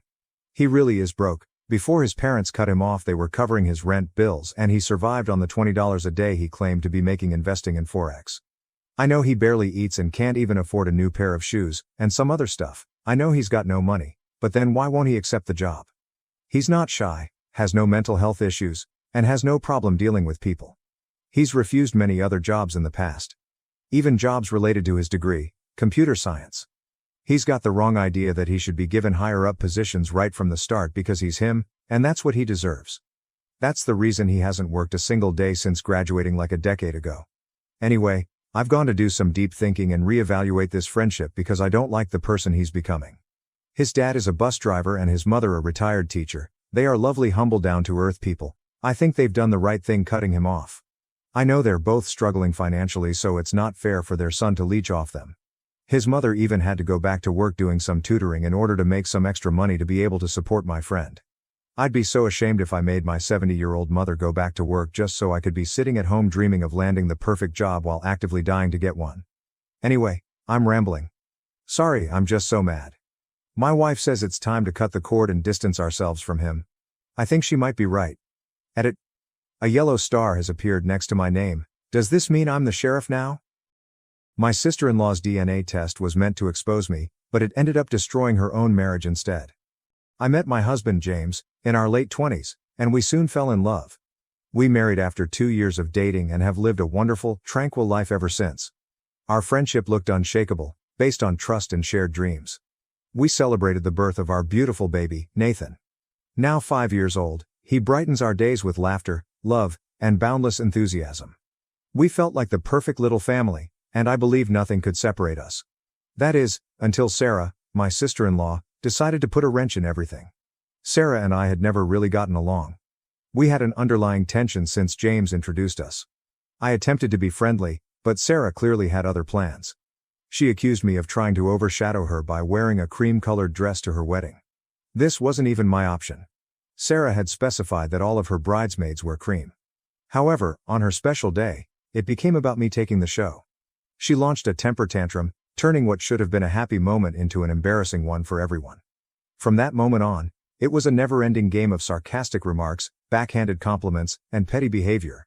If I put on a new dress, Sarah would comment, "That's nice, but I liked it better when I saw it in the store last year." If Nathan reached a milestone, she would try to belittle it by comparing him to her own son, Tommy. It was exhausting, but James and I always chose the high path.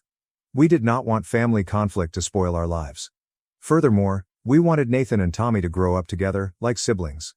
However, things took a nasty turn this Christmas when Sarah sought to stir the pot in unexpected ways. For Christmas, she gave Nathan one of those DNA testing kits that everyone seems to be using nowadays. At first, I didn't think much about it. Nathan has always been interested in science and enjoys knowing about his family history. But something about Sarah's smug expression as she handed him the equipment didn't sit well with me. I had the impression that this present was more than just what it appeared to be. Later that evening, James grabbed me aside, his expression concerned. He claimed Sarah had made some unusual, almost cryptic remarks about eventually obtaining answers and how the truth always comes out. A shiver went down my spine. It wasn't hard to figure out what was going on. Nathan has green eyes, whereas James and I have brown ones. Of course, anyone with a basic understanding of genetics is aware that recessive features, such as green eyes, can pass down through generations. But Sarah had been making subtle, passive-aggressive statements for years, implying that James might not be Nathan's father. Sarah's present was a deliberate attempt to sow doubt in our marriage, causing James to question Nathan's parentage. I was infuriated.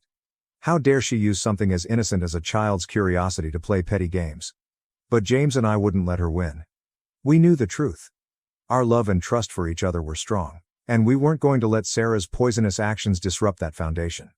We agreed to allow Nathan to take the test if he wanted to, knowing that the findings would only confirm what we already knew.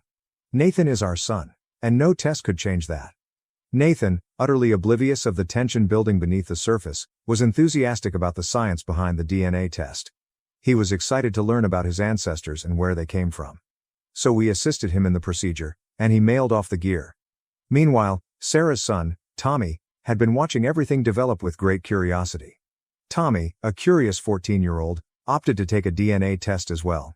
Sarah's husband, Todd, felt it would be a fun family activity, so they also ordered a kit for him. What began as harmless curiosity quickly turned into a family nightmare. Nathan's findings arrived a few weeks later, and as expected, everything was correct. James was his father, without a doubt. Then came the shock of a lifetime. Tommy's results revealed that Todd was not Tommy's biological father. The reality hit hard. Sarah had an affair over a decade ago, and Tommy was not Todd's child. The discovery shattered the family like a wrecking ball. Todd was devastated. He had reared Tommy as his own, never thinking Sarah was unfaithful. To make matters worse, Todd sought a paternity test for their 7-year-old daughter. The results confirmed his greatest fears. He wasn't her father either. Sarah's entire life, the immaculate picture she had fought so hard to maintain, was disintegrating right in front of her eyes. And this wasn't a quiet, secret disintegration. The entire family was aware, and the consequences were negative. Todd filed for divorce and left their home within a few days. Sarah's world fell, and the once smug lady who had attempted to destroy my family now stood in the ruins of her own. The irony of the situation could not be ignored. Sarah's attempt to pull apart my marriage had simply exposed her own lies. Tommy was struck the hardest.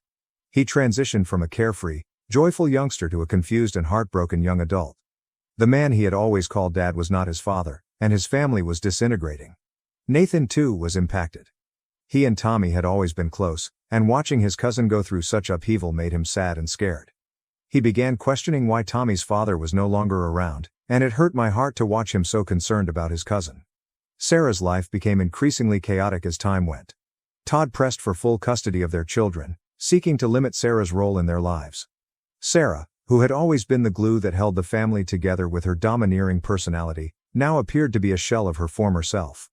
At family gatherings, she was a nervous wreck, her face pale and her eyes red from sobbing. The woman who had before attempted to make my life miserable now appeared completely defeated. Then, one day, something unexpected occurred. Sarah reached out to me. She called me, her voice unsteady and teary, pleading for assistance. She wanted me to talk to Todd and persuade him to lighten off on the custody agreement. She was anxious to salvage what little she had left of her relationship with her children, and she was seeking assistance from me. At first, I was stunned. After everything she had done to undermine my marriage and cause havoc at every opportunity, she had the arrogance to ask for my assistance. I initially ignored her calls, refusing to consider aiding her. But as the days passed, I found myself wondering about Tommy. He was the true victim in all of this. Despite the fact that none of this was his fault, he bore the brunt of it. Nathan, too, was trying to figure out why his cousin's life had been turned upside down. I started feeling conflicted. Was it appropriate to hold Sarah's conduct against her children? Should I put my rage aside and help for the benefit of the kids? James, of course, warned me to keep out of it. He insisted Sarah had made her bed, and now she had to lie in it. But I couldn't ignore the idea that I might be able to assist bring some serenity to the children involved. It was not their fault that their mother made poor decisions. So I found myself at a crossroads, unsure what to do. Should I assist Sarah, or should I let her face the consequences of her own actions? And now here I am, caught between doing what is right for the children and staying away from the woman who caused so much misery. What would you do if you were in my position? Update 1. Hello, everybody. Thank you for taking time to read my story. I did not expect such a large response, and your help has meant a lot to me during this tough time. It's been really difficult to navigate the emotional roller coaster I'm now experiencing, but knowing that there are others out there who understand and care has been quite beneficial. I wanted to provide an update on what has occurred since my previous post, and I hope it puts some light on the complex situation we are dealing with. Sarah is still contacting me regularly, and to be honest, it's getting tiring. I expected her to back off or cool down, but she hasn't. She is relentless. On one especially horrible day, she called me 3 times in a row, leaving lengthy, sobbing voicemails. I could sense the desperation in her voice, but after everything, it was difficult to feel sympathy. At one point, my husband James became so frustrated that he couldn't take it anymore. He called her himself. James rarely loses his cool, so when he phoned her, I knew he was serious. I could hear his wrath from across the room. He exploded, telling her he was fed up with her disrespecting me and attempting to manipulate our family. He made it apparent that this was more than simply a DNA test. It was about years of snarky remarks, manipulation, and her blatant disrespect for limits. Sarah did not take it well. She burst into tears on the phone, telling James that I had poisoned his mind against her, that I was the one who was keeping him away from his family. Hearing her sob like that made me conflicted.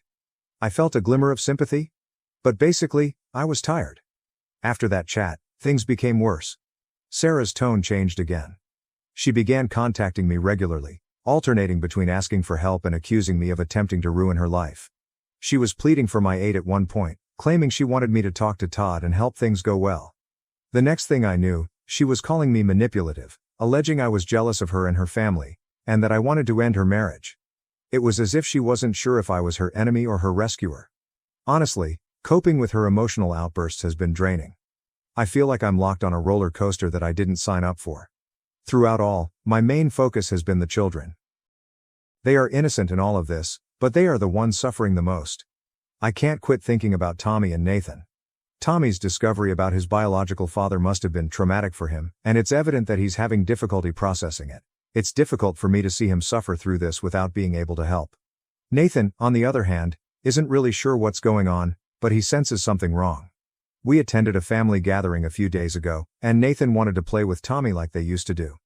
They used to be really close, almost inseparable. But when Tommy came over, I noticed an immediate shift in him. He was distant, reserved, and rarely engaged with Nathan. My heart bled as I saw the two boys, who had previously been like brothers, drift apart. Nathan continued asking why Tommy wasn't laughing or playing like he used to, but I didn't have the heart to tell him the truth. Instead, I made up reasons, telling him Tommy was simply sleepy or had a lot on his mind. But I knew it was more than that. Meanwhile, Sarah keeps sending me lengthy, dramatic texts. She wrote me a note yesterday, claiming she felt betrayed by our family. I really wanted to yell. How could she feel betrayed? She was the one who made these decisions. She was the one who caused the situation. And yet, she refuses to accept responsibility. It's always someone else's fault. Mine, James's, Todd's, never hers. James and I have had numerous late-night discussions on how to approach this. We both want to do what is best for the children, but we don't know what that is anymore. James says we should intervene and try to help Tommy, especially because he and Nathan are close. However, he is also concerned about the ramifications of being too involved in Sarah's situation. We've been trying to strike a balance between being supportive of the kids and maintaining our personal peace, but it's been more difficult than we expected. Todd has begun to contact James, further complicating matters. He's been trying to make sense of things and wants to discuss the problem. James hesitantly agreed to join him for coffee. When he returned, he appeared more conflicted than ever. Todd is naturally devastated.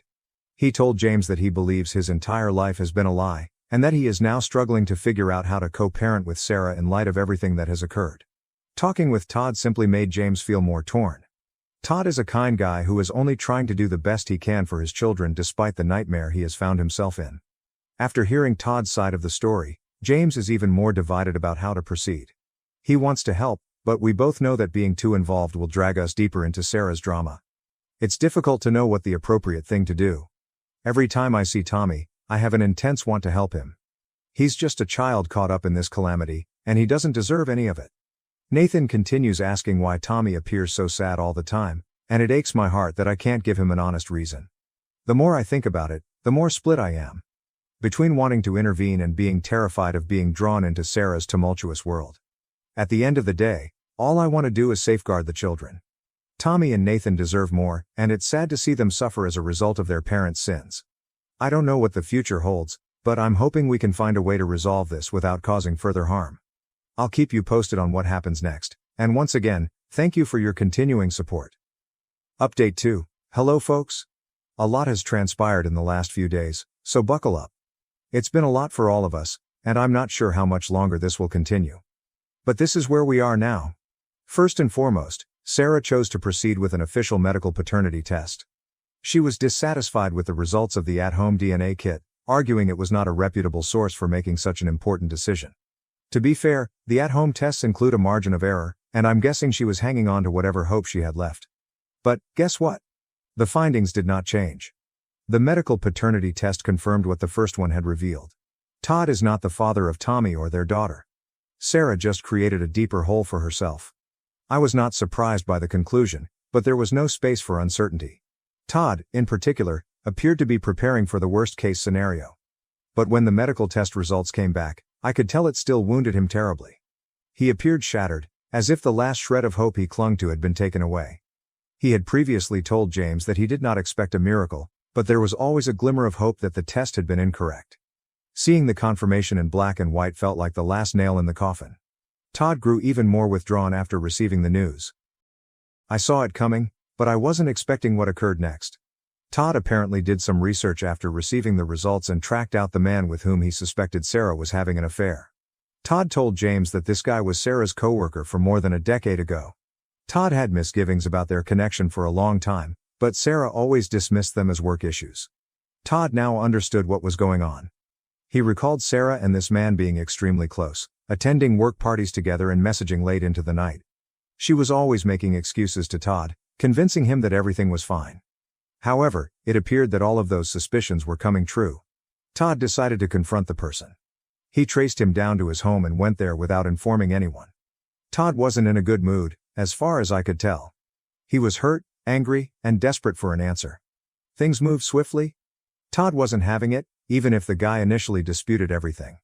It immediately escalated into a yelling confrontation, and it wasn't long before things became physical. Neighbors heard the disturbance and phoned the police.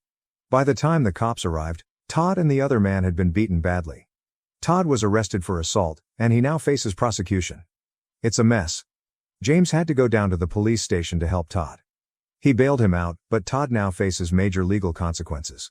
He's claiming that the fight was provoked, but it will be difficult to prove in court. The whole thing is spiraling out of control, and I can't help but wonder if it's all because Sarah chose to hide the truth for so long. Todd is disintegrating, and it's awful to see someone who was always so composed fall apart. Meanwhile, Sarah has been scrambling to contain the damage, but it's much too late. Todd has now filed for full custody of the children, citing the affair, paternity testing, and fight as proof that Sarah is an unsuitable mother. Sarah is in a panic. She's trying to persuade everyone that Todd is the problem, labeling him a psychomaniac and citing the fight as proof that he's unstable and dangerous. She's frightened that Todd will take the kids away from her, so she's lashing out at everybody who disagrees with her. The tension between Sarah and Todd is growing by the day. Todd is furious with her for years of deceit, and Sarah is anxious to keep some control over her life, which is disintegrating around her. I can see the toll it's having on both of them, but I'm most concerned about Tommy and their daughter. Todd has been talking about moving out of state with the kids to put some distance between them and Sarah. He believes that the children deserve a fresh start away from the tumult. But I am not sure. I appreciate his desire to protect kids, but removing them from everything they've known could be more harmful than beneficial. And legally, it will be a difficult battle. Sarah, as always, is in complete meltdown mode. She's been contacting me constantly, alternating between pleading for my assistance and accusing me of turning James against her. Dealing with her mood swings is extremely demanding. One minute, she's pleading for help, claiming she's been wronged. The next moment, she's shouting about how James and I are involved in some vast conspiracy against her. I wish I didn't feel sympathy for her, but a part of me does. She is certainly spinning. But, at the same time, I can't deny that she brought it all on herself. It's difficult to watch someone self-destruct, especially when they refuse to accept responsibility for their actions. When I last saw Sarah, she looked like she hadn't slept in days. Her eyes were red and puffy, and she kept saying how everything was falling apart, and how Todd was attempting to take her children away. She denies that her own actions are to blame for this situation. She still perceives herself as the victim in all of this, which makes it difficult to communicate with her. She's attempting to transfer all of the blame to Todd, but anyone who has been paying attention can see that the situation is far more complicated than that. At this point, I don't believe we have any choice except to get engaged. We are already knee-deep in this mess, whether we like it or not. James believes we should help Todd deal with the legal troubles he is experiencing, especially since Todd appears to be the more stable father in this situation. But I'm concerned about how this is affecting the children.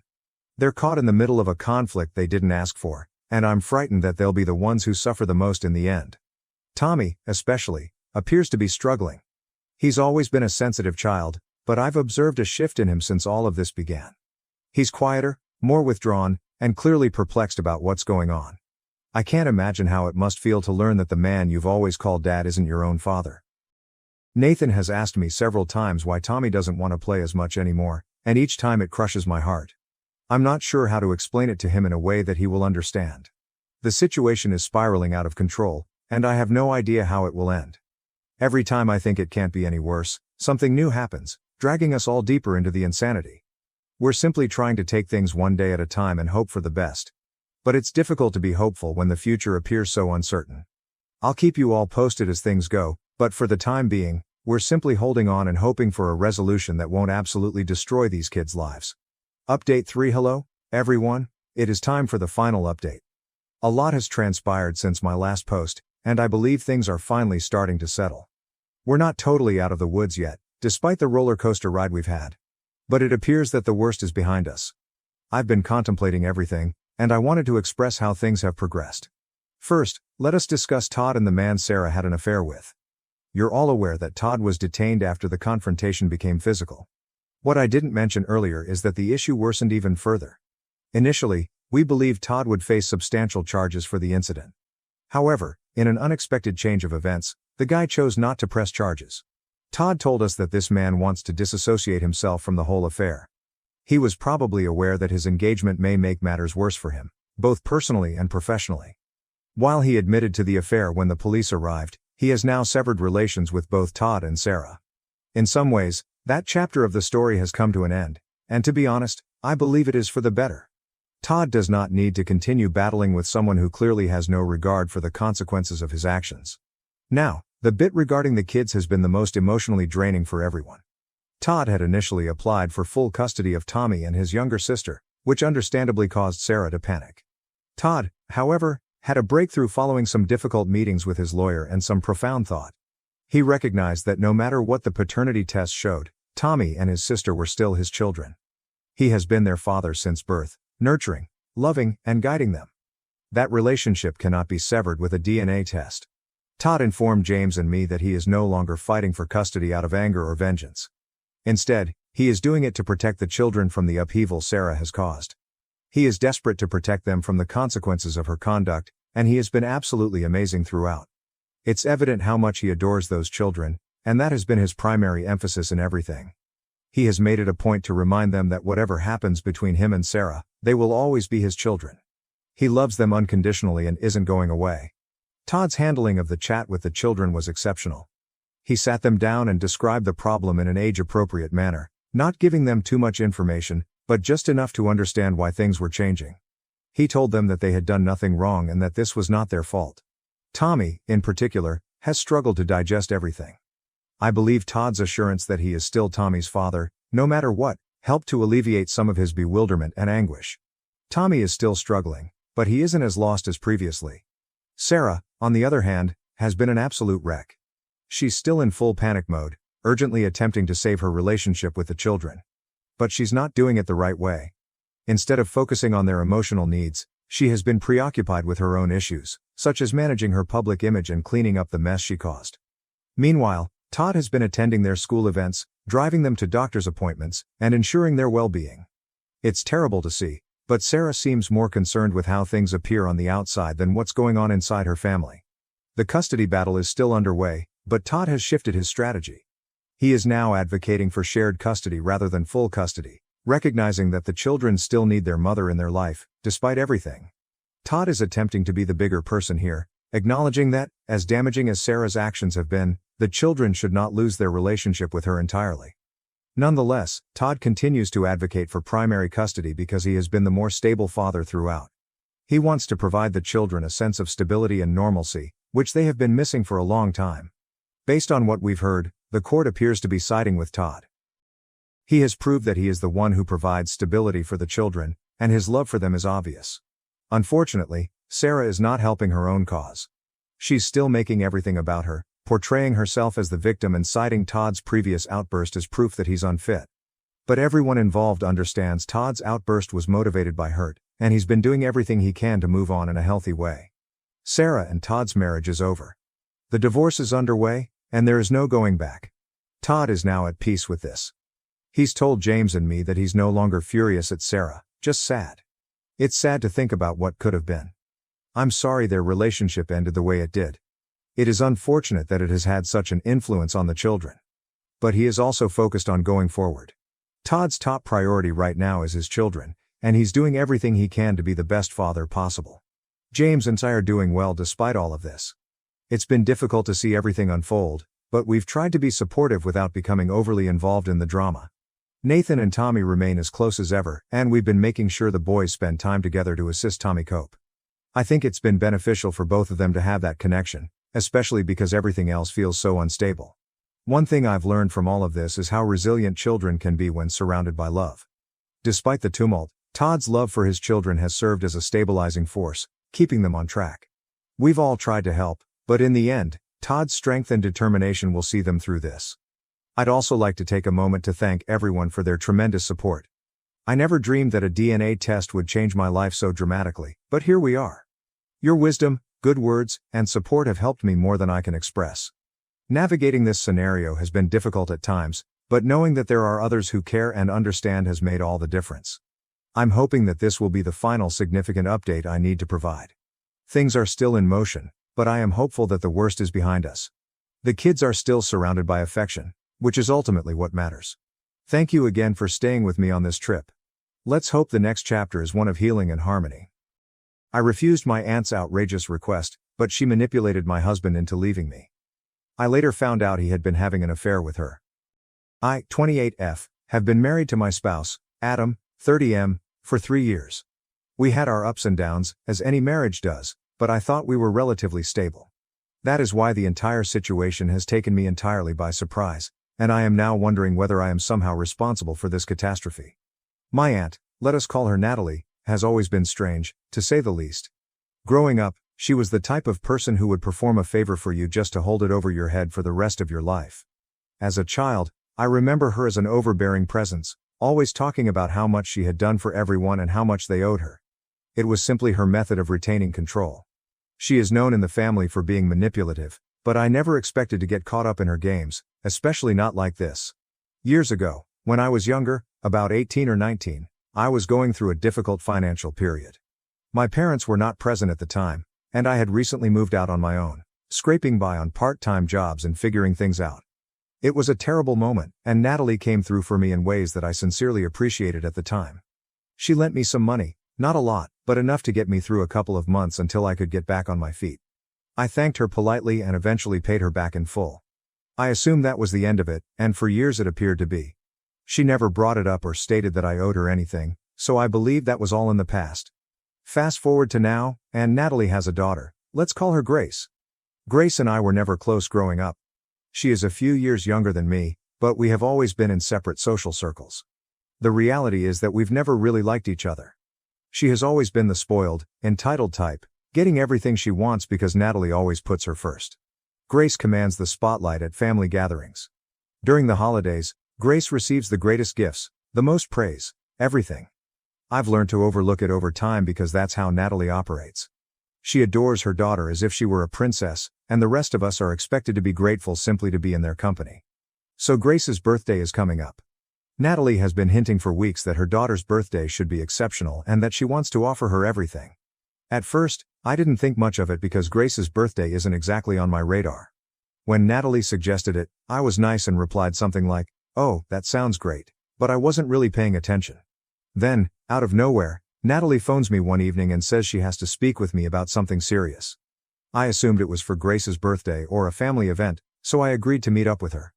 When we met, Natalie made the most odd and absurd request I've ever heard. She told me straight out that the only thing Grace wants for her birthday is for me to leave my husband, Adam. I was stunned. Like, what? Why? Why would she even think about that? Natalie went on to say that Grace has had a crush on Adam for years, something I had no idea about, and that she believes he is her soulmate or something. According to Natalie, Grace has been longing for him since the day they met, and now that she is about to turn 26, she believes this is her final chance to be with him. She truly believes Adam belongs with her and that I am preventing them from being happy together. At first, I assumed this was a joke. Natalie couldn't possibly expect me to leave my spouse as a birthday present for her daughter. But as she continued speaking, I understood she was dead serious. She even brought up the money she lent me years ago, claiming that I owed her and that this was the best way to repay her. According to Natalie, if I were truly grateful for her assistance when I was struggling, I would do this for her daughter. I was extremely shocked. I couldn't believe what I heard. Of course, I said no. I was not going to end my marriage over an absurd demand from my aunt. I informed Natalie that this was preposterous, that I would never abandon Adam, and that I owed her nothing. I had reimbursed her for the money, and whatever favor she believed she had done for me gave her no right to demand this.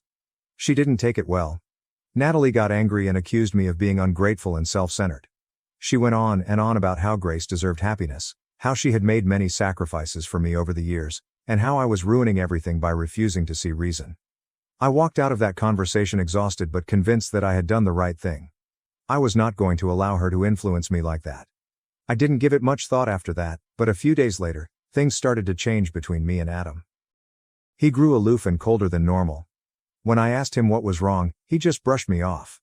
I assumed he was upset at work or something, but then he sat me down and announced that he was leaving me. He didn't go into great detail, just expressing that things weren't going well and that he thought it was time for us to part ways. I was devastated. This came out of nowhere, and I had no idea what had happened so fast. It wasn't until a mutual buddy contacted me that I learned what had transpired. Natalie allegedly went behind my back after our talk and told Adam everything, but she twisted the tale so that it appeared I was to blame. She informed Adam that I had been ungrateful for everything she had done for me, that I had no regard for family, and that I had been keeping secrets from him. She even made up stories about how distant and cold I had been with Adam, twisting the situation to make it look that I was the problem in our marriage. According to what I've heard, she convinced him that I wasn't telling him the truth, which pushed him over the line. So now I'm attempting to pick up the pieces of my life after my spouse abandoned me due to my manipulative aunt. Part of me wonders whether there was already something wrong with our marriage, and this was the final straw. Maybe I missed some signs. Maybe I wasn't as good a wife as I thought. But another part of me is outraged. How could Natalie have done this to me? How could she go behind my back and destroy my marriage simply because I refused to give her what she wanted? And why did Adam believe her so quickly? Shouldn't he have trusted me enough to at least discuss it with me before making such a big decision? I'm so confused and hurt right now, and I don't know what to do. My family is divided on the issue, with some saying I should have simply let it go and others agreeing Natalie is out of line. But the reality is, I don't think this is just about Natalie anymore. I believe there is a greater issue at play, such as Adam searching for an out and seeing this as the perfect reason. I'm not sure whether I'm overreacting, but I can't shake the sensation that this entire thing is somehow my responsibility. Perhaps if I had handled things differently with Natalie and paid more attention to Adam's needs, none of this would have occurred. But, at the same time, I feel as if I was backed into a corner and would have lost regardless of what I did. So I die for refusing my aunt's foolish request to leave my husband as a birthday present for her daughter. Am I to blame for my husband leaving because of what she told him? I just need some feedback on this because everything seems to be spiraling out of control right now, and I'm not sure where to turn. Update 1. Hello everyone, it's been a few weeks since my life totally crumbled, and I'm still trying to figure out how to go on from what occurred with my aunt, Natalie, and my husband Adam. Things have been difficult to process. I never thought I'd be providing an update, yet here I am, trying to make sense of it all. At first, I assumed it was all due to Natalie's intervention, but considering everything that has transpired since, I'm beginning to wonder if there was something else going on between Adam and me, something I missed. I've been trying to piece it all together, and I keep coming back to the same question. Was this previously broken, and I simply didn't realize it? When Adam told me he was leaving, he didn't give me much detail. He merely told me that things were not going well and that he thought it was time to part ways. There was no big struggle or explosion, it was just over. I was heartbroken and puzzled. I assumed we were secure, or as secure as any marriage with ups and downs. Everything felt like it happened out of nowhere. After sitting with my thoughts and feelings for a few days, I decided to contact Adam. I wasn't willing to give up without at least discussing it. I texted him, asking if we could meet up and discuss what had transpired. I didn't get an answer straight away, and I spent the following 3 days in limbo, waiting for a response. Finally, Adam responded back, indicating he was not interested in chatting and that he had made his decision. I was devastated. It was as if he had closed the door on everything without thinking. However, this was not the worst part. He also told me he was already seeing someone else. Mind you, it hadn't even been a month since he left me when I discovered how quickly he had moved on. My world came apart. Was this someone he had been seeing before our breakup? Was I so blind that I didn't notice him drifting away sooner? I didn't ask him any of these questions because, frankly, I didn't want to know the answers. It felt like everything we had was erased in the blink of an eye. It's impossible to convey the range of emotions I've been feeling: anger, betrayal, confusion.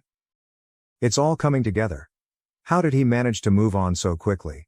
How could he be so willing to let go of what we've accomplished? I'm wondering if this new relationship started before he left, or if there were issues in our marriage that I simply overlooked. I've been looking over every discussion we've had in the last few months to see if there were any red signals I overlooked. Nothing stands out. We had our regular fights, nothing major, and I never anticipated things to fall apart so quickly. Maybe I was too preoccupied with my own life and missed the signs that he was drifting away, but I also wonder if Adam had been looking for an escape all along and Natalie's manipulation was just the excuse he needed. My family is divided on the whole issue. Some people say I should have let it go to prevent the conflict with Natalie. Others agree that Natalie was completely out of line, and that I made the perfect decision by refusing her. However, in the end, none of this matters. The damage is done. Adam is gone and I'm forced to figure out how to restart my life now that he's moved on with someone else. I haven't spoken with Natalie or Grace since everything went down. They are no longer a part of my life, and I am grateful not to be exposed to their toxic energy. The thought that Natalie could go behind my back, influence Adam, and essentially ruin my marriage still baffles me, but I've recognized that there's no sense in attempting to undo what happened. What's done is done, and I need to go on. I'm going to be honest. I believe Adam is seeing Grace. I mean, It just makes sense that Natalie wanted me to end my marriage so Grace and Adam could be together. So, perhaps that is what is happening. I don't know, but I want to find out. Regarding Adam, I wish I could say I'm over it, but I am not. I still love him, and I probably always will. But I know our marriage is over. He has moved on, and it is now my turn to do the same. It will take time for me to recover from this, and there are days when the pain is terrible. But I want to get past it someday. Update 2. Hello everyone. First and foremost, thank you so much for all of your support, guidance, and kind words on my last post. I never anticipated so many people to care about my predicament, and it has meant everything to me. Before I begin the update, I'd like to address something that many of you mentioned. Many people suspected Adam was seeing Grace, and to be honest, I was beginning to believe it as well. Natalie had pushed me so hard to leave Adam for Grace's sake, and the way things turned out convinced me that there was something between them. Why would she make such a foolish request? I couldn't believe my aunt would ask me to leave my husband as a birthday present for her daughter if Adam and Grace weren't already dating. That's when things took an unexpected and really distressing turn. About 2 weeks ago, I got a message from Stephen, my Aunt Natalie's husband and Grace's father. I hadn't spoken to him in a long time, especially after things had gone bad, but he pleaded to meet in person, claiming he had something vital to tell me. Given how crazy things had already become, I was doubtful at first. I didn't want to get engaged in any more family drama, especially after what happened to Natalie and Grace. But something about Stephen's tone made me want to hear him out, so I agreed to meet up. When we met, Stephen appeared tired, as if the weight of the world was on his shoulders. I knew straight away that whatever he had to say would not be easy. He began by apologizing for Natalie, Grace, and all that had occurred. I had no idea where he was going with this, but then he revealed something unexpected. Adam was not seeing Grace. He was seeing Natalie. Yes, it's my aunt. Natalie, my manipulative and toxic aunt, is 50 years old. I was speechless. My mind went blank as I tried to figure out what he was saying. For a brief moment, I believed I had misheard him, but Stephen went on to recount everything in horrific detail. Natalie and Adam appeared to have been having an affair for some months. Stephen discovered it when he returned home early from a business trip one weekend. He walked into their house, into his bedroom, and found Natalie and Adam in bed together. My spouse and aunt, in their bed. Stephen admitted he had no idea how long it had been going on, but based on some of the texts and messages he discovered, it had been at least a few months, if not more. Natalie had been seeing Adam behind my back as she pressed me to leave him for Grace. The whole birthday present foolishness was just a distraction, a ruse to deceive me and everyone else while she secretly had an affair with my husband. I felt as if the ground had been pulled out from beneath me. I thought I was prepared for anything, but this exceeded my expectations. I was having trouble understanding what Stephen was saying. Natalie, among other persons. I knew she was manipulative, but I didn't expect her to do this. And Adam, the man I thought I knew and had built a life with, had he been sneaking around with my aunt the entire time? But it didn't end there. Stephen went on to inform me that Natalie had decided to leave him. Natalie intended to leave Stephen on Grace's birthday, and she and Adam were apparently planning to blow everything up. Yes, you have read right. She planned to devastate her own family on her daughter's birthday before fleeing with my husband. Grace was completely oblivious of all of this, which was just another layer of deception.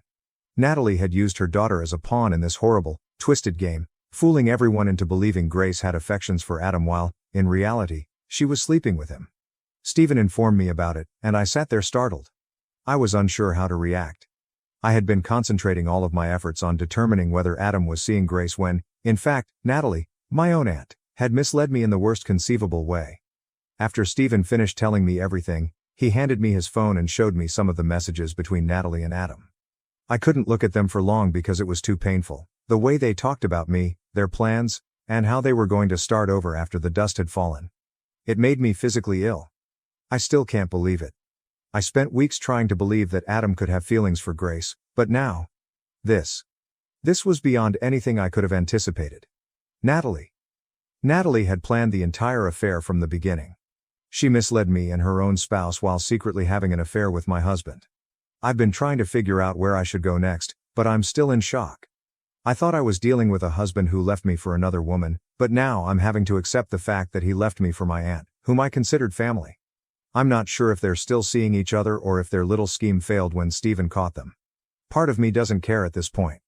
What is done, and regardless of what happens to them, the harm has already been done to me. I wish I could say there is a silver lining, but for the time being, All I can do is attempt to get through it. I'll keep you all updated if anything changes, but for the time being, I'm just figuring out how to move ahead after everything that's happened. Thank you for your continued support. It has been a lifeline during this horror. Update 3. Hello everyone, it's been a while since the last update, and a few things have happened in the interim, so perhaps this is the final update to the horror I've been experiencing. I faced Adam, and while the outcome was not what I had hoped for, it did provide some closure. I suppose I always knew I'd have to address him personally. I simply didn't expect it to be that dramatic, or for him to beg me to take him back after discovering Natalie wasn't who he thought she was. It's tough to understand how I felt leading up to that moment, but I knew I couldn't move on with my life unless I confronted Adam. I needed to express my feelings and get the complete truth from him, no more running or second guessing. So I finally reached out to him and told him we needed to meet and chat. We met in a park, somewhere neutral, where I felt I could keep my emotions under control. I did not want the confrontation to take place in our home, which had so many memories, both good and bad. I got to the park and finally saw him after so many days. It felt odd. He looked fatigued, as if he hadn't slept in days, but I didn't care enough to ask him what had occurred or why he was so tired. I just went right to it. I assured him I knew everything. I informed him that I knew about Natalie and that she was the lady he had been fooling around with while I sat at home, trusting and loving him. The shock on his expression was not the same as when someone is apprehended. It felt more like shame. He couldn't look me in the eye for a time. He did not defend himself, which shocked me because I had expected excuses or an attempt to cover up. Instead, he simply nodded and confessed it. He verified everything. In some ways, it felt underwhelming. There was no rage or screaming, just a pitiful admission that he had damaged our marriage by having an affair. I had a lot I wanted to say. I had spent hours rehearsing this in my thoughts, but when the moment arrived, all I could say was, why? I needed to know what was wrong with us, or with me, that he would cheat on me like this. Adam began discussing how he was no longer pleased and how our marriage had become a routine. He mumbled something about being stuck, and Natalie helped him feel alive again. It felt like a punch in the belly. I couldn't believe he was using boredom as an excuse to wreck our lives. I stood there feeling disgusted. I informed him immediately that his selfishness had cost him everything. There were many other methods for him to deal with his feelings of being stranded. We could have sought therapy, taken a break, and communicated, but he decided to cheat on me, lie to me, and end our marriage. And that's when I informed him. I informed him that I was filing for divorce. I shouted it clearly and without hesitation, and a strange sense of power came over me. For the first time, I felt in control. I wasn't pleading with him to stay, nor was I forgiving him for his horrible decisions. I was finished. That is when the unexpected happened. Adam, who had been so casual about the affair up until this point, suddenly broke down. I'd never seen him like this. He genuinely began crying. I'm not talking about a few tears. He sobbed. He grabbed my hands and begged me not to forward with the divorce. He explained that everything with Natalie had come apart, that she was not who he thought she was, and that he had made the biggest mistake of his life. He stated that once the excitement of their affair faded, her actual personality emerged. Apparently, she is manipulative and domineering, often starting conflicts and even threatening to reveal their affair if he did not do things her way. He claimed she had made his life a terrible nightmare, and he regretted everything. It was strange to stand there and see this man, who had before appeared unaffected, break down in front of me. He told me he felt adrift without me and couldn't believe he'd given up our life together for someone like Natalie. He stated that he still loved me and would do anything to make things right. But honestly, I didn't feel anything. I had no sympathy for him, no desire to reclaim him, and no pity for him because of Natalie's conduct. I felt numb. The trust was gone. He had damaged it, and no amount of tears or apologies would fix it. I informed him that it was too late. I informed him that there was no way to restore what he had done, and I was not interested in attempting to heal the damage to our marriage. I believe that's when he understood I was serious. I was not going to forgive him, and there was no way to make things right or get back together. He kept begging, attempting to persuade me that we could work this out, that he was willing to do whatever it needed. But I'd already made a decision. I informed him that I deserved better, that I was moving on with my life, and that we had no future together. I believe part of me was expecting him to become defensive or lash out, as he had done in the past when we battled. But this did not happen. Instead, he broke down even more, realizing he'd lost me forever. I departed after that. I walked away without looking back. I've already filed for divorce, and it feels like a great weight has been lifted off my shoulders. I'm not claiming it's been easy. I still find it difficult to breathe at times because I am so heartbroken and deceived. But I know I made the correct decision. I know this is what I need to do to improve myself and start a new life. According to what I've heard, Natalie is furious with Adam for attempting to reconnect with me. Apparently, things between them worsened not long after the truth was revealed, and they are now both unhappy. Adam is paying the price for his decisions, and while I would never wish such chaos on anyone, I am no longer concerned. I don't care what happens between them. I'm just happy to be free of it. I've cut Natalie out of my life permanently. There is no forgiveness, no opportunity for reconciliation. I have no room in my heart for folks who betray me like way. She has left, and I am now focusing on myself. This has been the most difficult experience I have ever had, but it has taught me a lot about my own strength. I've discovered that I don't need someone who disrespects, lies, or cheats on me. I deserve a partner who appreciates me and our relationship, and I will never settle for anything less again. So that's it. I'm taking each day as it comes. It will take time to heal, but I am confident that I am on the correct path. Thank you to everyone who has offered me advice and support along the process. It mattered more than you could ever realize. I'm now ready to be done with this drama and move on with my life. My sister-in-law's friend crashed our anniversary, flirted with my husband and crossed the line. But the real drama started after the party. It was a wonderful occasion for my husband and me, our 10th wedding anniversary. We had arranged a small event at our home with close relatives and friends, and we were both looking forward to celebrating. However, things took a bizarre turn when my sister-in-law's best friend, Amanda, stepped up unexpectedly. Amanda had always been clinging to my husband, but I didn't think much of it. However, as soon as she entered our home, I realized something was wrong. She smirked at me and made a beeline for my husband, who was greeting our visitors. I tried to ignore it and enjoy the evening, but Amanda continued to find ways to get close to my husband. She laughed a little too hard at his jokes, and I noticed her flashing him smoldering looks from the corner of my eye. I began to feel worried when I overheard her asking my husband if he wanted to go outside and get some fresh air. My husband respectfully declined, but I could tell he was becoming uncomfortable with Amanda's attention. As the night progressed, she became more aggressive in her pursuit. She continued stroking his arm, attempting to persuade him to dance with her, and even offered to help him clean up after the party. I didn't like how she was acting, but I fully trusted my husband. I knew he loved me and would never do anything to jeopardize our relationship. Later that night, after the majority of our visitors had left, my husband and I were sitting on the couch, enjoying some peaceful time together. I was relaxed until Amanda appeared out of nowhere. She had a sneaky smirk on her face and made a snide comment about our marriage. My husband did not answer, and I could tell he was becoming uncomfortable. Amanda kept pushing, hoping to elicit a response from him, but he remained faithful to me and firmly stated that he was happily married and had no interest in her efforts. Amanda eventually got the word and left our house, but the damage was already done. I was saddened and perplexed by her actions, but I was thankful that my husband had remained loyal and faithful to me throughout. We discussed what had transpired and promised to always be honest and open with one another. It was a painful event, but it drew us closer together and deepened our relationship. The next day, I decided to speak with my sister-in-law about what transpired at the party.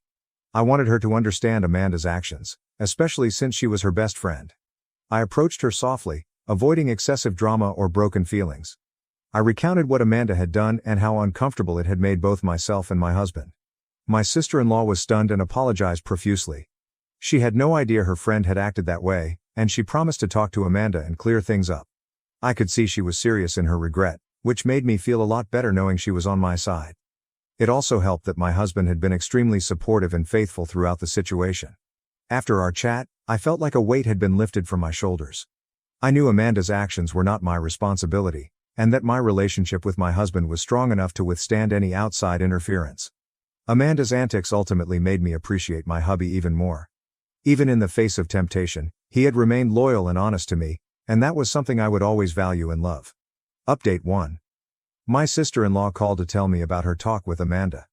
She informed me she challenged a buddy about her actions at our anniversary party.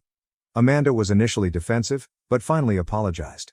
My sister-in-law was furious with Amanda for putting me and my husband in such an uncomfortable situation. She told me that she had told Amanda that her behavior was unacceptable and that she would not allow any disrespect to her family. I could hear the rage in her words, but I valued her support and commitment. She told me that Amanda had been sufficiently reprimanded and that she would maintain her distance from me and my husband in the future. As much as I liked my sister-in-law's response, I couldn't help but feel unhappy about the overall scenario. Amanda was a lifelong friend of my sister-in-law, and I knew their relationship would never be the same. But, at the end of the day, my spouse and I were the most significant persons in each other's life. Amanda had learned her lesson the hard way. She may have generated drama at our anniversary party, but in the end, she only succeeded in deepening my link with my husband, demonstrating how devoted we were to one another. Update 2. A few weeks have gone after the event with Amanda, and things are beginning to calm down. My sister-in-law has maintained a distance from her former closest friend, and my husband and I have resumed our normal routine. But one day, I received an unexpected message from Amanda. It was an apology, but not the one I expected. I'm sorry for what happened at your anniversary party, she had written. But, honestly, you're not much of a catch. Your husband probably settled for you because he couldn't do better. You should be grateful that I expressed an interest in him. Her statements astonished and hurt me. I couldn't believe that someone who had previously been a friend to someone so close to me could say anything so harsh and mean-spirited. I presented the message to my husband, and he was equally furious as I was. He couldn't believe Amanda would dive so low, and he was pleased he had parted ways with her. Although Amanda's message had devastated me, I couldn't help but feel sad for her. She was clearly coming from a place of uncertainty and grief, and her remarks just reflected her own internal issues. So I opted to respond in a sympathetic tone, rather than one of wrath or defense. I appreciate your apology, Amanda, I replied. And I understand that your upbringing must have been difficult, with parents who showed you no love or affection. It's no surprise that you suffer with jealousy and insecurity in your relationships. I knew my remarks would strike deep, but I couldn't help but feel relieved that I had finally gained control of the situation. But you're wrong about one thing, I added. My hubby did not settle for me. He selected me because he loves me just as I am, warts and all. And that is something you will never understand because you are too busy trying to bring others down in order to feel good about yourself. I pressed submit, feeling a wave of relief sweep over me. It was not the most adult response, but it felt good to defend myself and put Amanda in her place. In the end, I realized that Amanda's statements did not define me or my relationship with my husband. We were content and in love, and nothing could change that.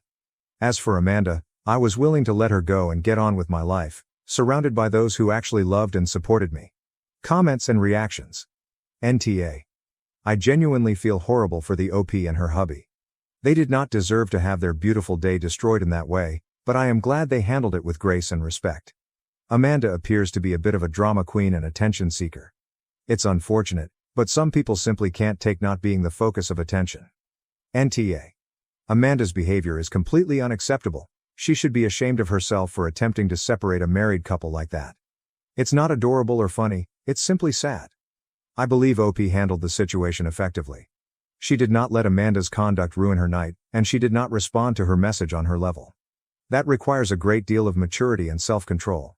Amanda has some significant difficulties that she needs to resolve. I'm not sure why she would do anything like this, especially to her closest friend's family. What did she expect to achieve by flirting with someone else's husband? It's simply selfish and insulting. Amanda needs to learn boundaries and respect. She can't just walk into someone's gathering unannounced and start causing problems. It's immature and demonstrates a total lack of social understanding. I believe it's amazing that OP and her husband were able to move on from this and not allow it to destroy their relationship. It demonstrates that they have a stable and healthy marriage. I secretly learned my fiancé's language after his mother insulted me. On our wedding day, I used it in my speech to expose her in front of everyone.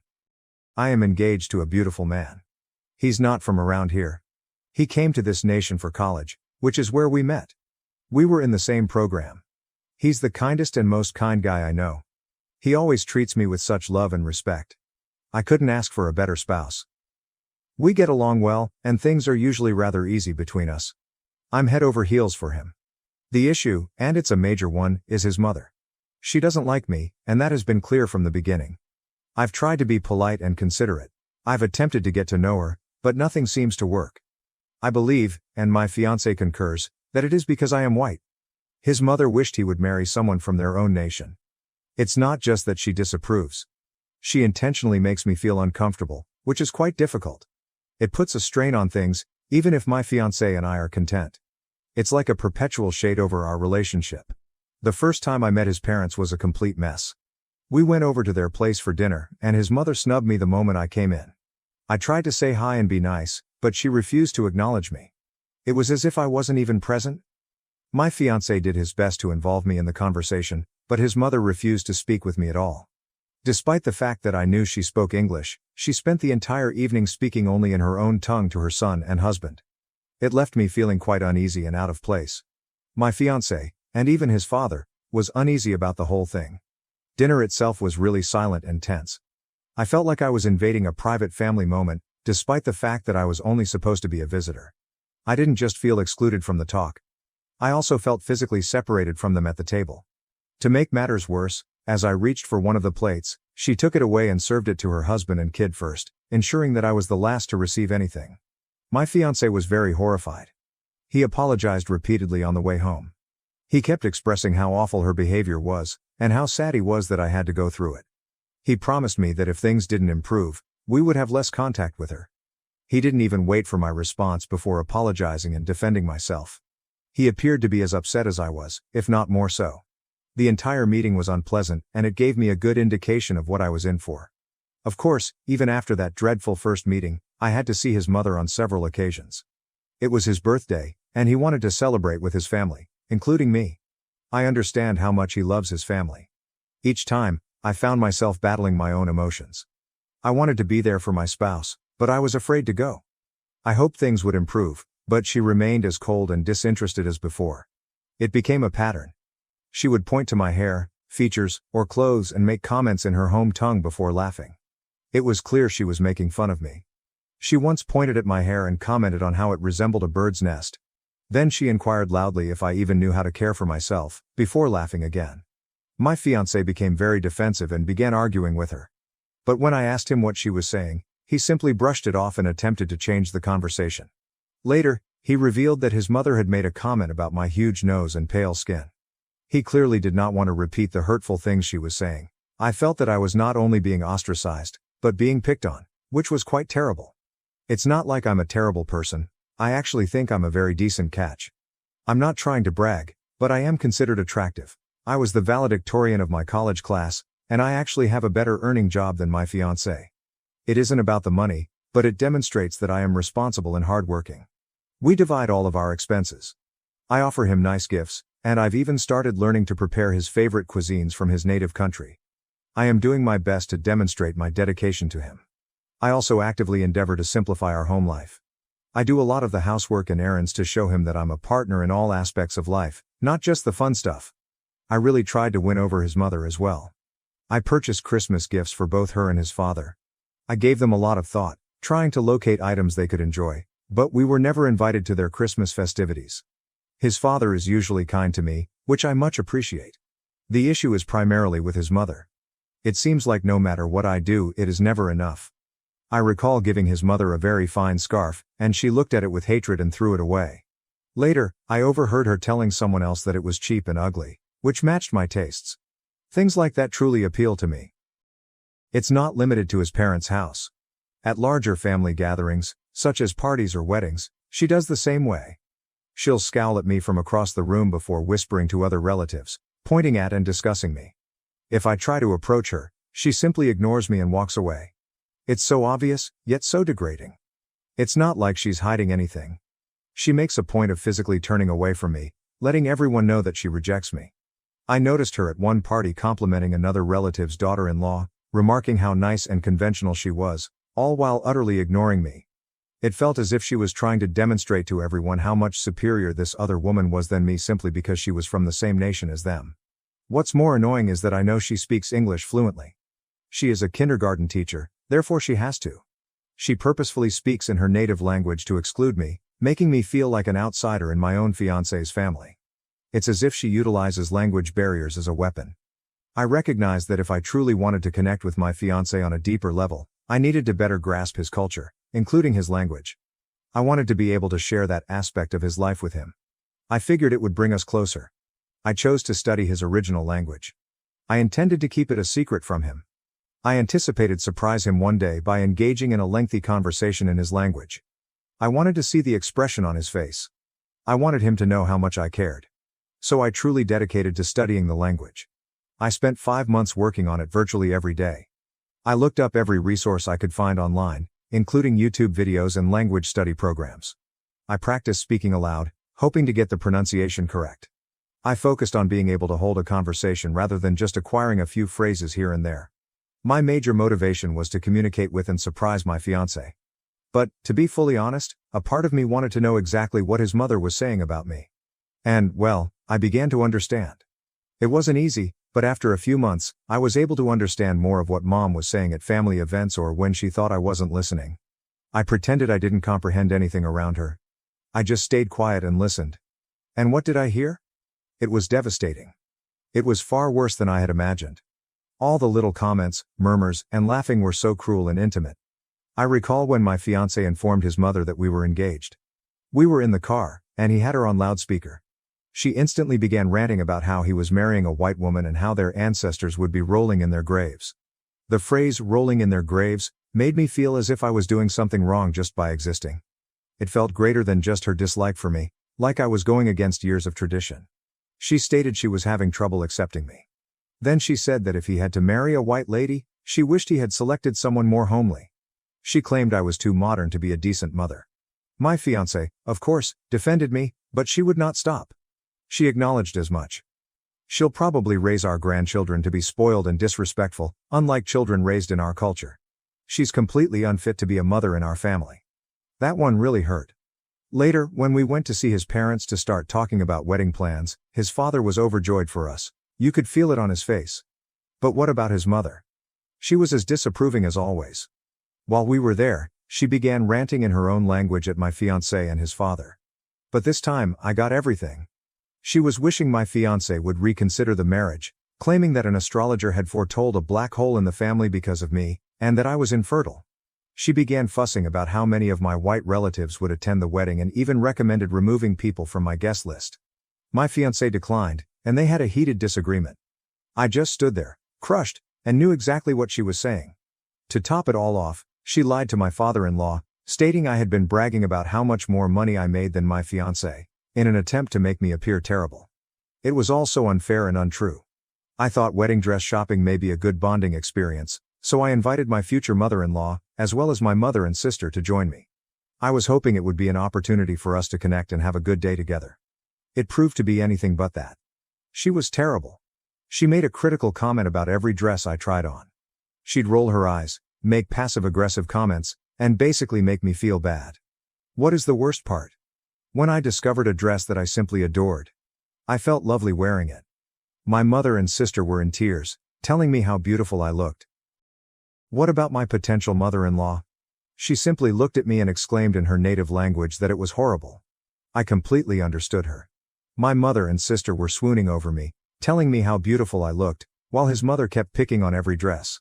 It was such a striking contrast. I was surrounded by affection, but I could feel daggers being flung my way. And it wasn't just what she said, but how she said it. She was deliberately attempting to destroy a good time for me. I walked to the restroom briefly, and while I was gone, she began insulting my body in front of my sister. She remarked the clothes didn't fit me well and made other disparaging remarks. I tried to keep it together. However, I ended up crying in the dressing room. It wasn't just sadness, it was fury, frustration, and everything. All of my efforts to be kind seemed to be in vain. It was a moment when I felt absolutely defeated. I kept questioning myself why I was even trying. After that day at the dress shop, I couldn't take it anymore. I knew I couldn't keep letting her abuse me like this. But I didn't want to just yell at her or start a fight. I wanted something more meaningful. I wanted her to understand how much she had hurt me. So I started thinking about the wedding, and then I got this thought. What if I embarrassed her in front of everyone? I understand it sounds horrible. But after everything she'd put me through, I felt I deserved to give her a taste of her own medicine. I intended to punish her once and for all. But then I started to question myself. I'm going to Reddit. Would I be the a-hole if I went ahead with this? Update 1. Wow. Thank you very much for your comments and recommendations. I sincerely appreciate all of the encouragement and humor. It's made me feel a lot less alone in this circumstance. I wanted to clarify a few points based on some of the comments I've seen. First and foremost, I want to make it clear that my fiancé has always stood up for me.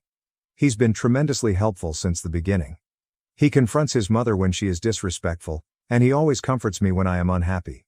He is genuinely my rock, and I could not ask for a greater companion. I want everyone to know that he is completely on my side in all of this. He's not enabling her conduct. He's actively opposing it. What about my potential mother-in-law? I suppose the simplest way to characterize her is as a cruel old woman. I don't believe she is particularly racist in a wide sense. I believe she has an issue with me specifically. It is personal. She wanted her son to marry someone from her own background, and I didn't fit the bill. I want to make it obvious that all of this is coming from her. It is not a reflection of her culture or community. I've read requests to report her to the school where she works, but I'm not going to do so. I do not want to ruin her career. I might be furious and hurt, but I don't want to get to that level. Her issue is with me specifically, and it is not fair to punish her professionally for something that occurred in our personal lives. I just want to deal with this situation directly and without inflicting any needless damage. Update 2. Hello again, everyone. I'm writing from my honeymoon. We're blissfully married. I wanted to give you all an update because I've received so many messages and requests. We've been celebrating our love and, let's just say, a little sweet revenge. The wedding day has finally arrived. Everything was gorgeous, and I was overjoyed to be marrying the love of my life. When it came time to deliver speeches, I decided to try something unusual. I began in English, thanking all of our friends and families for being there to celebrate our momentous day. Then, I switched to my husband's native tongue. You should have seen the expressions on everyone's faces, particularly my husband and his family. They were completely shocked. I could see my husband's eyes tear up. I thanked his family in their native language for welcoming me, though in my mother-in-law's case, this wasn't quite true at the moment. But I was building toward something. I explained to them that studying their language was my wedding gift to my husband, a way for me to show him how much I loved him and cherished his culture. He was so moved that he came over and kissed me in the middle of his speech. Then I focused my attention on his father. I thanked him again, in his original tongue, for his generosity and genuine warmth. And then I turned to face my mother-in-law. I thanked her sarcastically for her rejection. I told everyone, in her own tongue, about all of the insults, attempts to exclude me, and nasty things she had said and done. I told them about the heinous insult she made regarding my wedding outfit. I explained how she informed everyone that I was infertile. I could see her face growing redder and redder. She was obviously embarrassed. I continued. I also want to publicly address the false claim my mother-in-law made about me bragging about my income. I replied that this was a pure fiction, intended to make me appear bad in front of her family. She was complete rubbish and a piece of garbage that had been picked up from a dumpster. After discussing the specifics of what my mother-in-law had done, I extended the message. Still speaking in her own tongue, I stated that skin color and ethnicity should not be considered when it comes to love. I emphasized how much effort I had put into learning their language and adopting my husband's culture since it was vital to me to be involved in all aspects of his life. Then I explained how my mother-in-law's behavior, her isolation and degrading remarks, had only served to widen the distance. I looked at her straight and calmly warned her that if her behavior persisted, she would have no access to any future children we might have. I made it clear that I would not tolerate my children being subjected to such hatred and discrimination. My hubby was really proud of me. He subsequently told me that he had never felt greater love for me than in that moment, when I stood up for myself and our future. I simply ignored my mother-in-law for the remainder of the evening. I did not want to satisfy her with any more replies. She, on the other hand, was visibly enraged. She began arguing with my father-in-law and husband. Eventually, she stormed away. My husband stated he was confident she would think twice about disrespecting me again. But the nicest part was the reaction of other relatives. Many of them approached me afterwards, complimenting my language skills and expressing how thoughtful it was of me to learn their language. They told me how much this meant to them. For the first time, I felt like I belonged. That I was a true member of the family. I thoroughly loved the remainder of the wedding and had a strong sense of empowerment. I believe I proved my point and received the vengeance I sought. I felt as if a big weight had been lifted. Update 3. Hello again, everyone. We just returned from our honeymoon, and I had a lot of voicemails from my mother-in-law. My husband indicated he would support anything I decided to do, whether I called her back or ignored her entirely. Honestly, my first thought was to ignore the calls. I was still upset and angry, and I wasn't sure if I was prepared to talk to her. But, after some thought, I decided to give her one last shot. I called her back, and we decided to meet. When I saw her, she appeared different. She was nervous and appeared apologetic. Then, for the first time, she issued an official apology. She stated that she was really angry after the wedding, specifically after my speech, but that she had some time to contemplate. She stated that a number of relatives had called her out on her behavior, which made her realize how terribly she had acted. She stated that she had treated me harshly and unfairly. She recognized that I had made a genuine attempt to embrace their culture, learning the language and all. She made no particular apologies for the worst things she had said, such as calling my clothing awful or claiming I was infertile. That bit was somewhat skimmed over, which I noticed. But it was a general apology, and it appeared honest. She added that my husband is her only kid and that she has always been quite protective of him. She stated that she had always imagined him marrying someone from their home country, and that she struggled to accept me since I did not fit her expectations. She apologized for making me feel uncomfortable and pledged to be more tolerant. I calmly listened to what she said before accepting her apology. I told her I wanted to move on and try to improve our relationship. I admired her candor and willingness to attempt to change. However, I made it plain that I had some doubts. It's not like everything is instantaneously fine now. This is more of a cautious step forward, and while I'm hopeful she'll change, I'm not completely persuaded. After the apology, we actually began talking, albeit in her native tongue. She told me stories of my husband when he was a little boy, and it felt good, like we were finally connecting, perhaps for the first time. I could tell she was trying, so I decided to try too. There were still some little issues, such as her avoidance of staring me directly in the eye for too long, which suggested she wasn't totally at ease yet. Then there was one time when I prepared supper and she tried to compliment me, but it came off as a little backhanded. She said, "This dish is actually quite good, for a white person's attempt. It's almost as good as how we make it." It was better than an insult, I suppose, but it still had a sting to it. I understand that this upgrade may not meet everyone's expectations. Some of you undoubtedly wanted me to cut her off totally or continue the feud, but I believe I made my point at the wedding. I stood up for myself and told her, in front of everyone, that her actions were unacceptable. Right now, all I want is a drama-free family life. I want to move forward with enthusiasm and give this a genuine shot to be a new beginning. I believe her own family's reaction was what finally convinced her to rethink her mind. She claimed that many relatives called her after the wedding to tell her she was in the wrong. I believe she eventually recognized how biased and unfair she had been. But, and this is key, I understand how difficult it is to break old habits. I am giving her the benefit of the doubt. I am willing to try, but one incorrect move, one return to old rudeness, and the truce will be broken. I will not hesitate to defend myself again if necessary. I hope for the best. We'll see how this goes. My spouse and I deserve to live happy and tranquil lives, therefore let us pray for that. So, that is where things stand. My mother-in-law and I had a heart-to-heart and are ready to try to start over. I will keep you all updated. I have big news for everyone. I am pregnant. My husband and I are very pleased to begin this new chapter in our life. We can't wait to meet our little one. And I am pleased to say that my relationship with my mother-in-law has continued to improve. Our relationship has undergone a significant positive adjustment. She is a lot more accepting and friendly to me now. She genuinely spends time with me, offers to help with things, and even gives me advice, some of it unsolicited, of course, but I'll accept it. I attempt to reciprocate by being understanding and upfront with her. Both my mother and mother-in-law have been wonderful. They both check in on me on a frequent basis to ensure that everything is going well. They've even worked together to help us set up the baby's nursery. It's lovely to see them bond like that. We actually feel like we're forming one huge, joyful family.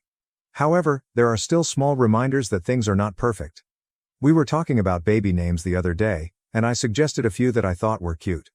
My mother-in-law scoffed and said, "Those sound so American, wouldn't you want something a little more cultured?"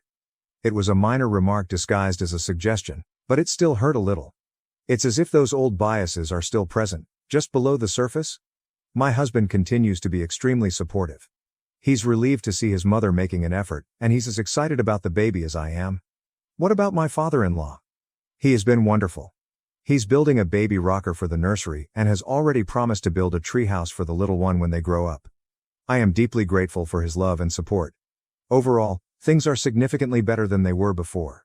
I'm optimistic about the future and hope that my relationship with my mother-in-law will continue to improve. I'm looking forward to a future full of love, and hopefully, no more drama. Everyone seems to be in a much better mood right now. We're very excited about our little one. My mother manipulated my fiancé into cheating with my brother. I exposed their lies, and now they're paying the price. My name is Stephen, 31, and I've been with my fiancée Lynn, 28 for 2 years. We've been engaged for 6 months. My younger brother Wesley, 29, lives around 15 minutes from us. Our mother, Nancy, 55, has always been intense, But she has recently been acting strangely with Lynn. It began with Mom making odd comments about Wesley's gym success or how some women simply need a more physically present male. I work 50 to 60 hours per week to provide for our future, and Wesley works as a personal trainer. Nothing wrong with it, but Mom treats him like he's a Greek god. Last month, I noticed Lynn acting differently during family dinners, more silent and checking her phone more frequently. I dismissed it as wedding planning stress. Things went horribly wrong yesterday. Mom invited Lynn over to discuss wedding plans while I was supposed to be at work. My crew finished early, so I decided to surprise them. I drove up to Mom's house and pushed open the window. I overheard everything. Mom was in full manipulation mode. "Lynn, honey, I'm telling you this because I care. Steven's just like his father, always working, never home. Wesley could give you the attention you deserve. He's asked about you, you know. He says he sees how lonely you are." Lynn's response made my blood turn cold. "Nancy, I don't know. Steven's been distant lately." Mom intervened. "He's the stronger man. You need a real husband. Someone who will be there, not just provide a paycheck. Wesley could give you that passionate life you deserve." I stood frozen. Lynn then stated something that shocked me. "Wesley has been texting me, nothing inappropriate." That was when I walked in. The expressions on their faces. Mom had the guts to smile as if she were doing me a favor. Lynn became white like a sheet. I did not yell. I did not need to. I simply looked at Mom and said, "So this is what wedding planning looks like?" Mom straightened up, feeling righteous. Someone had to say something. "You're never home, always at work." "Wesley," I cut her off. "Wesley this, Wesley that. Really funny how you never mentioned the 3 failed relationships he's had this year alone." Lynn attempted to explain. "Steven, it's not what you think." "Let me see your phone," I requested. There is no more sound. "If nothing is inappropriate, show me the texts." She gripped her phone closer. Mom started screaming about how I'm being controlling, how I don't trust Lynn, and how Wesley would never demand to see someone's phone. Rich, coming from the lady who reads her father's emails just to make sure. I walked out. Lynn followed me to the driveway, crying about how confused she was and how her mother had gotten into her head. She vowed to delete Wesley's phone number, as if it mattered nothing. I got home to find 6 missed calls from Wesley. He texted me, "We need to talk, bro." We sure do. Mom has been blowing up my phone all day. Obviously, being paranoid is costing me a nice woman. Dad also called, attempting to maintain the status quo as usual. "You know how your mother gets, son? She means well." Means well? She is actively attempting to set up my brother with my fiancé, and Lynn is sleeping in the guest room, claiming she wants space to ponder. Funny how that works. What is the worst part? My friend Patrick informed me that Wesley had been turning up at the coffee shop near Lynn's employment for weeks, coincidentally during her lunch hour. Very subtle, bro. I'm not playing their games. I'm not going to sit around waiting for any more innocent texts or coffee shop coincidences. I just received a missed call from Mom, which was most likely another lecture about how Wesley always made time for family or something. I'm going to sleep on the couch tonight. Tomorrow's going to be fascinating. Edit. Holy cow, this blew out. Thank you for your support. To answer some typical questions. Yes, we are in couples counseling. No, I didn't know about the texts until yesterday. Wesley is still blowing up my phone. I left him on red. Some of you considered this a hoax because no mother would do this. You're lucky to have normal parents. Lynn texted me that she'll be staying at her sister's apartment until things quiet down. Yes, it will help. Mom has already called twice this morning, have not responded. I'll provide an update once I've determined my next course of action. Right now, I need a drink and some sleep. Update 1. First and foremost, I'd like to thank everyone who supported my last post. I wish I had better news, but everything happened precisely as some of you expected. Sorry for the lengthy post, but I needed to get everything off my chest. Quick recap. I'm 31 and I noticed my mother, Nancy, 55, acting strangely around my fiancé, Lynn, 28, and making jokes about my brother, Wesley, 29, being more of a man than me. You warned me, and I should have listened sooner. The last 3 weeks have been horrible. Lynn began going out more, claiming girls' evenings every Thursday and occasionally Saturdays. I didn't think much of it until I realized she came home smelling like Wesley's terrible fragrance. You know the type, the one that every wannabe Instagram fitness dude uses. Last Thursday, she stated that she was going to see her friend Amber for cocktails. Something felt odd. She was dressed differently than usual and had been texting all day with a strange smile. I decided to drive past Wesley's apartment complex on my way to meet Patrick for our weekly Thursday gaming session. Call it intuition or anything, but her car was right there in the visiting area. I waited in my truck for about 20 minutes, feeling my blood pressure rising with every minute. Then I noticed them through his ground floor window. They sat on his couch, her head on his shoulder, watching something on his laptop. My own brother and my fiancé, looking as comfortable as can be. I am not proud of what happened next, but I am also not regretful. I marched straight up and knocked on his door. The look on their faces as they opened it, Wesley in his dumb compression shirt, Lynn in the things I got her for her birthday. I'll never forget this. How long, is all I asked. Lynn began crying, but not the guilty type, but the I got caught kind. Wesley attempted to walk between us, inflating his chest like he often does. Bro, we need to talk about this like adults. I cut him off. How long? 2 months, Lynn muttered. It just happened. You're always working late, and Wesley understands me better. I laughed. Actually, I laughed. Understand you better? The guy who still lives in a rented studio apartment at 29? The one who sells overpriced protein powder to college kids? That's when everything started to go wrong. Wesley tried to throw a punch. He was always a hothead. I grabbed his arm and shoved him back into his flat. Really, you, my fiancé, and then try to hit me? Real classy, bro. I called our mother right there on speakerphone. Do you want to know what she said? She genuinely chuckled and said, well, honey, I tried to tell you. Wesley's always been the stronger one. Lynn needs a real man, not someone who's going to bore her to death. Within a few hours, the family group chat had exploded. Wesley played the victim, alleging I threatened him. I did not. Lynn used the butterfly emoji to accompany a hazy Instagram tale about following your heart. My mother began calling everyone, weaving her version of events in which I was the evil person who drove Lynn away due to my workaholic tendencies. Dad is staying out of it, which is typical. My sister texted that she is appalled with all of them. The extended family is divided. Half believes I should man up and fight for my relationship with my unfaithful fiancé, while the other half has some sense. Lynn moved out yesterday, while I was at work. She took everything I ever gave her, as well as other things she didn't own. She left her ring on the kitchen counter with the remark, I never meant to hurt you. Classic. The kicker? Mom organized a family supper tonight. Guess who arrived together? Yes, Wesley and Lynn are holding hands like teenagers. Mom looked so proud. You'd think she had planned a royal wedding. I didn't go, of course. I sat at home, looking for all the indications I'd missed, the unexpected gym sessions, the new clothes, the way she'd turn her phone away when texting Wesley, showing up at family occasions he typically avoided, and Mom's frequent comparisons. Here's the thing, I'm not sad. I am not even angry anymore. I'm just finished. I'm over Wesley's phony alpha guy act.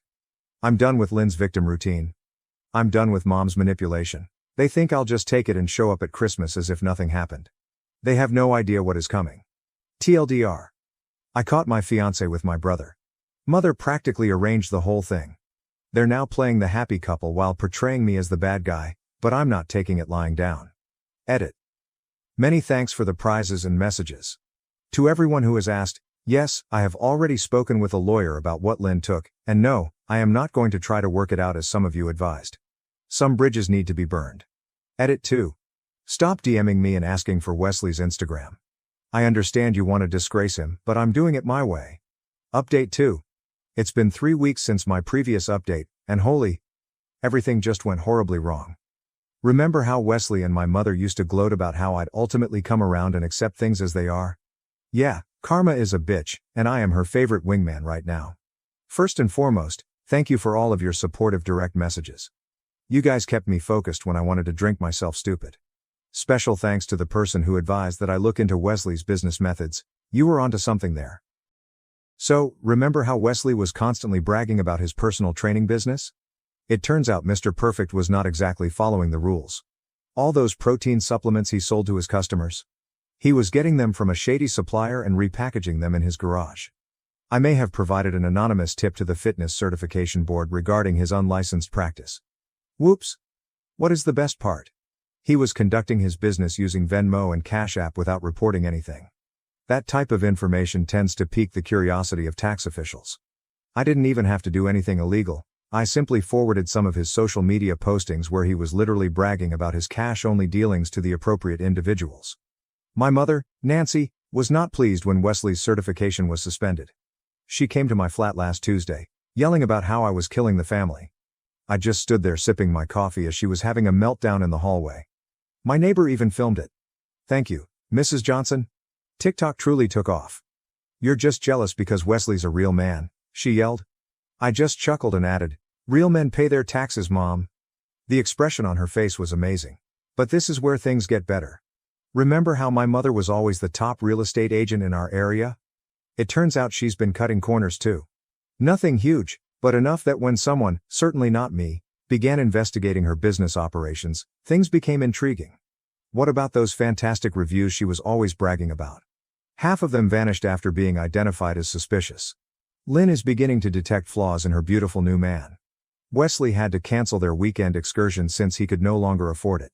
She tried to contact me through Patrick last week, stating she misses our conversations. Yes, right. Patrick told her that I was too preoccupied with my new promotion to care about her drama. Oh, did I mention I was promoted? It turns out that channeling your anger into work rather than drinking produces positive results. The rise is good, but the timing is even better. Wesley is having to move back in with our parents because he can no longer afford his apartment. The family is now separated. Half of them are not speaking to me, which is good because I didn't like those cousins in the first place. The other half continues to send me funny emojis whenever Wesley or Mom write cryptic Facebook statements about being strong in the face of critics.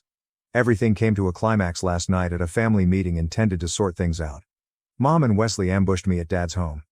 They attempted to guilt-trip me about family loyalty while Lynn sat there looking uncomfortable. I quickly brought out my phone and showed the video of Mom telling Lynn that Wesley was more manly than me. Dad had not seen that one before. His face changed from crimson to purple quite quickly. He requested Mom to go. This is the first time I've ever seen him stand up to her. Wesley tried to get in my face, saying I was sad for not fighting fairly. I simply smiled and asked him how his protein shake company was going. He swung at me, missed, and his face hit Dad's coffee table. He now has a shattered nose that matches his wounded ego. Lynn began crying, stating that this was not what she wanted. I simply shrugged and replied, "You made your bed. I hope it was worthwhile." I then went out, leaving Wesley bleeding on Dad's carpet. This morning, my phone was flooded with alerts. Wesley's certification board made their final verdict online, and he will be barred from personal training for at least 2 years. Mom's real estate broker fired her after additional complaints surfaced, and Lynn? She is informing everybody who will listen that she made a mistake. What is the best way to exact revenge? I am truly happier today. I got my own place, my job is doing well, and I've met someone new who values loyalty. Life is funny like that. TLDR. Brother and ex-fiancé believed they had won via cheating. Mom backed them. I played the long game, legally revealed their nefarious methods, and now they're all paying the price, while my life is better than ever. Edit. Holy cow, this blew out. RIP. Inbox. No, I will not post the TikTok video. I'm trying to maintain some privacy here. Edit 2. Stop asking for Lynn's social media. It's not cool, guys. Edit 3. Yes, Wesley attempted to swing at me. No, I did not press charges. His shattered nose and ruined reputation were enough. Finally, an update. Thank you to everyone for your support. It's been 2 months since my last update, and things have really escalated. Grab your popcorn, for Karma has finally arrived, and she's a stone-cold TLDR. Wesley's life crashed. Lynn crawled back. LOL, no. And my mother's idyllic little world disintegrated. Sometimes vengeance is simply watching others kill themselves. At 6 a.m., the phone started vibrating. Last Thursday. I ignored Wesley's first several calls, but by the time I got out of the shower, I had 19 missed calls from him, Lynn, and my mother. Didn't bother phoning back. I just prepared coffee and watched the show on Facebook. Remember how I described Wesley's supplement business in my previous post? It turns out the protein shakes he was selling were not quite legal. Someone, not me, anonymously informed the health department about his unlicensed company. They conducted a surprise check and discovered his garage filled with outdated supplements that he was repackaging as premium protein blends. What is the best part? He had been peddling this trash at his gym. When word spread, his clients began commenting about feeling sick. The gym promptly dismissed him. His personal training certificate? Gone. My mother used to brag about her affluent clients. It's all gone. But wait, things get better. Remember the electrical work Wesley did at Mom's office? The one she kept telling me to admire because your brother is so handy? It's interesting how the building inspector showed up after receiving images of unlawful electrical work. My mother's real estate office had to close for 2 weeks for emergency repairs. It cost her a fortune, and she failed to close 3 sales. I did not do anything wrong. I simply ensured that the appropriate individuals received the correct information at the right time. Lynn began to reconsider her upgrade when Wesley found himself unable to pay their flat any longer. She genuinely showed up at my house last week, weeping about how she had made a mistake. I told her I was busy. I was actually preparing for a date with Zoe, the new receptionist at my gym. Yes, Wesley's former gym. Petty? Maybe. Worth it? Absolutely. The real satisfaction came during Sunday's family meal. Mom insisted on these wee-wee meetings, using them to highlight her successful offspring. This time, I did turn up. First time since the separation. I brought Zoe. Mom almost choked when she saw us. Wesley and Lynn were also present, both of whom appeared unhappy. Wesley is wearing his old high school clothes since he cannot afford new ones. Lynn was trying to capture my attention, but I was too busy telling everyone about my promotion, supervisor position, company truck, the full thing. Mom tried to divert the subject, but Dad, who has finally grown a spine, kept inquiring about my job. Then Wesley lost it. He began yelling about how I had wrecked his life. Mom leaped in to defend her precious baby boy. I just sat there eating potatoes while Wesley had a meltdown. He even accused me of reporting him to everyone. Of course, we couldn't prove anything. I simply smiled and inquired whether he had tried the new protein shakes at the gym. I heard they were legit. Lynn attempted to play mediator, which was amusing. Steven, can't we all just get past this? Lynn, what are you moving past? Your decision to become a stronger man who now cannot afford Dollar General protein powder. Mom's real estate business is suffering. It turns out that when you lose your office for 2 weeks and are charged with health code breaches, people begin searching elsewhere. The gossip group she adored? They're having a field day with her handyman son and the expired supplement scandal. What about the cherry on top? Dad eventually spoke up. He told Mom he was weary of her playing favorites. He has been sleeping in the guest room and talks about taking some time to reflect. I did not have to throw a single punch or break any laws. I simply sat back and watched karma do her thing. Wesley's strength proved ineffective when his house of cards crumbled. Mom's beloved golden child is now the neighborhood joke, and Lynn, last I heard, is looking for teaching jobs in another district when parents at her school learned about the controversy. Me? Life is good. Zoe is great. She respects a man who works hard rather than just bragging about his protein shakes. The promotion came with a good raise, and best of all, I slept like a baby knowing that all I had to do was wait for their own deeds to catch up with them. Mom still calls occasionally, typically wailing about how I have pulled the family apart. I simply let it go to voicemail. Wesley attempted to connect on LinkedIn last week, denied. Lynn sent a lengthy email discussing closure. Unread messages were deleted. They desired a stronger man. They did get one, but it wasn't what they expected. Edit. Because people keep asking, yes, all of the reports and tips were entirely real. They were actually selling expired vitamins. The electrical work was clearly not up to code. I just made sure everyone noticed. I noticed a sudden change in my husband's behavior. He went from being deeply depressed to overly calm and happy, which seemed off. We are going through a really tough time right now and he's been really depressed. Well, he was until 3 days ago when all of a sudden he's all calm, happy. Like a switch flipped and he's absurdly calm, as if he wasn't sad before. It sent my alarm bells ringing, but I chalked it up to him just trying to get over his emotions. We live 15 minutes from a big university where both of our children, 21 and 19, attend. They came home randomly yesterday and I was caught off guard. They said their father requested them to come over because he wanted to give them something. He proceeded to give them 2 boxes full of their childhood memories. Teddy bears, photo albums, old toys, etc. It was so odd because they are in college and one lives in a dorm and the other lives in a college apartment with friends. It would make more sense for that stuff to stay here at the house. But he seemed so insistent on giving them these relics from the past and seemed overly happy to do so. Today he stayed home from work. I work part-time and didn't have work today. He's been cleaning all day. He's always helped clean up, but today he's doing a deep clean, which is something he usually dreads doing. I'm worried. I don't know what this mood switch is and I don't even know what to search on Google. It seems like normal stuff, but I know him and this is definitely not normal, especially the suddenness. Does anyone know what could be happening? Has this happened to anybody else? Update, 1 day later. I want to thank everyone who commented. I only had 45 comments when I decided to talk to my husband and hadn't been on Reddit since, so coming on and seeing 300 plus comments is overwhelming.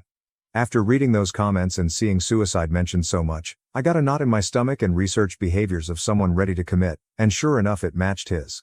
I got so mad at myself for being so ignorant to behaviors of mental health crises. I went to talk to him and told him I love him so much and that if he was planning to do something to himself that he didn't have to and that I'd help him with anything. I said much more in a more loving way. He then broke down crying. Guys, I've only seen this man cry once, and that was his father's funeral, and even that was just a few tears. This was more of a cry. Full-on breakdown. I held him and we both cried. He told me that he was broken and didn't feel like he could go on and that we'd be better off without him. I vehemently told him that he was absolutely wrong and that we'd be destroyed without him. We talked for hours and I asked for his permission to call his sister, who is the only person outside of our immediate family that he trusts fully. She came over and we all talked for a while.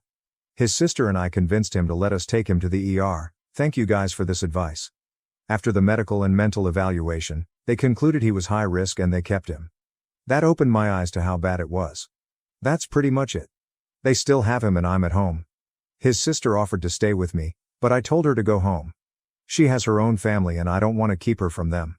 I don't know what to tell our kids or even I should tell them. I'm lost and worried and just want to help my husband. Comments. Comment 1. You are an absolutely amazing human and wife. Do not assume you should have known. Most of us never even think of suicide as a real thing until it's presented like this. You did the most absolutely right thing by noticing signs and reaching to us. I'm so freaking proud of you. I know it's a lot to carry. You will go through waves of emotion. Please consider popping into a counselor just to talk it out. You will want to be strong for him, but you are human too and this is heavy. Comment 2, very well written. I second this about a counselor or therapist. Although we have to be strong for them, sometimes it is hard to carry and there is nothing wrong with reaching out for any type of crutch during hard times. Comment 3, this post makes my day. I am so happy you got him help. You were able to do the thing that I wish I or someone else had been able to do for my friend. As for you children, you have to keep it age appropriate. With my 10-year-old I tell them my friend was sick and he died and I miss him. With my wife, she knows the whole story. Truth is good for any relationship. Secrets kill. If your kids are older, tell them their dad is struggling with his mental health and you're getting him help. OOP. Our kids are in college so I can be more blunt about it. I'm more worried about if my husband wants them to know, you know? I wouldn't want to divulge this info to them if he didn't want to. Maybe I'm overthinking. My mind is all over the place currently. Comment 4, I would not. He's trusted you, don't abuse that trust right now. It's delicate. He gave you permission for his sister. Let the dust settle right now. Talk to a counselor, tell them together if needed later. But this is a delicate time right now with your husband and his trust in the world. Ope. This is how I'm learning. This is such a vulnerable time for him. I don't want to let them know until I know he's okay with it. After 5 years and an engagement, my fiancé's hurtful comment and doubts about marriage ended our relationship. This morning, his mother called me in tears. Dominic and I have been dating for little over 5 years, and we have been engaged for the past 8 months. We met at a housewarming party through mutual acquaintances, just two folks who got along because they disliked IPAs and liked 90s cartoons. After dating for a year, moving in after 2, adopting Beans at 3, and getting engaged last summer, our relationship progressed. Simple proposal, Saturday morning hike to our favorite vista, where he eagerly removed the ring box from his pocket. Yes, I said. We quickly chose October and have been preparing everything, mostly me while he nods. Dominic started making odd statements while arranging our wedding 3 months ago. Uncertain, not negative. When I showed him various places, he'd say, "That's a lot of money for just one day," or, "Do we really need to invite all those people?" I ignored it as male behavior or economic concerns. Later, my wedding texts were answered late. When I sent him caterer options, he'd reply hours later with "looks fine," or "whatever you want." When I asked if everything was well, he'd say he was busy at work, his construction company had some big projects. Last month, he spent more time with coworker Paul. They had beers or watched games at Paul's house after work. Again, nothing special, but more often. He seemed distant when he got home, checking his phone more and paying less attention. I tried to tell my best friend, Lena. She suggested a date night to bond over pre-wedding worries. Last Friday, I made reservations at a new Italian restaurant downtown, wore a nice dress, not something fancy, just something I hadn't worn in a while, and bought Dominic's favorite beer to keep in the fridge. Date night failed. He barely spoke during supper. He revealed that he wasn't sure he was ready when I mentioned finalizing our honeymoon plans. Everything, from honeymoon to wedding and marriage. Shocked. He was uncertain after 5 years together and 8 months engaged. He recalled talking to Paul about how marriage changes things and mentioned Paul's brother's terrible divorce when I asked. As the conversation grew, I tried not to make a noise in the restaurant while feeling like my life was falling apart. We barely touched our entree. Silence and tension permeated the ride home. He avoided talking at our apartment, saying he wanted time to think before sleeping on the couch. The next morning was awful. We navigated a shared Airbnb like strangers. He suggested lunch with Paul and coworkers in downtown sports bar The Rusty Nail and watch the game. Too emotionally exhausted to protest. A few hours later, Lena called to tell me to leave the flat. We had coffee, and I unpacked everything. Lena listened intently, suggesting Dominic was worried about the wedding. I usually decompress by wandering Target after coffee. I bought useless throw pillows and shampoo because retail therapy is therapy, right? By early evening, I was relaxed and went home. Kyler, Dominic's coworker whom I met at the business Christmas party, texted me as I drove into our apartment complex. The message inquired about my well-being and noted that the Rusty Nail had gotten strange. I called Kyler instead of messaging. He was initially hesitant to talk, but after some coaxing, he did. The boys had been bugging Dominic about wedding plans, and when Paul asked if he was ready to be with one woman forever, Dominic expressed doubts. Dominic, evidently drunk, said, "If you were prettier, I'd be more excited about marrying you." Paul asked him what was holding him back, and Dominic laughed. Kyler told me he and other guys confronted Dominic about the comment, but Dominic got defensive and said they couldn't take a joke. I cried for 20 minutes in my car after that call. The man I loved for 5 years, whom I believe loved me, joked about my appearance as a reason he wasn't ready to marry me. Dominic was asleep on the couch as I entered, still in his clothes. The place reeked of old beer. I locked beans in the bedroom. I smelled Dominic's apology meal, coffee and bacon on Sunday morning. He looked hungover and sheepish, like food would fix everything. I told him what Kyler told me, and his face dropped.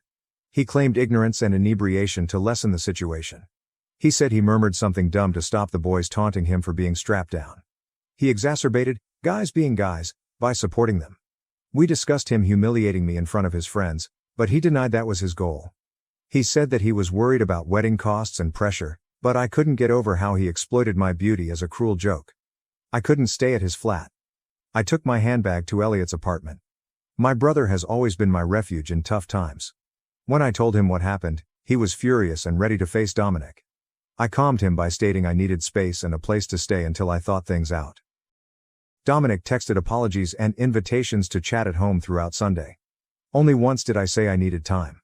I phoned in sick on Monday because I couldn't handle taking dentist office calls while pretending everything was fine. About 9 a.m., Valerie, Dominic's mother, called Monday morning. We've always gotten along, and she's been more supportive than my mother, who lives in Florida with husband number 3. She seemed agitated, saying Dominic had called her the night before and I needed to know something. She asked if we could meet somewhere to chat. So I'm waiting in my car outside the coffee shop where I'm supposed to meet Valerie in 15 minutes, wondering what else to know and if my 5-year relationship is over. I never thought I'd write this. I keep looking at my engagement ring, wondering whether I should have expected this. Was I wrong, or did things shift so fast? Should I follow Valerie? How could she say anything to fix this? First, I'd like to thank everyone for their overwhelming support of my initial piece. I wasn't expecting thousands of comments. I tried to read as many as I could between weeping bouts and stress-eating emergency Oreos from my brother's pantry. I met Valerie, Dominic's mother, and I'll discuss it at the end of this update. So much has happened in the past 2 days, and I'm still processing everything. I called in sick again after publishing on Monday. I had just 2 sick days in the preceding year and sounded like death on the phone, but my supervisor was nice. I spent most of the morning in Elliot's spare room, storage closet, reading your comments and organizing my thoughts. At lunchtime, Lena brought sandwiches from a deli near her hospital. Despite not eating since Sunday, I forced myself to consume a few bites. Lena softly reminded me I couldn't ignore Dominic forever. We lived together, shared accounts, and had to talk. She was right, I couldn't stay at my brother's place forever, especially since Elliot's girlfriend was coming over for dinner. I didn't want to be Taco Tuesday's sad third wheel. I took a shower, grabbed one of Elliot's hoodies, don't judge, it felt wonderful, and drove home after Lena left. I practiced my speech the whole time. I would remain calm, adult, and receive answers without yelling or crying. Dominic's truck was in our parking spot when I pulled in. He should have worked. My stomach knotted as I approached our second-floor apartment steps. I opened the door to find him on the couch in sweatpants, looking exhausted, surrounded by wedding planning binders I'd made over the last 8 months. Little Trader Bean snuggled with him. He was surprised and relieved to see me and stated he was taking personal time off. He was probably reviewing all the wedding preparations to figure out how he bungled it so badly. I stood by the door, not ready to sit next to him, and told him that wedding plans wouldn't change his mind. We had a long, difficult conversation. He apologized again for the bar comment, calling it terrible and not believing it. He said he was trying to appear cool in front of his buddies when I asked why he would say something he didn't believe, which made me even angrier. Before the bar incident, I reminded him during dinner that he had misgivings about our wedding even when sober. He admitted to being anxious about a late work assignment, Paul's marriage horror stories, and our wedding money. He didn't tell me his problems until they exploded in the worst way. As we talked, he revealed a new fear: becoming his father. Dominic rarely talked about his father, who left him at 12 after having an affair with a coworker and moving to Arizona to start a new life. Dominic had always said it didn't bother him, but he now admits he was worried about a genetic predisposition to cheat or abandon his family. I explained that he was not his father and that genetics do not affect relationships. His comment was telling. He wondered if he could pledge eternity when it seemed impossible from his childhood. He hesitated to say he had spoken with Kyler when I asked if he had told anyone else. Since Kyler joined the group, they had become closer, and Kyler had relationship troubles. This explained why Kyler called me about the bar incident. He knew Dominic's concerns. When I asked Dominic about his problems, the conversation soured. He was honest. He was scared, anxious, and unsure about marriage while loving me. He said he kept thinking about how his parents were happy until they weren't and didn't want to put us in that situation. I wondered why he hadn't spoken up sooner. He said he was afraid I wouldn't think he loved me enough. I saw the irony. Hiding his anxieties created the situation he wanted to avoid. I inquired if his joke about my appearance was a genuine lack of interest, and he said he'd always thought I was gorgeous. He mentioned our first meeting at the housewarming party and my green sweater and his terrible beer pong skills. He said he made the comment out of insecurity and a desire to look in control in front of his friends rather than stuck. I asked a crucial question as we talked. Were his doubts against marriage in general or just marrying me? His sluggish response told me everything. He finally admitted that he was worried about marriage and commitment but also about our long-term compatibility. This hurt more than comments about my beauty. He was still unclear if we were compatible after 5 years. He explained how we had evolved since our early 20s. My increased need for preparation versus spontaneity and his abandoned hopes of launching a business. He asked if we had grown closer or apart, even though I told him partnerships change. I was emotionally weary by then. I told him I needed time to think about his public humiliation, secret fears, and now our compatibility anxiety. He told us to try therapy or couples counseling, but I insisted on separation. He noticed my phone vibrating as I packed more clothes. I found 3 Valerie missed calls. With everything going on, I forgot about our coffee date. Dominic looked worried after I mentioned this. My mother called crying the morning before, stating she needed to talk about something urgent. After calling her Sunday night, he replied clearly. When I asked what he told her, he was pale and reluctant to look at me. He made vague references to their fight and his doubts, but I was dubious. When pressed, he said he couldn't explain and suggested I ask his mother. I called Valerie after leaving. She reacted instantly, worried I hadn't attended our meeting. I replied I was with Dominic at the flat. She requested that we meet promptly since she had important news. Her voice seemed strange when I mentioned being with Dominic, which reinforced my fears that I was missing something essential. After agreeing to meet Valerie in 30 minutes, I asked Dominic what his mother knew that I didn't. Remorse and resignation filled his face when he looked up. He said he should have told me anything and suggested I go to his mother, promising to leave when I returned. I rapidly packed a week's worth of clothes, toiletries, and my laptop. Dominic told me he loved me at the door, but I said love isn't enough. Karina, Dominic's sister, called me on my way to Valerie. She was worried about Dominic and me after hearing from Paul about the bar situation and seeing that Dominic wasn't responding to her texts when their mother was unhappy. Karina looked surprised when I told her I was meeting Valerie and asked if it was about Maria. Name struck me like a truck. What about Maria? Karina's horror and hasty retreat suggested she had accidentally revealed something significant. She apologized and recommended me to listen to Valerie, but refused to elaborate despite subsequent attempts. Valerie was waiting at a window table when I entered the coffee shop parking lot. She had red, puffy eyes. I thought what she would say would change everything. My phone buzzed with a text as I reached her table. Dominic said, "Whatever my mom tells you, please remember that I do love you. I just got scared and made terrible mistakes. I'll understand if you can't forgive me." I put my phone away, breathed deeply, and sat across from Valerie. Second update. Thanks for supporting my earlier posts. Reading your comments is comforting and overwhelming. Many of them have gone unanswered, but I read them and appreciate the advice. Lena's flat is my new writing spot. I hated returning to Elliot's or our apartment after meeting Valerie yesterday. Lena's pull-out couch is slightly cozier than Elliot's storage room futon. Pepper, her cat, doesn't mind me bawling over my oatmeal at 2 a.m. The Valerie appointment. Where do I start? The coffee shop was packed on Tuesday afternoon.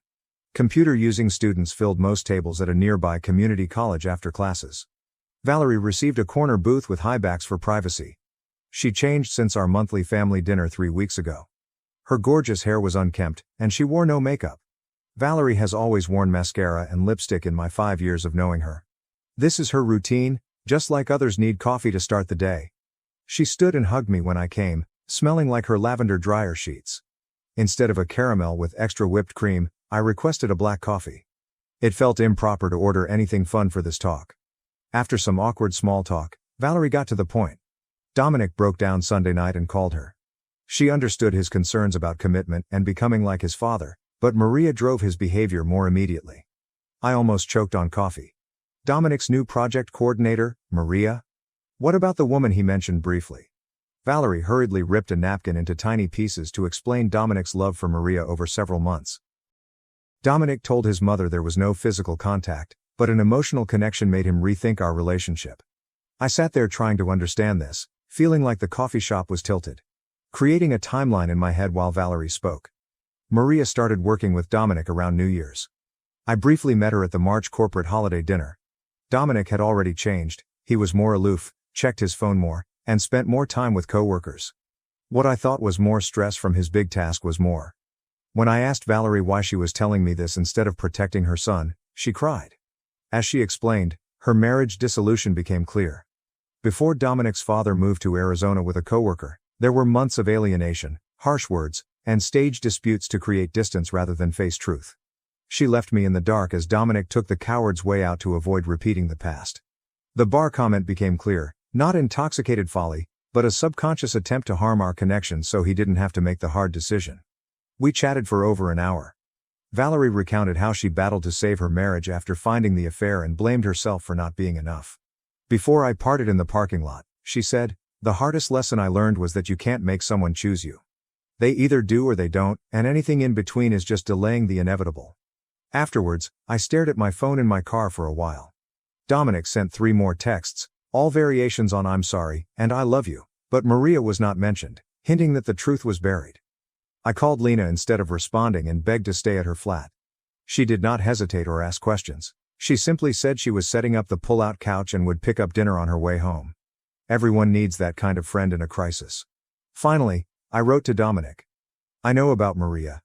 Don't contact me again until you're ready to tell me the complete truth. I'll be collecting more of my things tomorrow while you're at work." I blocked his phone number for the night. I wanted time to think without his explanations. On her way to Lena's, Karina called. Valerie had overheard Dominic and Paul discussing the matter last Thursday. The chat confirmed and expanded on her information. She made her brother pledge to tell me the truth after the weekend. He had broken his promise. Karina's unwavering support amazed me most. Despite being Dominic's sister, she supported me. My relief was profound. I was worried about losing Dominic and his family, who had become like family to me. Lena's flat was perfect that night, a neutral space where I could exist without explanation. Dining on the living room floor. Her coffee table was covered in online class papers as we watched a baking competition we didn't understand. Its simple normalcy saved me during my emotional turmoil. I used my phone to relive 5 years of vacations, holidays, and everyday selfies with Dominic after Lena went to bed. Our engagement photos showed us smiling like lottery winners.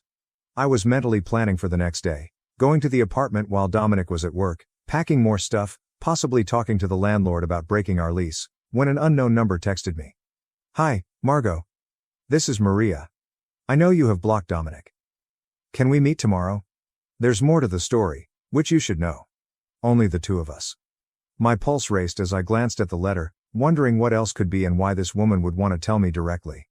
I scribbled a response after what seemed like an hour but was actually minutes. Where and when? Third update. First and foremost, I want to thank everyone for their overwhelming support in my previous posts. Your comments have helped me through restless nights more than you realize. Yes, I'm alive. Sometimes are easier. My visit with Maria went differently than expected. Probably impartial, we met at a little brunch establishment near the park. She was nervously checking her phone when I arrived. She seemed less polished and more human than at the corporate party. Her ponytail was messy, and she wore little makeup. Her unease caught my attention immediately. Shouldn't she have been more confident if she got involved with my fiancé emotionally? She kept fiddling with her coffee cup, avoiding eye contact. The talk presented two major surprises. First, Maria didn't know Dominic liked her until Paul casually mentioned it last week. She said she and Dominic worked on a project together, occasionally texting after hours but never violating limits. According to her, she never flirted with him or promoted anything other than friendship. She showed me their work-related messaging history and the occasional meme, nothing romantic or inappropriate. She had a 3-year boyfriend who occasionally joined them for happy hours. The second insight affected Paul. He was apparently intentionally causing trouble. Maria overheard him at work encouraging Dominic to consider his options before settling down, calling her someone who gets Dominic better than I do. She explained that Paul had been telling everyone at work that Dominic was having second thoughts about the wedding, joking about him being trapped and missing out on his freedom. After our meeting, I felt unusually peaceful. Maria wasn't the monster I expected. She was a victim of Dominic's manipulation and frailty. Before leaving, she said, "You seem like someone who understands their worth. Don't let anyone make you doubt it." My perspective and tactics changed after the encounter. The focus shifted from Dominic and me to Paul's detrimental influence, Dominic's family, and my role in this. I emailed Karina later to organize a neutral family gathering at her place because I wasn't ready to be alone with Dominic. She agreed fast. I remember yesterday's lunch. Her small yet pleasant flat was organized by Karina. She ordered simple pasta and salad from the Italian restaurant near her building. Valerie arrived first, then Paul. He attended because Karina insisted, and Dominic, who looked exhausted, did too. First 20 minutes were terrible. We ate pasta at Karina's dining table, talking about the weather and her new coffee table. The elephant in the room was almost eating our meal, but no one wanted to confess it. Finally, Valerie broke the silence by reiterating that we were there to face what had happened and find a solution, not to socialize. That opened the floodgates. I told Paul all I learnt from Maria, watching Paul's expression. The uncertainty and defensiveness in his face said it all. He tried to help his friend, but Karina cut him off immediately. Dominic sat calmly, staring at his unturned pasta. He confessed that Maria had been pleasant, but he had twisted it out of fear of becoming his father. Valerie recoiled at that comment. Dominic seemed embarrassed when I told the joke at the bar. He said it was his cowardice, not Maria. Paul was teasing him about being whipped, so he shouted something mean to appear cool. Dominic says my appearance never mattered. Paul dismissed it as guy talk, but Karina reminded everyone that Dominic and I were getting married in 3 months. That simple comment, a reminder of our fast-approaching wedding, hit me hard. After sending save the dates and paying deposits, my dress was hanging in Lena's spare closet for final modifications. I subtly remarked that I no longer believed the wedding would happen. The room quieted. Dominic began to protest, but I stopped him. He stated he spent the week trying to figure out how we got here. I realized it wasn't simply Maria, that joke, or Paul's harm. Dominic was dishonest with me and himself. I said that I had ignored his lack of interest in wedding arrangements, his increased time with Paul, and his emotional isolation for months. I made excuses because it was easier than facing the truth, but I deserved someone who believed in me and didn't need a family intervention to figure out their feelings. Valerie and Karina said shut up, when Paul made a snarky remark about my drama. Dominic said he loved me but was frightened of messing up. He already had, I said. We talked for hours. There were tears, yelling, especially between Karina and Paul, and hard truths. Old wounds reopened and new ones formed. When everyone was emotionally exhausted at midnight, we had to cancel the wedding. Our 5-year romance ended. Not a fight or a dramatic exit, just a sense that something fundamental had broken between us. Trust. It might be rebuilt someday, but not for an October wedding, not with Maria still working at Dominic's company, and not with that joke lingering. Karina brought me back to Lena's and said my relationship with her and Valerie hadn't altered. She stated I was still family despite Dominic's actions. After returning to Lena's apartment, I sat on the pull-out couch in the dark, realizing that 5 years had passed, the wedding had been cancelled, and the future was unknown. Didn't cry right away. I made a list on my phone's notes app. Call the venue to cancel, the deposit is likely gone, return the ring, contact guests, relocate out of the apartment, change relationship status on social media. Past 2 a.m. Shuffled out of her bedroom, Lena. She heard me enter and checked on me. She sat beside me in the pull-out and threw her arm around my shoulders as I told her the wedding was off. We sat like that till daylight, not talking and just living in my new craziness.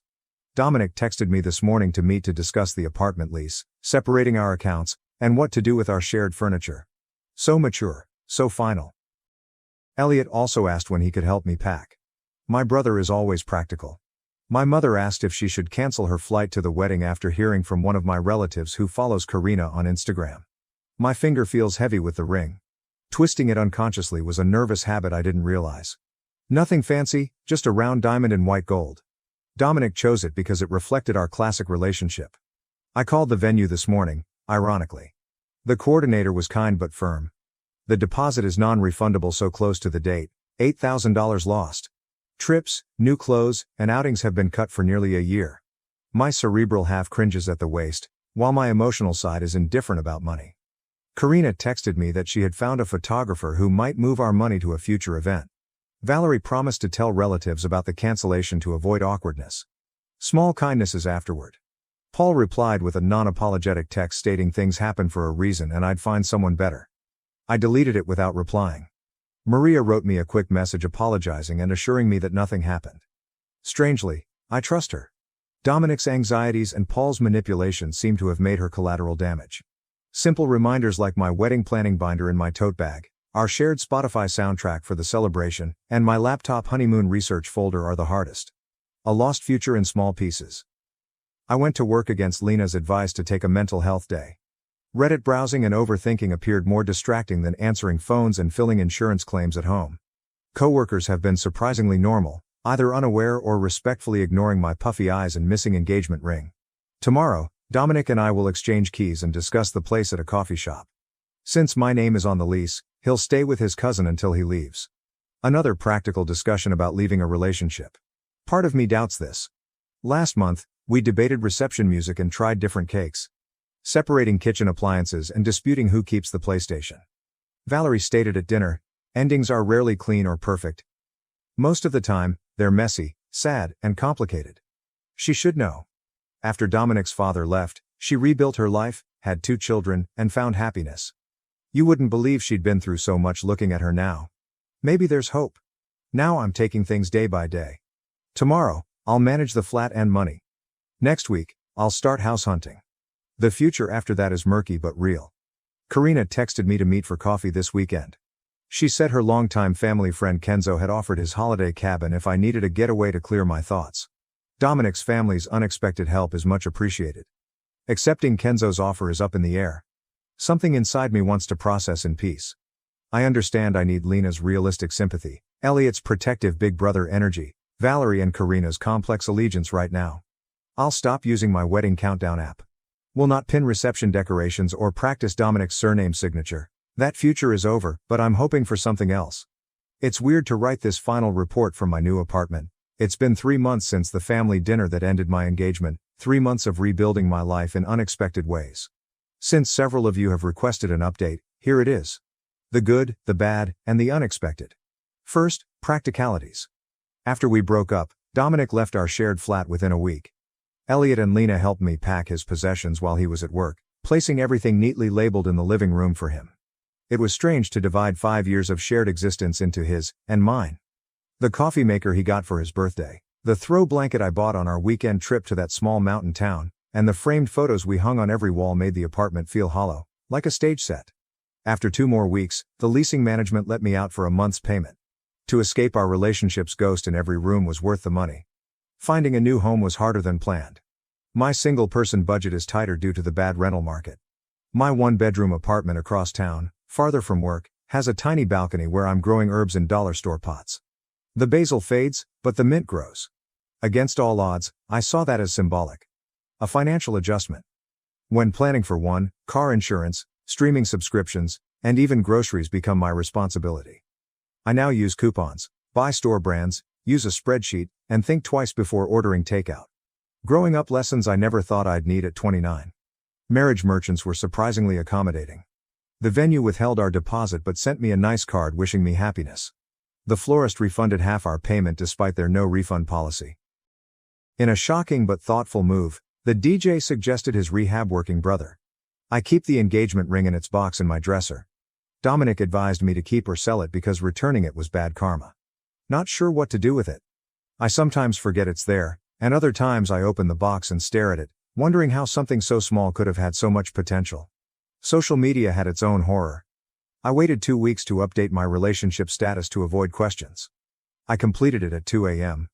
On a Tuesday, well-meaning friends asked, "What happened?" Distant relatives prayed, and former classmates I hadn't spoken to in years suddenly entered my direct conversations with phony fear that felt like interest. I wrote a brief, ambiguous comment about mutual decisions and requested privacy, then turned off notifications and threw my phone across the couch.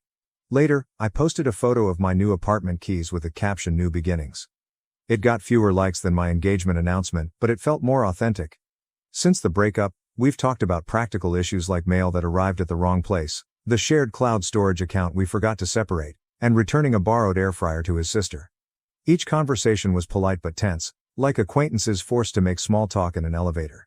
He still works for the same job, is friends with Paul, though Karina says they had a falling out recently, and Dominic contacted me last month and asked if we could meet. We hadn't seen each other since the key exchange at the apartment, and I was curious about his goals. We met in a coffee shop near my new apartment, as Lena half-jokingly suggested. He was leaner, had larger circles under his eyes, and wore a shirt I didn't recognize. After 10 minutes of stiff small talk about work and the weather, he took out a journal and said, "I've been seeing someone." And my heart stuttered before he said, "A therapist." The notebook was part of his therapy, daily reflections on patterns and habits he wanted to change. He'd been reflecting on his relationship with his father, his friendship with Paul, and how he treated me. He didn't ask for forgiveness or recon. "I should have done this years ago," he said. "Maybe things would have been different." He was the most self-aware I'd ever seen, and I hoped treatment would help him, not for my sake, that ship has sailed, but because carrying so much unresolved familial pain was exhausting. "I'm glad," he said. They need good people in their lives. One of the oddest parts of this separation has been keeping in touch with Dominic's family. Valerie texts me weekly, usually with hilarious memes or garden updates. Karina and I get breakfast every other Sunday at this small cafe midway between our apartments. I'd like to think this tragedy has given me a profound awakening, allowing me to rediscover myself. Some days, I feel emancipated, relieved that I didn't marry someone who could harm me so carelessly. Other days, when my hot water heater breaks or I can't reach something on the high shelf Dominic would have retrieved for me, I miss the practical benefits of collaboration. I've also started therapy, not because of the breakup, but because it made me realize how much I compromised myself in that relationship, how many red flags I'd ignored because they were wrapped in familiarity, and how much of myself I'd sacrificed to accommodate Dominic's needs and insecurities. My therapist suggested I restore some of my lost self. Dating again seems far off, even though my coworkers have started suggesting I meet this great guy they know. I'm still learning how to be comfortable in my own company. The most unexpected resulted from canceling our honeymoon. We'd planned a 10-day trip to the coast and rented a little home with a veranda overlooking the water. Then Lena suggested something radical. "Go on the trip alone." "You've never traveled alone," she said. "Maybe it's time." 10 days alone in a lovely home designed for two sounded like the start of a tragic indie film, but the more I thought about it, the more appealing it seemed. I could wake up whenever I wanted, explore without limits, and read a book in one sitting. So I'm going to a honeymoon cabin alone next week. I've packed 3 paperbacks, downloaded several podcasts, and bought a new bikini for comfort rather than appearance. My mother thinks I'm crazy. Elliot offered to come with me, but I declined. Karina suggested I use a dating app to see who's out there. Perhaps, but probably not. I went grocery shopping the other day when our song played over the store's speakers. 3 months ago, I would have hidden in the frozen food department, holding back tears. This time, I felt only a faint ache, like if I was pressing on a bruise that had mostly healed. Progress, not perfection. I'll be honest, my new apartment's shower has unusual temperature fluctuations. I killed another basil plant yesterday, and I still occasionally text Dominic about something funny before realizing we don't do that anymore. My wife called me, just a roommate. dismissing our marriage. But when I discovered her cheating, I made her leave the house for good. Hello everyone, before we begin today's video, I need your help. We've noticed that the channel is losing traction, and subscribing is one of the best ways you can help us. It's simple, free, and allows us to keep bringing you great content. Your support means everything. Let us keep this channel growing collectively. Thank you very much. Now, let's begin the video. Okay, so I, 30 million, need to get this off my chest because things have completely gone wrong with my wife, Melissa, 28F. We've been married for 3 years and together for nearly 6. We first met in this bar through mutual friends. She wasn't supermodel hot, but she was obviously lovely and exuded a confident air that drew me in immediately. We hit it off, exchanged numbers, and began dating a few weeks later. The first couple years were actually pretty fantastic. We went on weekend getaways and met each other's families, as couples do. Her parents were a little standoffish, but whatever. We moved in together after a year. I proposed on our 2-year anniversary, and we married around 8 months later in a simple ceremony with family and close friends. I purchased a home around 6 months before the wedding. My name appears on everything since I paid the down payment with money I saved by working my ass off. For the first year of marriage, everything was well. We'd both come home from work, cook dinner together, and watch television, normal stuff. We discussed having children in a few years, but looking back, I noticed that things began to change around the 2nd year of our marriage. Melissa began to focus more on her work. She works in marketing and has started staying later at work, attending networking events, and spending less time at home. I was supportive because I thought it was good for her career. I took on extra domestic tasks so she could focus on her work. I also started paying most of the bills because she stated that she wanted to advance her job before focusing on money. It started out little, with her canceling our date evenings at the last minute due to work. She was constantly on her phone, even while we were meant to be spending time together. If I brought it up, she'd become defensive and suggest I wasn't supporting her profession. So I backed off. We stopped doing activities together on weekends. She was either too exhausted from work or had unexpected brunches and shopping outings with her pals, which I was not invited to. I began to feel as if we were simply existing in the same area without truly connecting. She told me a few months ago that her buddy group was planning a meal at a new restaurant downtown and invited me. I was genuinely surprised. She hadn't invited me to anything with her pals in months. I wasn't very excited because her buddies are largely marketing public relations professionals who only discuss work turmoil and gossip about people I don't know. But I assumed this was her way of including me more, so I went. We arrived at the restaurant and there were around 8 people in total. Melissa, me, and 6 of her friends.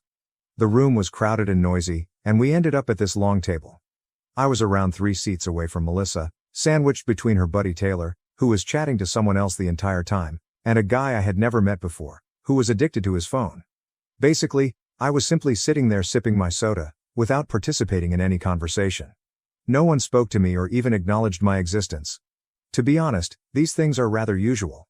I was used to being the unseen husband by this point. I was spacing out, thinking about a job at work, when Melissa's friend Caitlin inquired, "So, how's married life treating you these days?"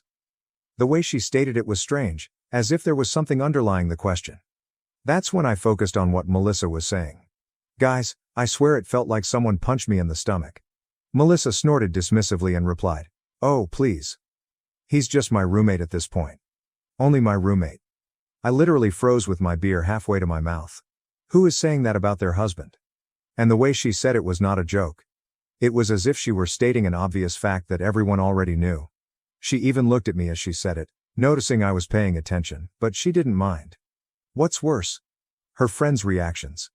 They all laughed and nodded as if everything was perfectly normal. One of them even said, "Don't all husbands eventually become glorified roommates?" They all cracked up even more.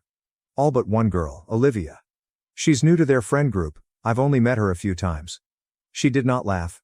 Instead, she gave me a sympathetic gaze. At least one person in this group had a soul, I suppose.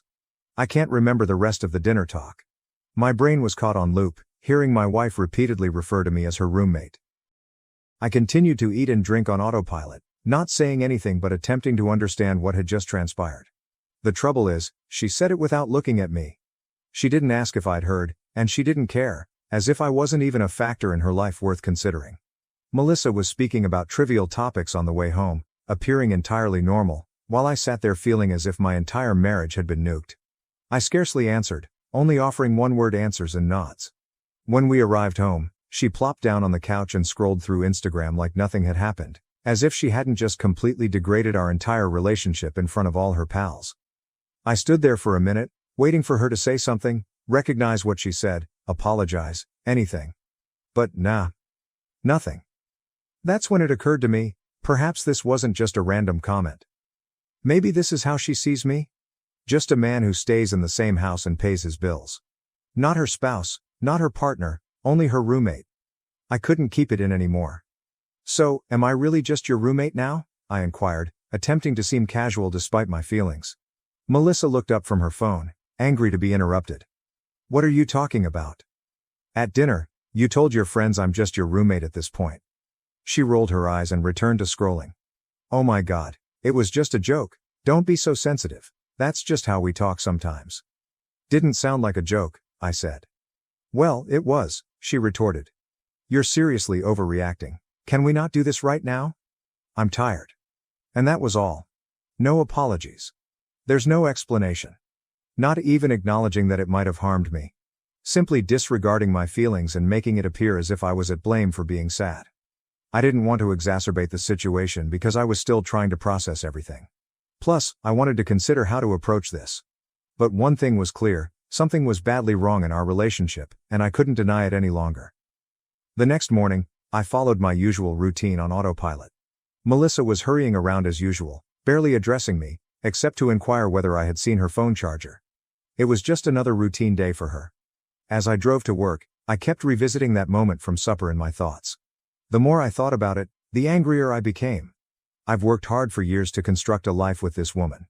I purchased the house we live in. I pay the majority of the bills. I've been assisting her career by taking on additional domestic tasks.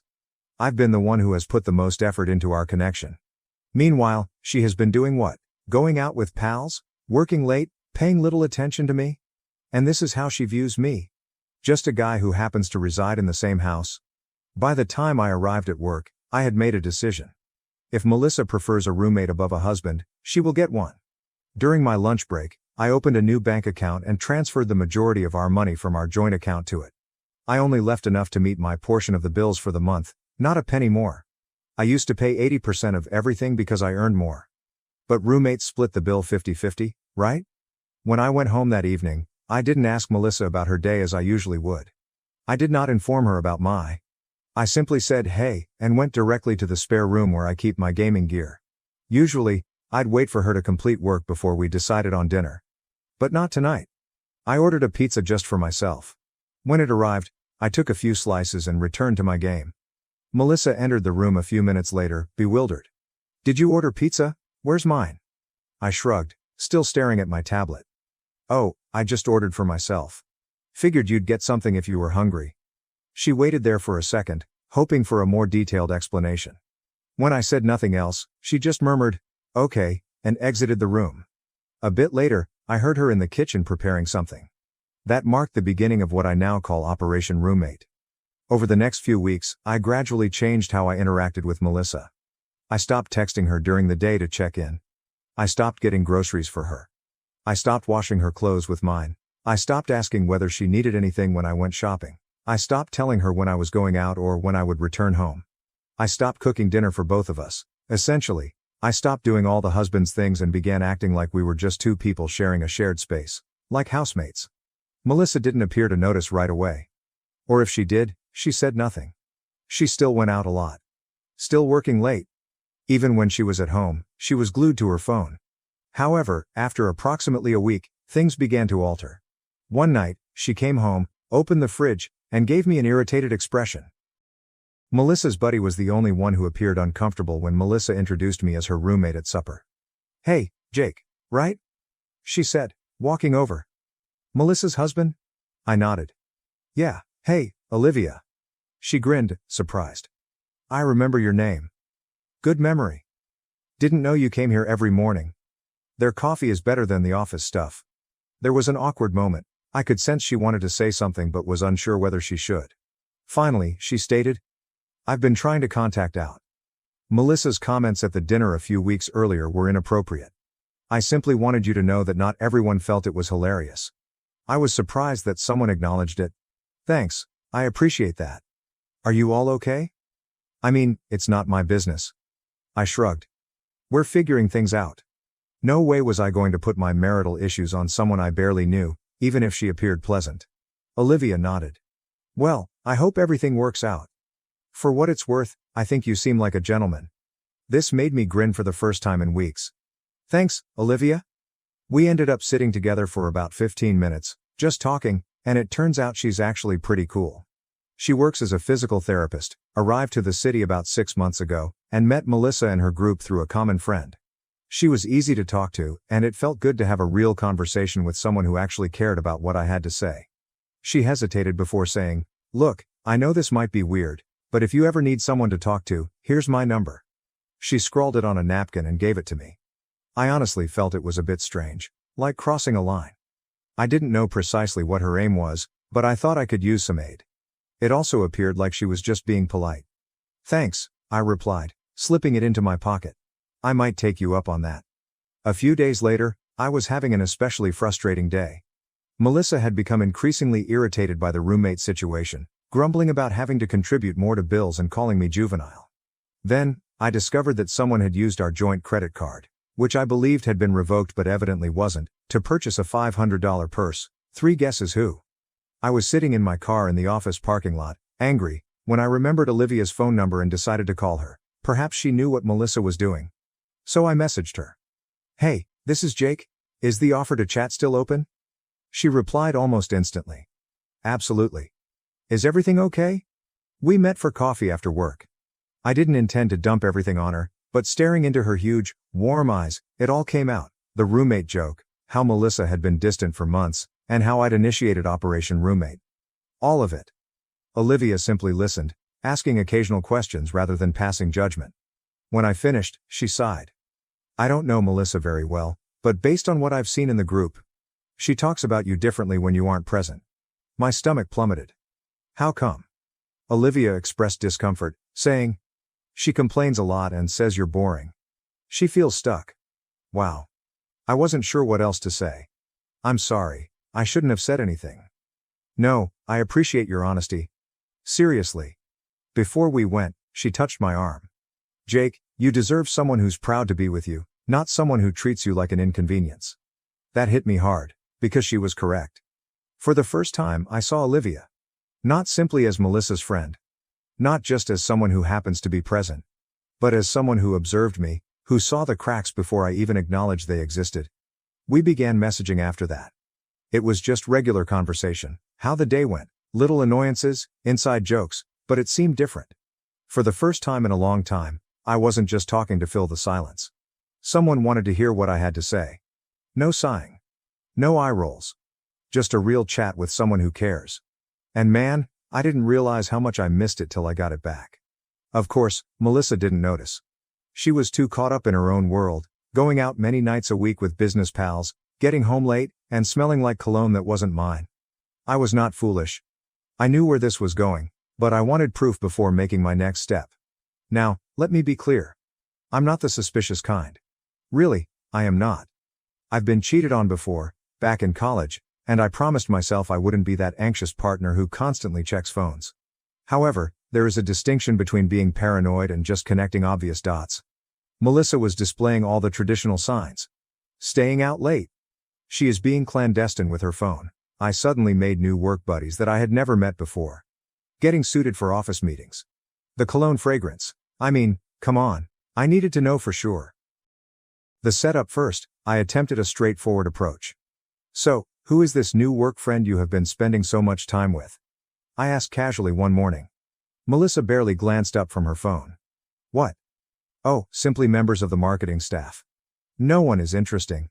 Seems like you're with them a lot lately." She rolled her eyes. "What are you doing with my schedule now?" She then smirked and created air quotes with her fingers. "I thought we were only roommates." I merely shrugged and walked away. "Just making conversation," I said. It was clear that the straight approach would not work. So I made a decision that some people may condemn me for. But, whatever. I purchased an AirTag. If you're unfamiliar with the term, it refers to a little tracking gadget manufactured by Apple. You're intended to use it to find your keys or baggage, but people also use it for other purposes. I waited for a morning when Melissa was still asleep. Her automobile keys were on the counter, as usual.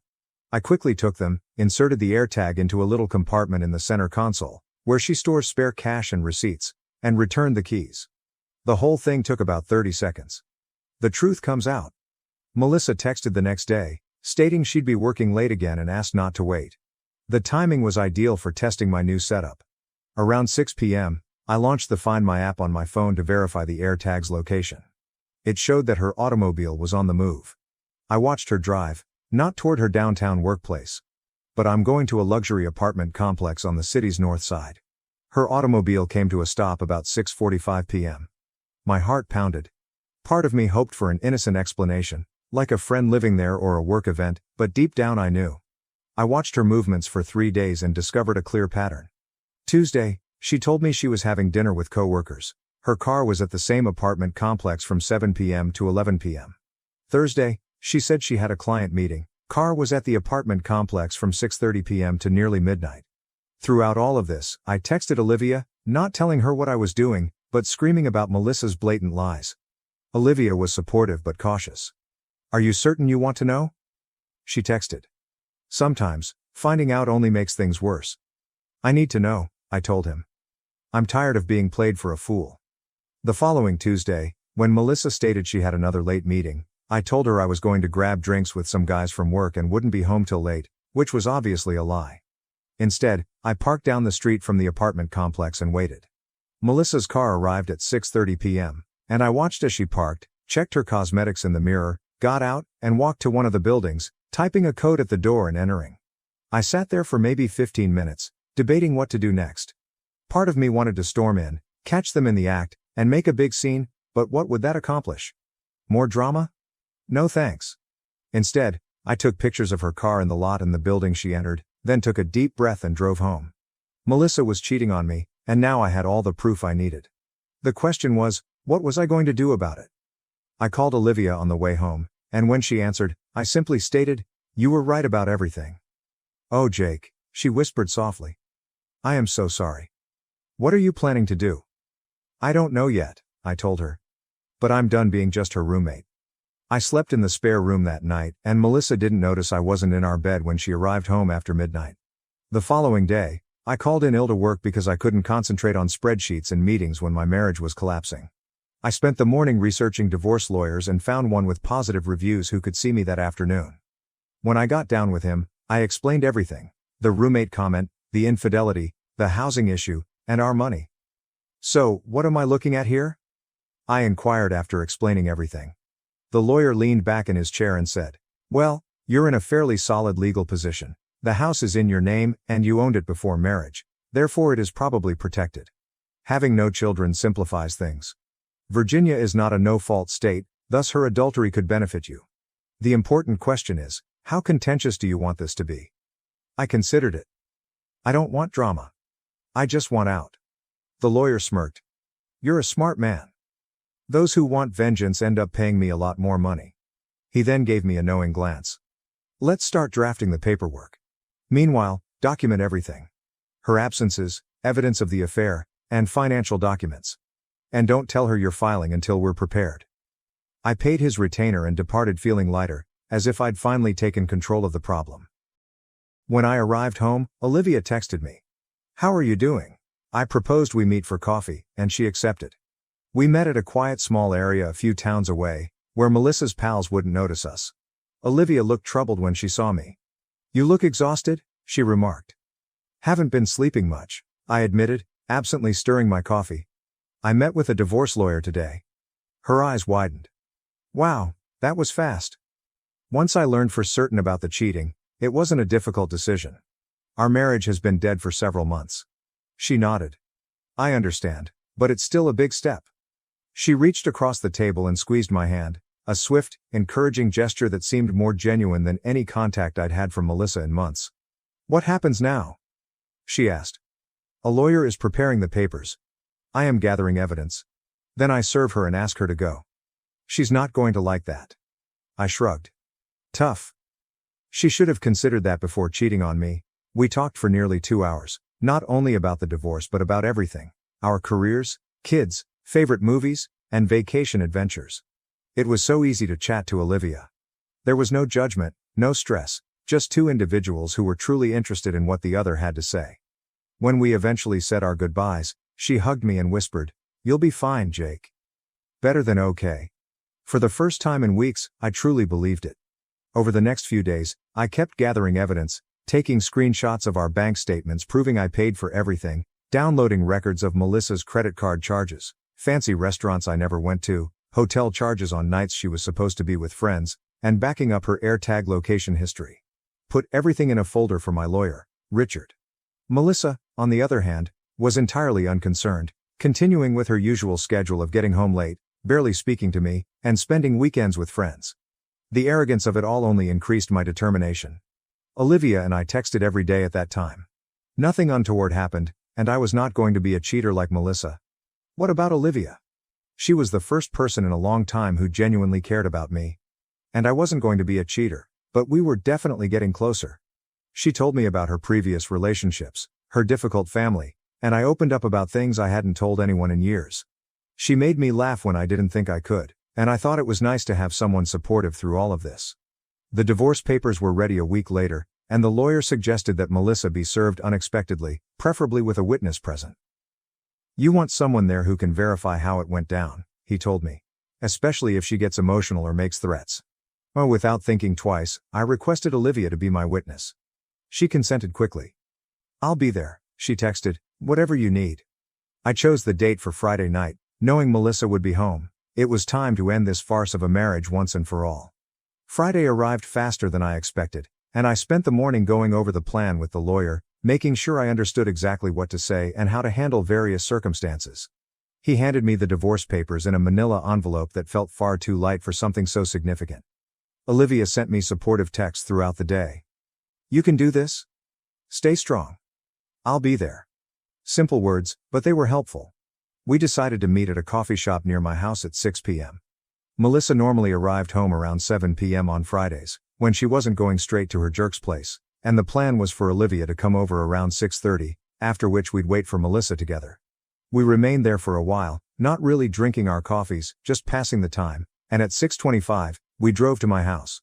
Olivia's automobile was far finer than I expected, a luxury SUV that must have cost a fortune. We came into the house, and I paused for a moment. It seemed strange having Olivia, Melissa's old friend, in our space. Except it wasn't our space anymore, and Olivia wasn't Melissa's friend anymore. I gave her a quick tour, pointing out different objects to break the stillness. She grinned, that little knowing smile. "You don't have to give me the real estate agent walkthrough, Jake. I'm only here for moral support." I chuckled and rubbed the back of my neck. "Yeah, guess I'm just not accustomed to, someone truly wants to be here." She angled her head, as if she were reading between the lines, and then, as we came to a halt in the living room, she reached out and adjusted my shirt collar, smoothing it down with a slight touch as if it were the most natural thing in the world. I froze. But the way she did it, so familiar and casual, made my gut knot. It had been a long time since someone touched me with affection rather than obligation. "There," she whispered, her fingertips lingering for just a second too long before she stepped back. "You're all set." I gulped and tried to ignore the heat rising up my neck. Thanks." She just smirked and plopped down on the couch, as if she had always belonged there. "Anytime." And just like that, I started seeing Olivia in a way I hadn't before. Around 7:10, I heard Melissa's car pull into the driveway. Olivia and I were sitting in the living room, the divorce papers neatly put out on the coffee table waiting. Everything was in place. The front door opened, and Melissa walked in as casually as ever, taking a few steps before she noticed us. Then halted, her eyes shifting from me to Olivia and back again. "What is going on?" she asked, her tone already defensive. "Why is she here?" I stood up and said, "We need to talk, Melissa." Her gaze clouded as she glanced at Olivia once more. "Why is she here for that? This is our house." "She's here as a witness," I added, picking up the envelope and allowing her to sense the gravity of the situation before passing it over. Melissa folded her arms. "A witness to what?" I handed her the paperwork and said, "I'm filing for divorce." The way her expression plummeted was priceless, as if her brain had short-circuited and was fumbling for an answer. "Divorce?" she echoed. She scoffed, as if grasping at straws. "Are you serious? Are you over your little roommate tantrum?" "No," I answered, unshaken. Because you're cheating on me, and have been for months. She gave out a sharp, forced laugh. That's ridiculous. I am not cheating on you. Don't, I interrupted her performance. I know about the guy at the Parkview apartments. I know how frequently you're there. Her face lost its color. Did you follow me? What the hell, Jake? I shook my head, amused by how fast she transferred the blame. I didn't need to. I tapped my phone. I have weeks of proof. Every late night. Every business function. Every ladies' night out. All leading to the same place. Her eyes shifted to Olivia, then back to me, and her shock turned into rage. Did you trace me? That is crazy. She then pointed toward Olivia, spitting the words as if they would burn. So you brought her here for this? She had been yearning for this moment since the day she met you. Olivia did not react. She did not have to. I wasn't going to let Melissa change the script. Olivia has nothing to do with this, I said with confidence. This is about you, your choices, and the fact that you got caught. Melissa's arms tightened across her chest, shifting gears. So I botched up. Jake, sometimes people make mistakes. That doesn't mean we throw everything away. Her voice softened and her gaze focused on mine. We can repair this. Counseling, a fresh start, I'll stop seeing him. Let's talk about it alone.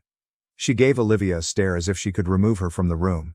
That was when I twisted the knife. I leaned back and gave her the same blank stare she'd given me so many times. Why are you upset anyway? I inquired, my tone tinged with contempt. I'm just your roommate, right? That's what you wanted. She scoffed and rolled her eyes, as if I were the one being ridiculous. That?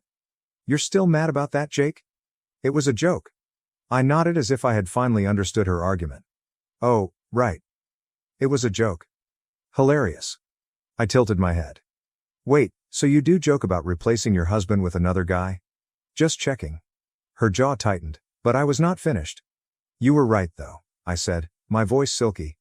We're just roommates, and since I'm the one paying the majority of the rent, I motioned toward the door. Yeah, I'm going to need you to pack up and get the hell out of my house. She totally lost it. I started crying, screaming, throwing things, the works. He called me every name in the book, then went begging, and then back to fury. Classic manipulative tactics may have worked on me in the past, but not longer. Where am I supposed to go? She asked repeatedly, as if it were my responsibility to fix. I shrugged. I don't know. Maybe your boyfriend's place. You seem to spend enough time there already. That just made her angrier. She eventually stormed out, slamming the door so forcefully that a picture tumbled from the wall. Olivia assisted me in cleaning up the mess Melissa had left behind. That went about as well as expected, I said, attempting a joke. Olivia offered me a compassionate grin. You did great. Stood your ground. Melissa returned the next day with her friend Taylor, intending to simply move back in like nothing had happened. I'd replaced the locks. They were stuck outside, calling my phone and knocking on the door. I didn't respond, instead texting her that she could come grab her belongings on Saturday, when I'd have my brother with me. That Saturday was tense. My brother Mike arrived early, which was fortunate given that Melissa arrived with Taylor and her father. My parents wanted me to have a secret wedding to avoid hurting my selfish sister, but I refused and cut ties with them. I, 27, female, recently got engaged to my longtime boyfriend Jonathan, and I couldn't be happier. I told my parents last week, and while they sounded thrilled and congratulated me, I had a feeling something was off. But I didn't think much about it. They called yesterday to say they'd be able to attend for no more than an hour. Furthermore, they required that I marry in secret and keep the news from everyone. I couldn't believe what they were asking me to do until they explained the rationale. My younger sister Kelly, 24, female, is a brat. I know people say this about their sisters when they're younger, but we're both adults, and she's still a spoiled brat. We had not spoken in the past 3 years. She couldn't abide anyone else being the center of attention, even for a second, and my parents did nothing to discourage her attention-seeking behavior. I ultimately cut her off when, on my 25th birthday, she got drunk and made a scene in front of all my friends. I could not have invited her, but my parents persuaded me, and it was easier to give in than to argue with them. She screamed at me about how I was a loser and would always be, and how I could never compare to her. She did this in front of all of my friends, and if they hadn't intervened, she would have thrown her drink in my face. That was the last time we communicated before I blocked her on all of my social media accounts and stopped contacting her. My parents weren't happy, but I couldn't take it any longer. I had spent my entire youth trying to get others to notice me, but Kelly made sure that didn't happen. I was done living under her shadow. I had already moved out of my parents' house, so I was able to cut her off, and that was the last I heard from her. My parents attempted to persuade me to attend her wedding last year, but I wasn't interested at all. I'm glad I didn't go since the guy she was marrying, the alleged love of her life, was my high school lover. He dumped me the night before prom after Kelly asked him out. She seemed to be completely innocent, but I knew the truth. I cried for hours about it. Kelly disliked me. But, yes, that was Kelly. She recently divorced her husband after he cheated on her with his secretary for about 3 months. For the time being, everything is kept under wraps, but people will ultimately find out. She had an expensive wedding, which my parents paid for, something they will never do for me. My parents now want me to make my wedding low-key since they don't want to disturb my sister's peace at such a tough moment in her life. My father even refused to walk me down the aisle because he wanted to be present for Kelly and proposed that we postpone the wedding. I couldn't believe what they were asking of me, and I still don't. They just kept going on about how I should keep my wedding a secret for Kelly's sake and avoid making a big deal out of it so as not to hurt her. I was speechless, so I hung up without saying anything. Honestly, I had nothing to say to them. I suppose I should have known that when it came down to it, my parents would always choose Kelly above me. I just couldn't believe my parents weren't there for me on what should have been the happiest day of my life. It's been a few days since I last spoke with my parents, and they've been texting and calling me non-stop, begging me to stop sending wedding invites to our family. They were scared that if I sent them out, my sister would find out about my wedding, and they did not want her to be hurt. I finally broke down and contacted them back to inform them that they were not welcome to my wedding either. I told them I was tired of being their second choice and that I no longer wanted them in my life. Needless to say, they did not take it well. My mother instantly began recounting all of the things they had done for me, reminding me that I owed them. So I told her that they had just done the bare minimum for me while consistently going above and beyond for Kelly. They never truly cared about me, and they never will, not in the same way that they cared about Kelly. I eventually accepted it. I assured them that no matter what, I was still going to send out invites to all of our family in a few days, and there was nothing they could say or do to stop it. The argument escalated from there. My parents began speaking negative things about me, emphasizing that they were correct in supporting Kelly since I was a waste of time and money. They even claimed I should have been booted out of high school for trying to steal Kelly's boyfriend. Yes, that is the tale Kelly told them. They then threatened to spread the word about what a terrible person I was, accusing me of rubbing Kelly's wedding in her face. They promised me that they would do everything in their power to prevent people from attending my wedding. Have I gone too far? Am I the bad one for not inviting them? They reacted horribly, yet they are still my parents. Update 1. It's been a few days since I spoke with my parents. I awoke this morning to a text from Kelly asking to meet me. Obviously, I'm skeptical about what this implies, especially because we haven't spoken in 3 years and this is an unusual moment for her to seek out. I texted her back, explaining that I was extremely busy and couldn't see her, and that whatever she needed to say could be communicated via text. But she insisted on talking in person. I'm pretty perplexed right now. Update 2. I did meet her. I know most people told me not to, but I couldn't ignore it. And honestly, I'm glad I went. She has changed. A lot. Like, seriously. She started by apologizing to me, and I could tell she really meant it. There were tears in her eyes.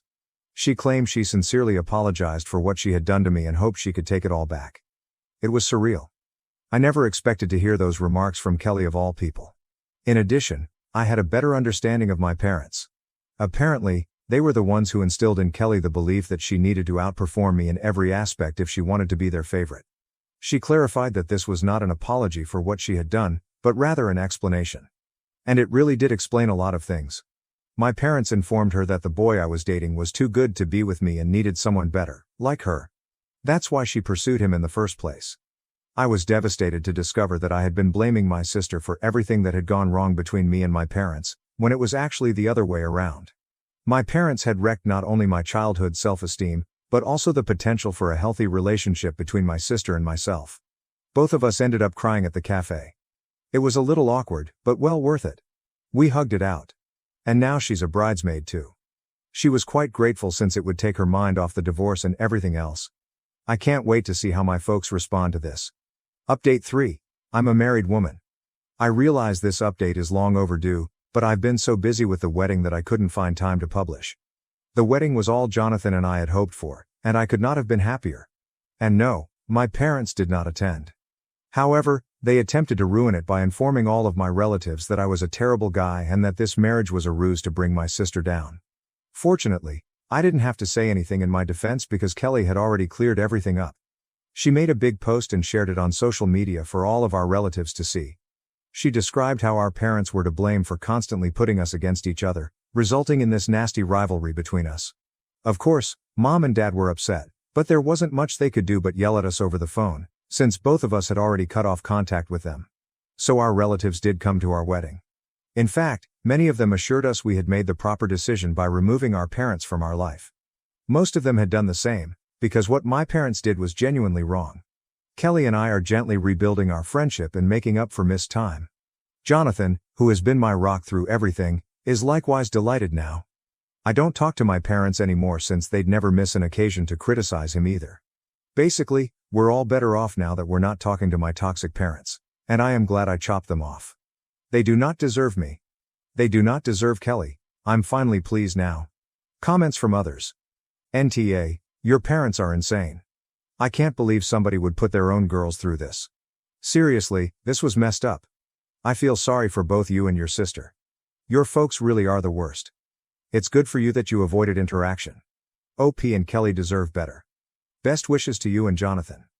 Wow, that was something. I remember a friend whose parents were continually putting her and her brother against one another. Even they ended up excluding their parents from their lives. This should be a message to all toxic parents. Do not force your children to compete. NTA.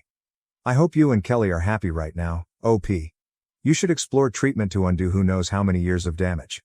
Good luck to you and Jonathan. Sending you tons of love.